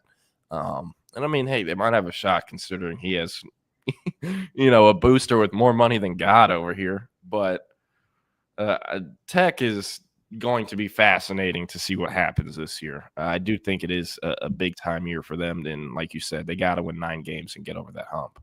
I'll ask you a question because I've asked this to a couple people, and I asked it when when Jimbo Fisher was first fired. Mm-hmm. And now it's a little bit more interesting because we see what's going on in Lubbock. If Texas A&M had hired Joey McGuire last year, would 2 parts. Would they have won 9 games last year, and would they be in a position to win 9 or more this coming year? I don't know. So it's funny. So not this offseason, and not last offseason. I guess it would have been the offseason heading into the 2023 year. Yeah. That was the year everyone knew Jimbo in all likelihood was getting canned. You just looked at their schedule. You looked at all the reports coming out of College Station. It was like, yeah, there's no way, Mr. Used Car Salesman's putting it together. And they didn't. And he got fired, got the 77 M's paid to him, just not to coach, right? So me and several others at 24/7, I know I talk to Colin Kennedy about this all the time. We're talking like, man, I don't think he'll be a legitimate candidate for that A&M job. But if they hire Joey McGuire, do you know how much harder that makes all the other schools' jobs for football? And as a casual fan, you might be like, what are you talking about? Like, Joey McGuire's a glorified high school coach. I know Texas fans love to say that about him. But here's the thing. You give him unlimited resources at A&M. He's in a location. Yes, College Station isn't that much better of a town than Lubbock, trust me. But it is a better proximity, location. Yeah, geographically, it's a much better location, easier to get to for a lot of different kids. And you're, effectively in the middle of the Texas Triangle, Houston, Austin, Dallas. So, so with the go ahead and put that up there. Yeah, no, Coach Top, I know who you're talking about. So I'm curious if that happens. We'll see. It won't be back at A&M now. I can say that. But with Joey McGuire and A&M, me and Colin Kennedy would always talk like, dude, that would make Texas and Oklahoma's lives so much harder. He would have infinite resources for the first time, which he never got at Tech up until 2 months ago.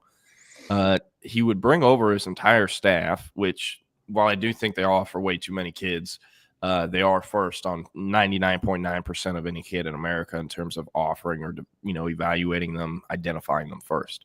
They're very good at that. And when you can put them in the SEC at a, school that's big enough, has a big enough logo, has enough resources, their recruiting footprint goes from just West Texas and Texas and taking these developmental takes to the entire country in the Southeast, where they have enough money to money whip kids when it turns into those recruitments. And also, they're in the SEC, and they don't have to take these developmental takes. They can take year one guys. They can recruit year one guys. So that's what I thought. Also, Joey McGuire, he is loved in the Texas high school football community. They do a great job connecting with, the THSCA folks and people over there. And I do think, Elko had a much better resume than Joey did at the time, or at least head coaching resume when he was hired. But I do think a Joey McGuire hire at A&M long-term would have scared me more than if I, was working at Texas than a Mike Elko hire. Like the Mike Elko tenure has gone about how I expected. And I think the main thing there is, and it's kind of hard to evaluate because he's at Texas Tech, and it's not like he can recruit the whole nation, but he recruits in-state incredibly well. Better than that, I would say, any of that second tier. SMU does a great job with the Dallas area guys. Lately, Baylor has been doing a good job with the Central Texas guys. But I mean, he in this class, in 25 class for Texas Tech, a good amount of Houston area guys, a good amount of Dallas area guys, some in Lubbock. The best talent out of Lubbock. He recruited the entire state, and we're not talking slouches. We're not talking guys that wouldn't be a take at some better schools. I mean, Tristan Gentry out of Stephenville would have been a take almost anywhere else if he had kind of put his name out there a little bit more. Lloyd Jones was probably a great fit for Tech, but I think he's got a lot of upside out of Hitchcock. I love Lloyd Jones. We saw him a lot. Also, amazing high school basketball player. I really wish Kelshawn ended up at Texas so I could have gone to see Hitchcock this fall. I love those kids over there. Great staff, great community, and everyone on the football team plays on the basketball team, and they went all the way to state and won, I think, 2 years in a row. But Lloyd is a legit hooper. I love him, love his game as a QB, and not the biggest fan of Tech, but they have an awesome QB room. Will Hammond, the Mormon Missile, Lloyd Jones coming in the cycle behind him. Talk to me. I love that. Will Hammond has probably is the product of the best graphic that 24/7 Sports has ever made. He was at the Elite 11 finals that must have been the summer of 23. And they asked all of the finalists what they would be doing if they weren't playing football. And I had it saved for a long time, and I would bring it up a lot. One of the, if a player played bad, then I would use it. He said that he would be mowing grass if he wasn't playing football. And that is about as great of a culture fit as you can get at Texas Tech, is that a guy would be. Check him out. Check him out. This is baby Will Hammond. Before anyone knew who he was, not a single offer, no nothing. And this was in April. Tech offered him at a camp that June, and he was committed to Tech by October or November, something like that. But that was before anyone knew who he was. Just the Mormon Missile out of Hutto. But the point I was getting at here is that I think Joey McGuire at Texas A&M would be a real threat in terms of in-state recruiting for Texas. I think that he's, like I said, has done an incredible job of looking at each region and identifying guys really well. And that's a lot of James Blanchard there. And big for Tech to be able to keep him away from Notre Dame. Not sure what happened there because it seemed like he was gone. That's the second time. Okay. James Blanchard, I know about 2 years ago, someone who used to be in the industry. I was with them. James Blanchard reached out to them and was like, hey, thinking about taking this Notre Dame job, probably not going to leave, but, could you put this out? And he did. And he never left. And again, that guy's no longer in the industry, not working in sports anymore. But whenever I saw Notre Dame was expected to hire him again, just like they were 2 years ago, I was like, he's going to finesse them again. And he did. And he's still at Tech, got another raise. So, I like that. I think he does a great job as a GM for them. Just at what point can he keep getting more raises? How much can you pay a GM in college football nowadays? But one thing I wanted to bring up with Tech that we were kind of talking about. Yes, I think Joey does a great job over there. But with what their logo is sometimes, it is just really hard to beat other schools. For example, I've never really actually talked about this on record, but it very much happens. So Smith-Orugbo He had 6 OVs: Texas, OU, Texas Tech, Washington, SMU, and I believe Arizona State. When I went out to see him at his school in May, I remember Colin and I interviewed him at the same time. We asked him, school standing out. He said Texas, Texas Tech, OU in that order. And then after that, he said like 8 other schools. We interviewed him in the head coach's office. The head coach ended up retiring and is now working in like A-Leaf ISD as an athletic coordinator or something. But he ended up retiring like a month later. And no, I didn't know that at the time. But I think the head coach was just in like, I don't know, silly, goofy mood and whatnot. He was wanting to help us out. And when Smith the Rugbo walked out of the room and the door shut, he turned to Colin and I and said, look, I know he just said like 10 schools. The ones y'all need to worry about for him, it's Texas, Texas Tech, and OU, and in that order. Right, okay, cool. And it's funny, CJ Ayu, who's the Texas Tech edge coach, his primary recruiter, walked in the building like 2 minutes later, and Colin and I met him then. Fast forward a month later, I did put in a crystal ball about a week after that trip to Hastings in May. But about a month later, he's taking his OVs. He has Texas Tech June 7th, Texas June 14th, Oklahoma June 21st. Texas Tech was all over him. This was basically their number one priority target in 2025. And they got him to silently commit on the visit. Thing with Smith the Rugbo, he took all of his OVs by himself and without his parents because his parents did not care about anything about football or college unless it revolved around academics. They were literally walking out of meetings with coaches on college campuses because they would get 30 seconds in and they would not bring up academics, just football. And his dad would literally walk out of coaches' offices. I'm not joking. Like, that happened. And so he's on this OV to Tech by himself. The staff gets him to silent. He commits. And they're trying to get him to post it. I remember, because I had a Texas crystal ball in and I know how the Texas Tech staff works on these OVs, I was like, shit. I got to change my pick. They're going to get him because, they try to make everyone commit before they leave campus.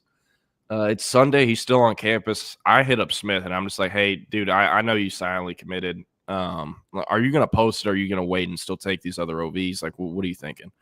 And he was like, I don't know yet. I'm figuring that out. I'm like, cool. I get another call from someone who is someone who has a connection to the Tech staff, and they told me Texas Tech was pissed because the person who is not in the family that was helping out Smith the Rugbo with his recruitment, kind of giving him game, this is what this college does, this is what this one does, this is what you should be looking for. They were basically telling Smith the Rugbo, hey, a guy like you can't go to a school like Texas Tech. It has to be Texas or Oklahoma. You need to take these other OVs. You shouldn't be going here to Tech, and also academically, your parents, would prefer the other schools more. So he says, okay, I'll wait. Ends up, going to the Texas OV a week later, and then the OU OV a week after that, and then ended up committing to Texas early in July or late in June, just, as the dead period started. We talked after he was in the car on the way from Austin back to Houston after the Texas OV, and I had asked him, like, yo, I know you silently committed to Tech, and it sounds like things went well in Austin. Like, kind of where's your head at, off the record? And he was like, well, I silently decommitted from Tech a couple days ago, and I'm probably not going there anymore. But, we'll see what OU's talking about, and it'll be them or Texas. And I was like, awesome, thank you. I wanted to change my crystal ball to Texas then, but I waited till after the OU visit just to be safe because I didn't want to, change it again. But he ended up at Texas. But the point I'm trying to make, Joey McGuire and Texas Tech literally couldn't have done a better job. They got this kid to silently commit on an OV, and they had him as their number one priority on the D-line, on defense at any position for about a year. And they went balls to the wall to recruit him, invested a ton into him, gave him a pretty good NIL number, all these other things, like made him feel like a true priority. And when it came time for him to post that graphic or do the other stuff, someone in his family or in his camp was still able to talk him into being, hey, that's not a big logo. You're big time, man. You got to go to a big logo like OU or Texas. Not saying that is the best thing to do or how recruitment should be handled, but it's how this one was handled. And this was a kid they should have been able to get, but they weren't because why? They play in the Big 12 and are not a big-time brand. So McGuire will always have to fight things like that, and that Tech staff will always have to fight things like that as long as they're in Lubbock. So I do think that ceiling is capped, but, like, one thing that I think is interesting, Eric and I talked about this one show not too long ago. Like, how many teams are realistically in the hunt for a national title? Because everyone talks about the SEC and Big Ten, but like the Big Ten is maybe 4 or 5 teams that can realistically win it or compete for it, and the SEC is like 6 or 7. You know, like Mississippi State, Kentucky, Arkansas, they're never winning a natty in football, at least in my lifetime. You know, can kind of say the same thing about Tech or the entire Big 12. So I don't know what will happen with them. I definitely think, you know, Joey would love to finish his career in Lubbock. I do think no matter what with him, he's going to be coaching in Texas. So unless things were to crash and burn with Sark or Elko, I kind of see him sticking at Tech for the long run. I don't really see him leaving for a school that isn't one of those two because, again, I think he will want to stay in Texas. Only thing I could maybe see him taking outside of state lines, OU, Arkansas. I doubt LSU would hire him. But OU or Arkansas, because you can recruit the state of Texas enough at those two schools. Yeah, I think Arkansas is one that would be interesting. I don't think he's the prototypical Oklahoma guy, and especially, you know, if they're going to be looking for someone in a few months here, I think it's going to be someone that's younger. I mean, Joe McGuire's not ancient. He's only 53, but he definitely, you know, doesn't have 20 more years in him. And I think Oklahoma realizes that their next guy has to be someone that they expect to stick around for the long haul. That would be a great conversation maybe tomorrow, maybe later this week, in terms of who we think could be the next Oklahoma coach. Although I'm seeing a lot of 9 and 10 win predictions for them, and I think they're warranted. I mean, I look at the John Mateer tape, and I'm left pretty speechless. And yes, he was playing against future CPAs and engineers, but he breaks 0 to 60, as I would call it, insanely quick. And I think he's going to be great for them. I'm not so sure he's going to be able to save a job there. No. Arbuckle's smart as hell for getting a 3-year deal because he knew damn well he's not going to be a Norman past December. But the 3-year deal gets you a bigger buyout. So props to him. But for Mateer, Oklahoma, very curious to see how it plays out. Their O-line last year was pure dog shit. Like, actually, the best way to describe them would probably be, this isn't a pun with your name, but turbo dog shit. Like, it was horrible. Everyone took it out on Jackson Arnold, but their receivers got hurt, and their O-line couldn't block for them, and their receivers couldn't get open. Yes, Jackson Arnold could have played better, but to be honest with you, he was scapegoated, and they tried to throw Michael Hawkins in there to save the day. Never really been a big Michael Hawkins fan myself. Didn't see him at Frisco Emerson, but saw him, play at least 10 times at Allen, and was never really in love. But you can't stick him in as a freshman and expect him to, fix things. That's not how it works. So with their O-line, whoever it ends up being, I do think it'll have to be an improvement from last year. I'm excited to see Michael Fasusi. I love that kid. Hope the best for him, and hope he can play a lot year one, because I know that's a big reason why he went to OU. So with him, very curious to see what he does, where he gets in the lineup. But I think the O-line is going to have the biggest, effect on what happens with Mateer and OU.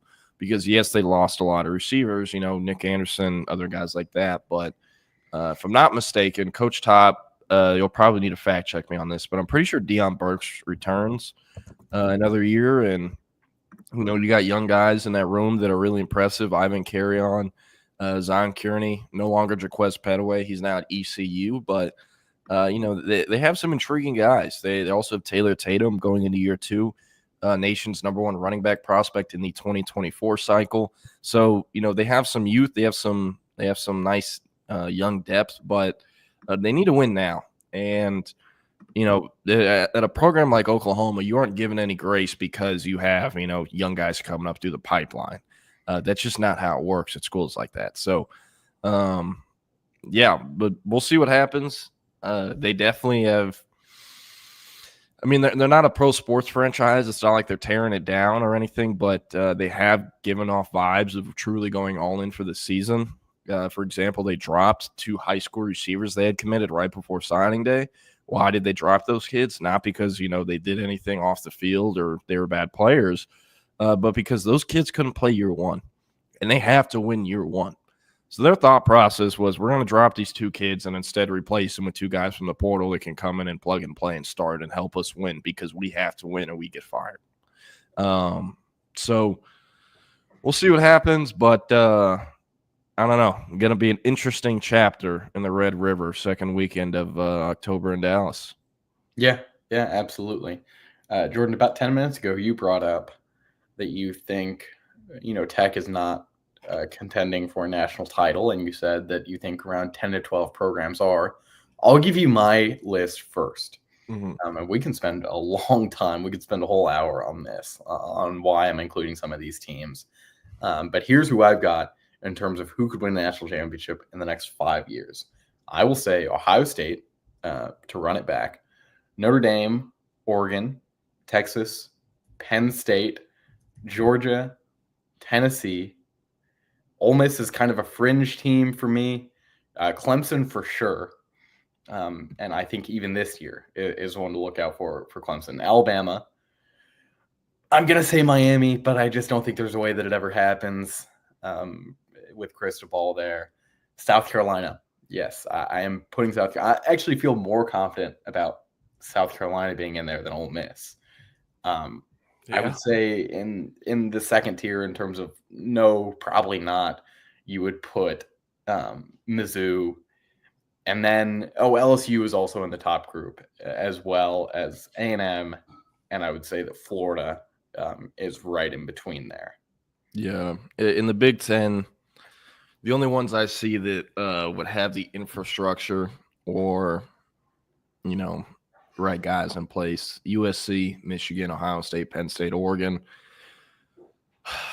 I do not want to say Washington, but they obviously went to the national championship, 2 seasons ago. That staff is obviously now in Tuscaloosa and was a really special staff. I like Jed Fish, think he does a good job, but I'm not really expecting Washington to ever get back to the national championship game, at least in the 12-team playoff era. It's a whole nother monster. So that being said, we'll go with 5 teams from the Big Ten: USC, Michigan, Ohio State, Penn State, Oregon.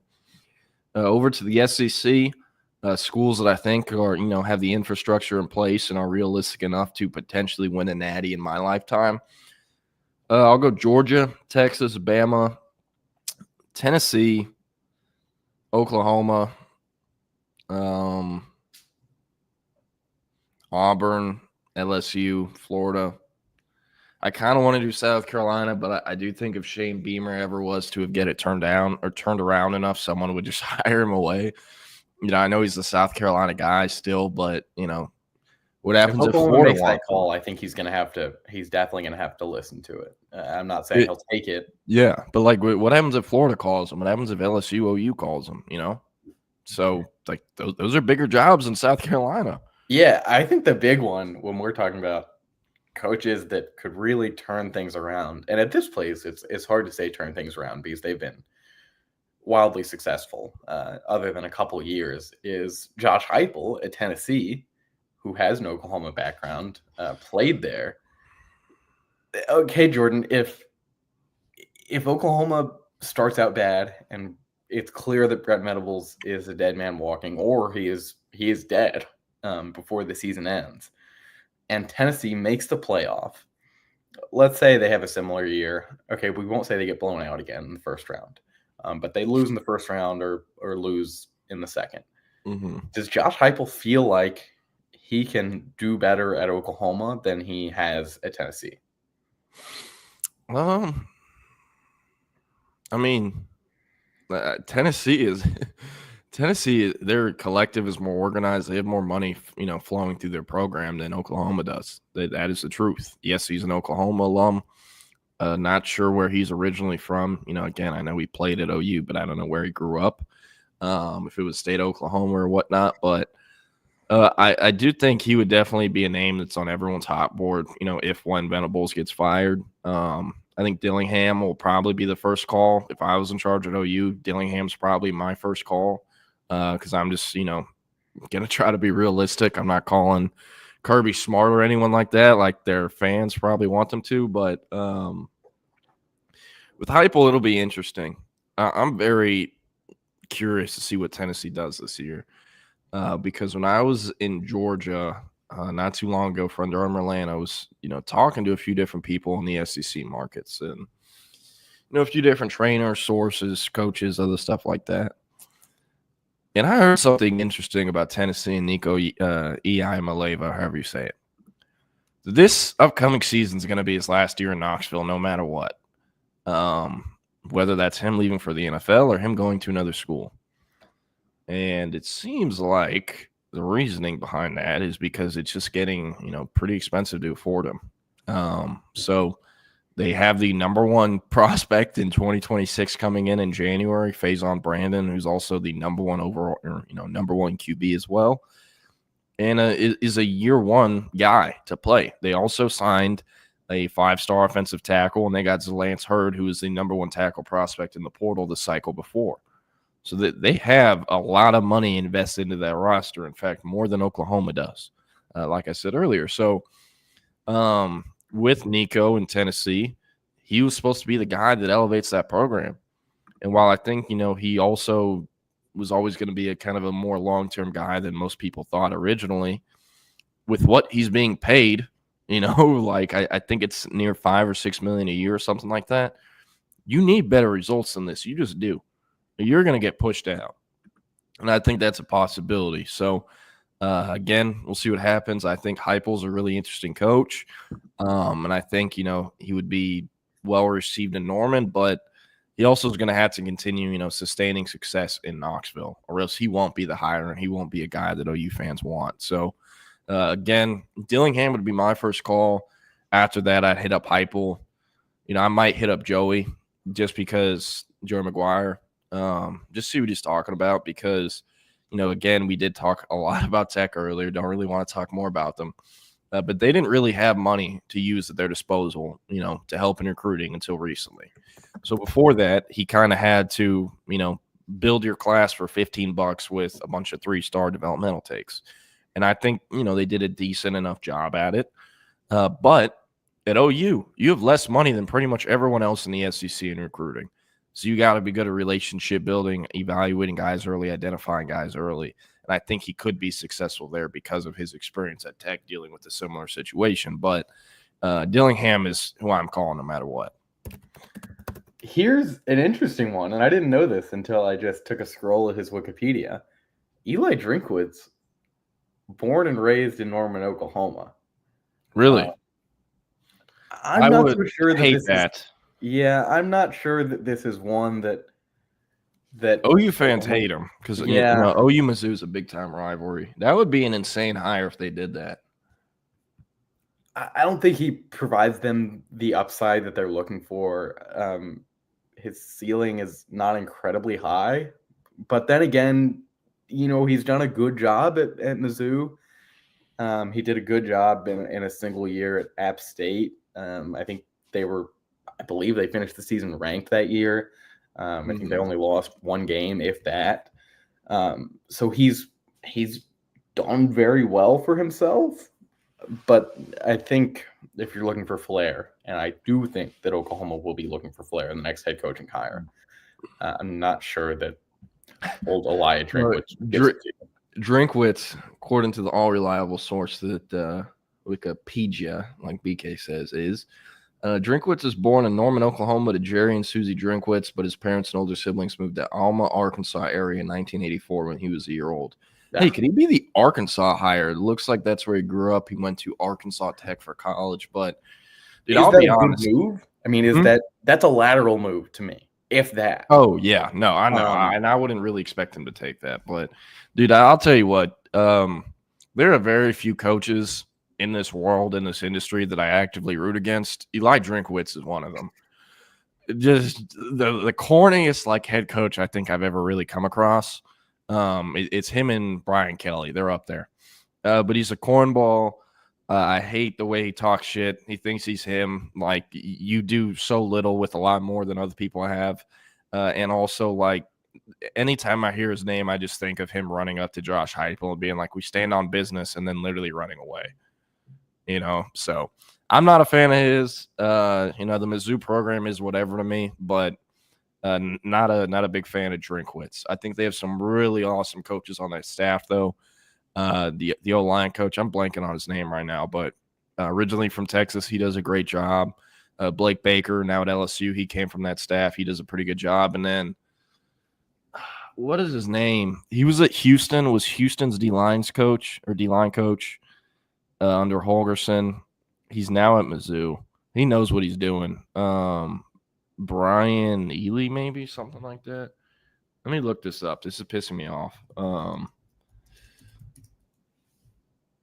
Mizzou, no. Mizzou dining coach, Mizzou D-line coach. That is Brian Early. That's his name. Yeah, Brian Early. He was at Houston for a minute with Holgerson, was who developed Jamari Caldwell. When Jamari Caldwell went in the portal last December, ended up at Oregon, chose Oregon over Texas, but there was a legitimate chance he could have gone back to Houston had Fritz retained Early to his staff, but he decided not to. So we'll see. And I think Brian Early could also be a potential hire on whoever the new Arkansas staff would end up being, could potentially be the DC. He is a guy that coached in Arkansas high school football for a long time, and he actually got into the coaching world because Dre Greenlaw with the 49ers, big play Dre, the linebacker, he came out of some high school in Arkansas. Who happened to be the head coach of that program? Brian Early. Who happened to basically become his guardian and take him everywhere on every visit and help him with his recruitment? Brian Early. And who got a job at Arkansas once Dre Greenlaw moved into Fayetteville? Brian Early. You know, yes, some guys might get, you know, handouts or different ways they work their way in. When you make the rise he has, it's because you're a good coach, and he is. So I've always heard great things about him. I think he's a star in the making and is going to be a DC one day, but like a few guys in that Mizzou staff, just can't stand Elijah Drinkwitz. So, I think that's a great little wrap up. We've said who we think is worthy of the Oklahoma job. We've said who is not, and the Arkansas job, and even the Tech job.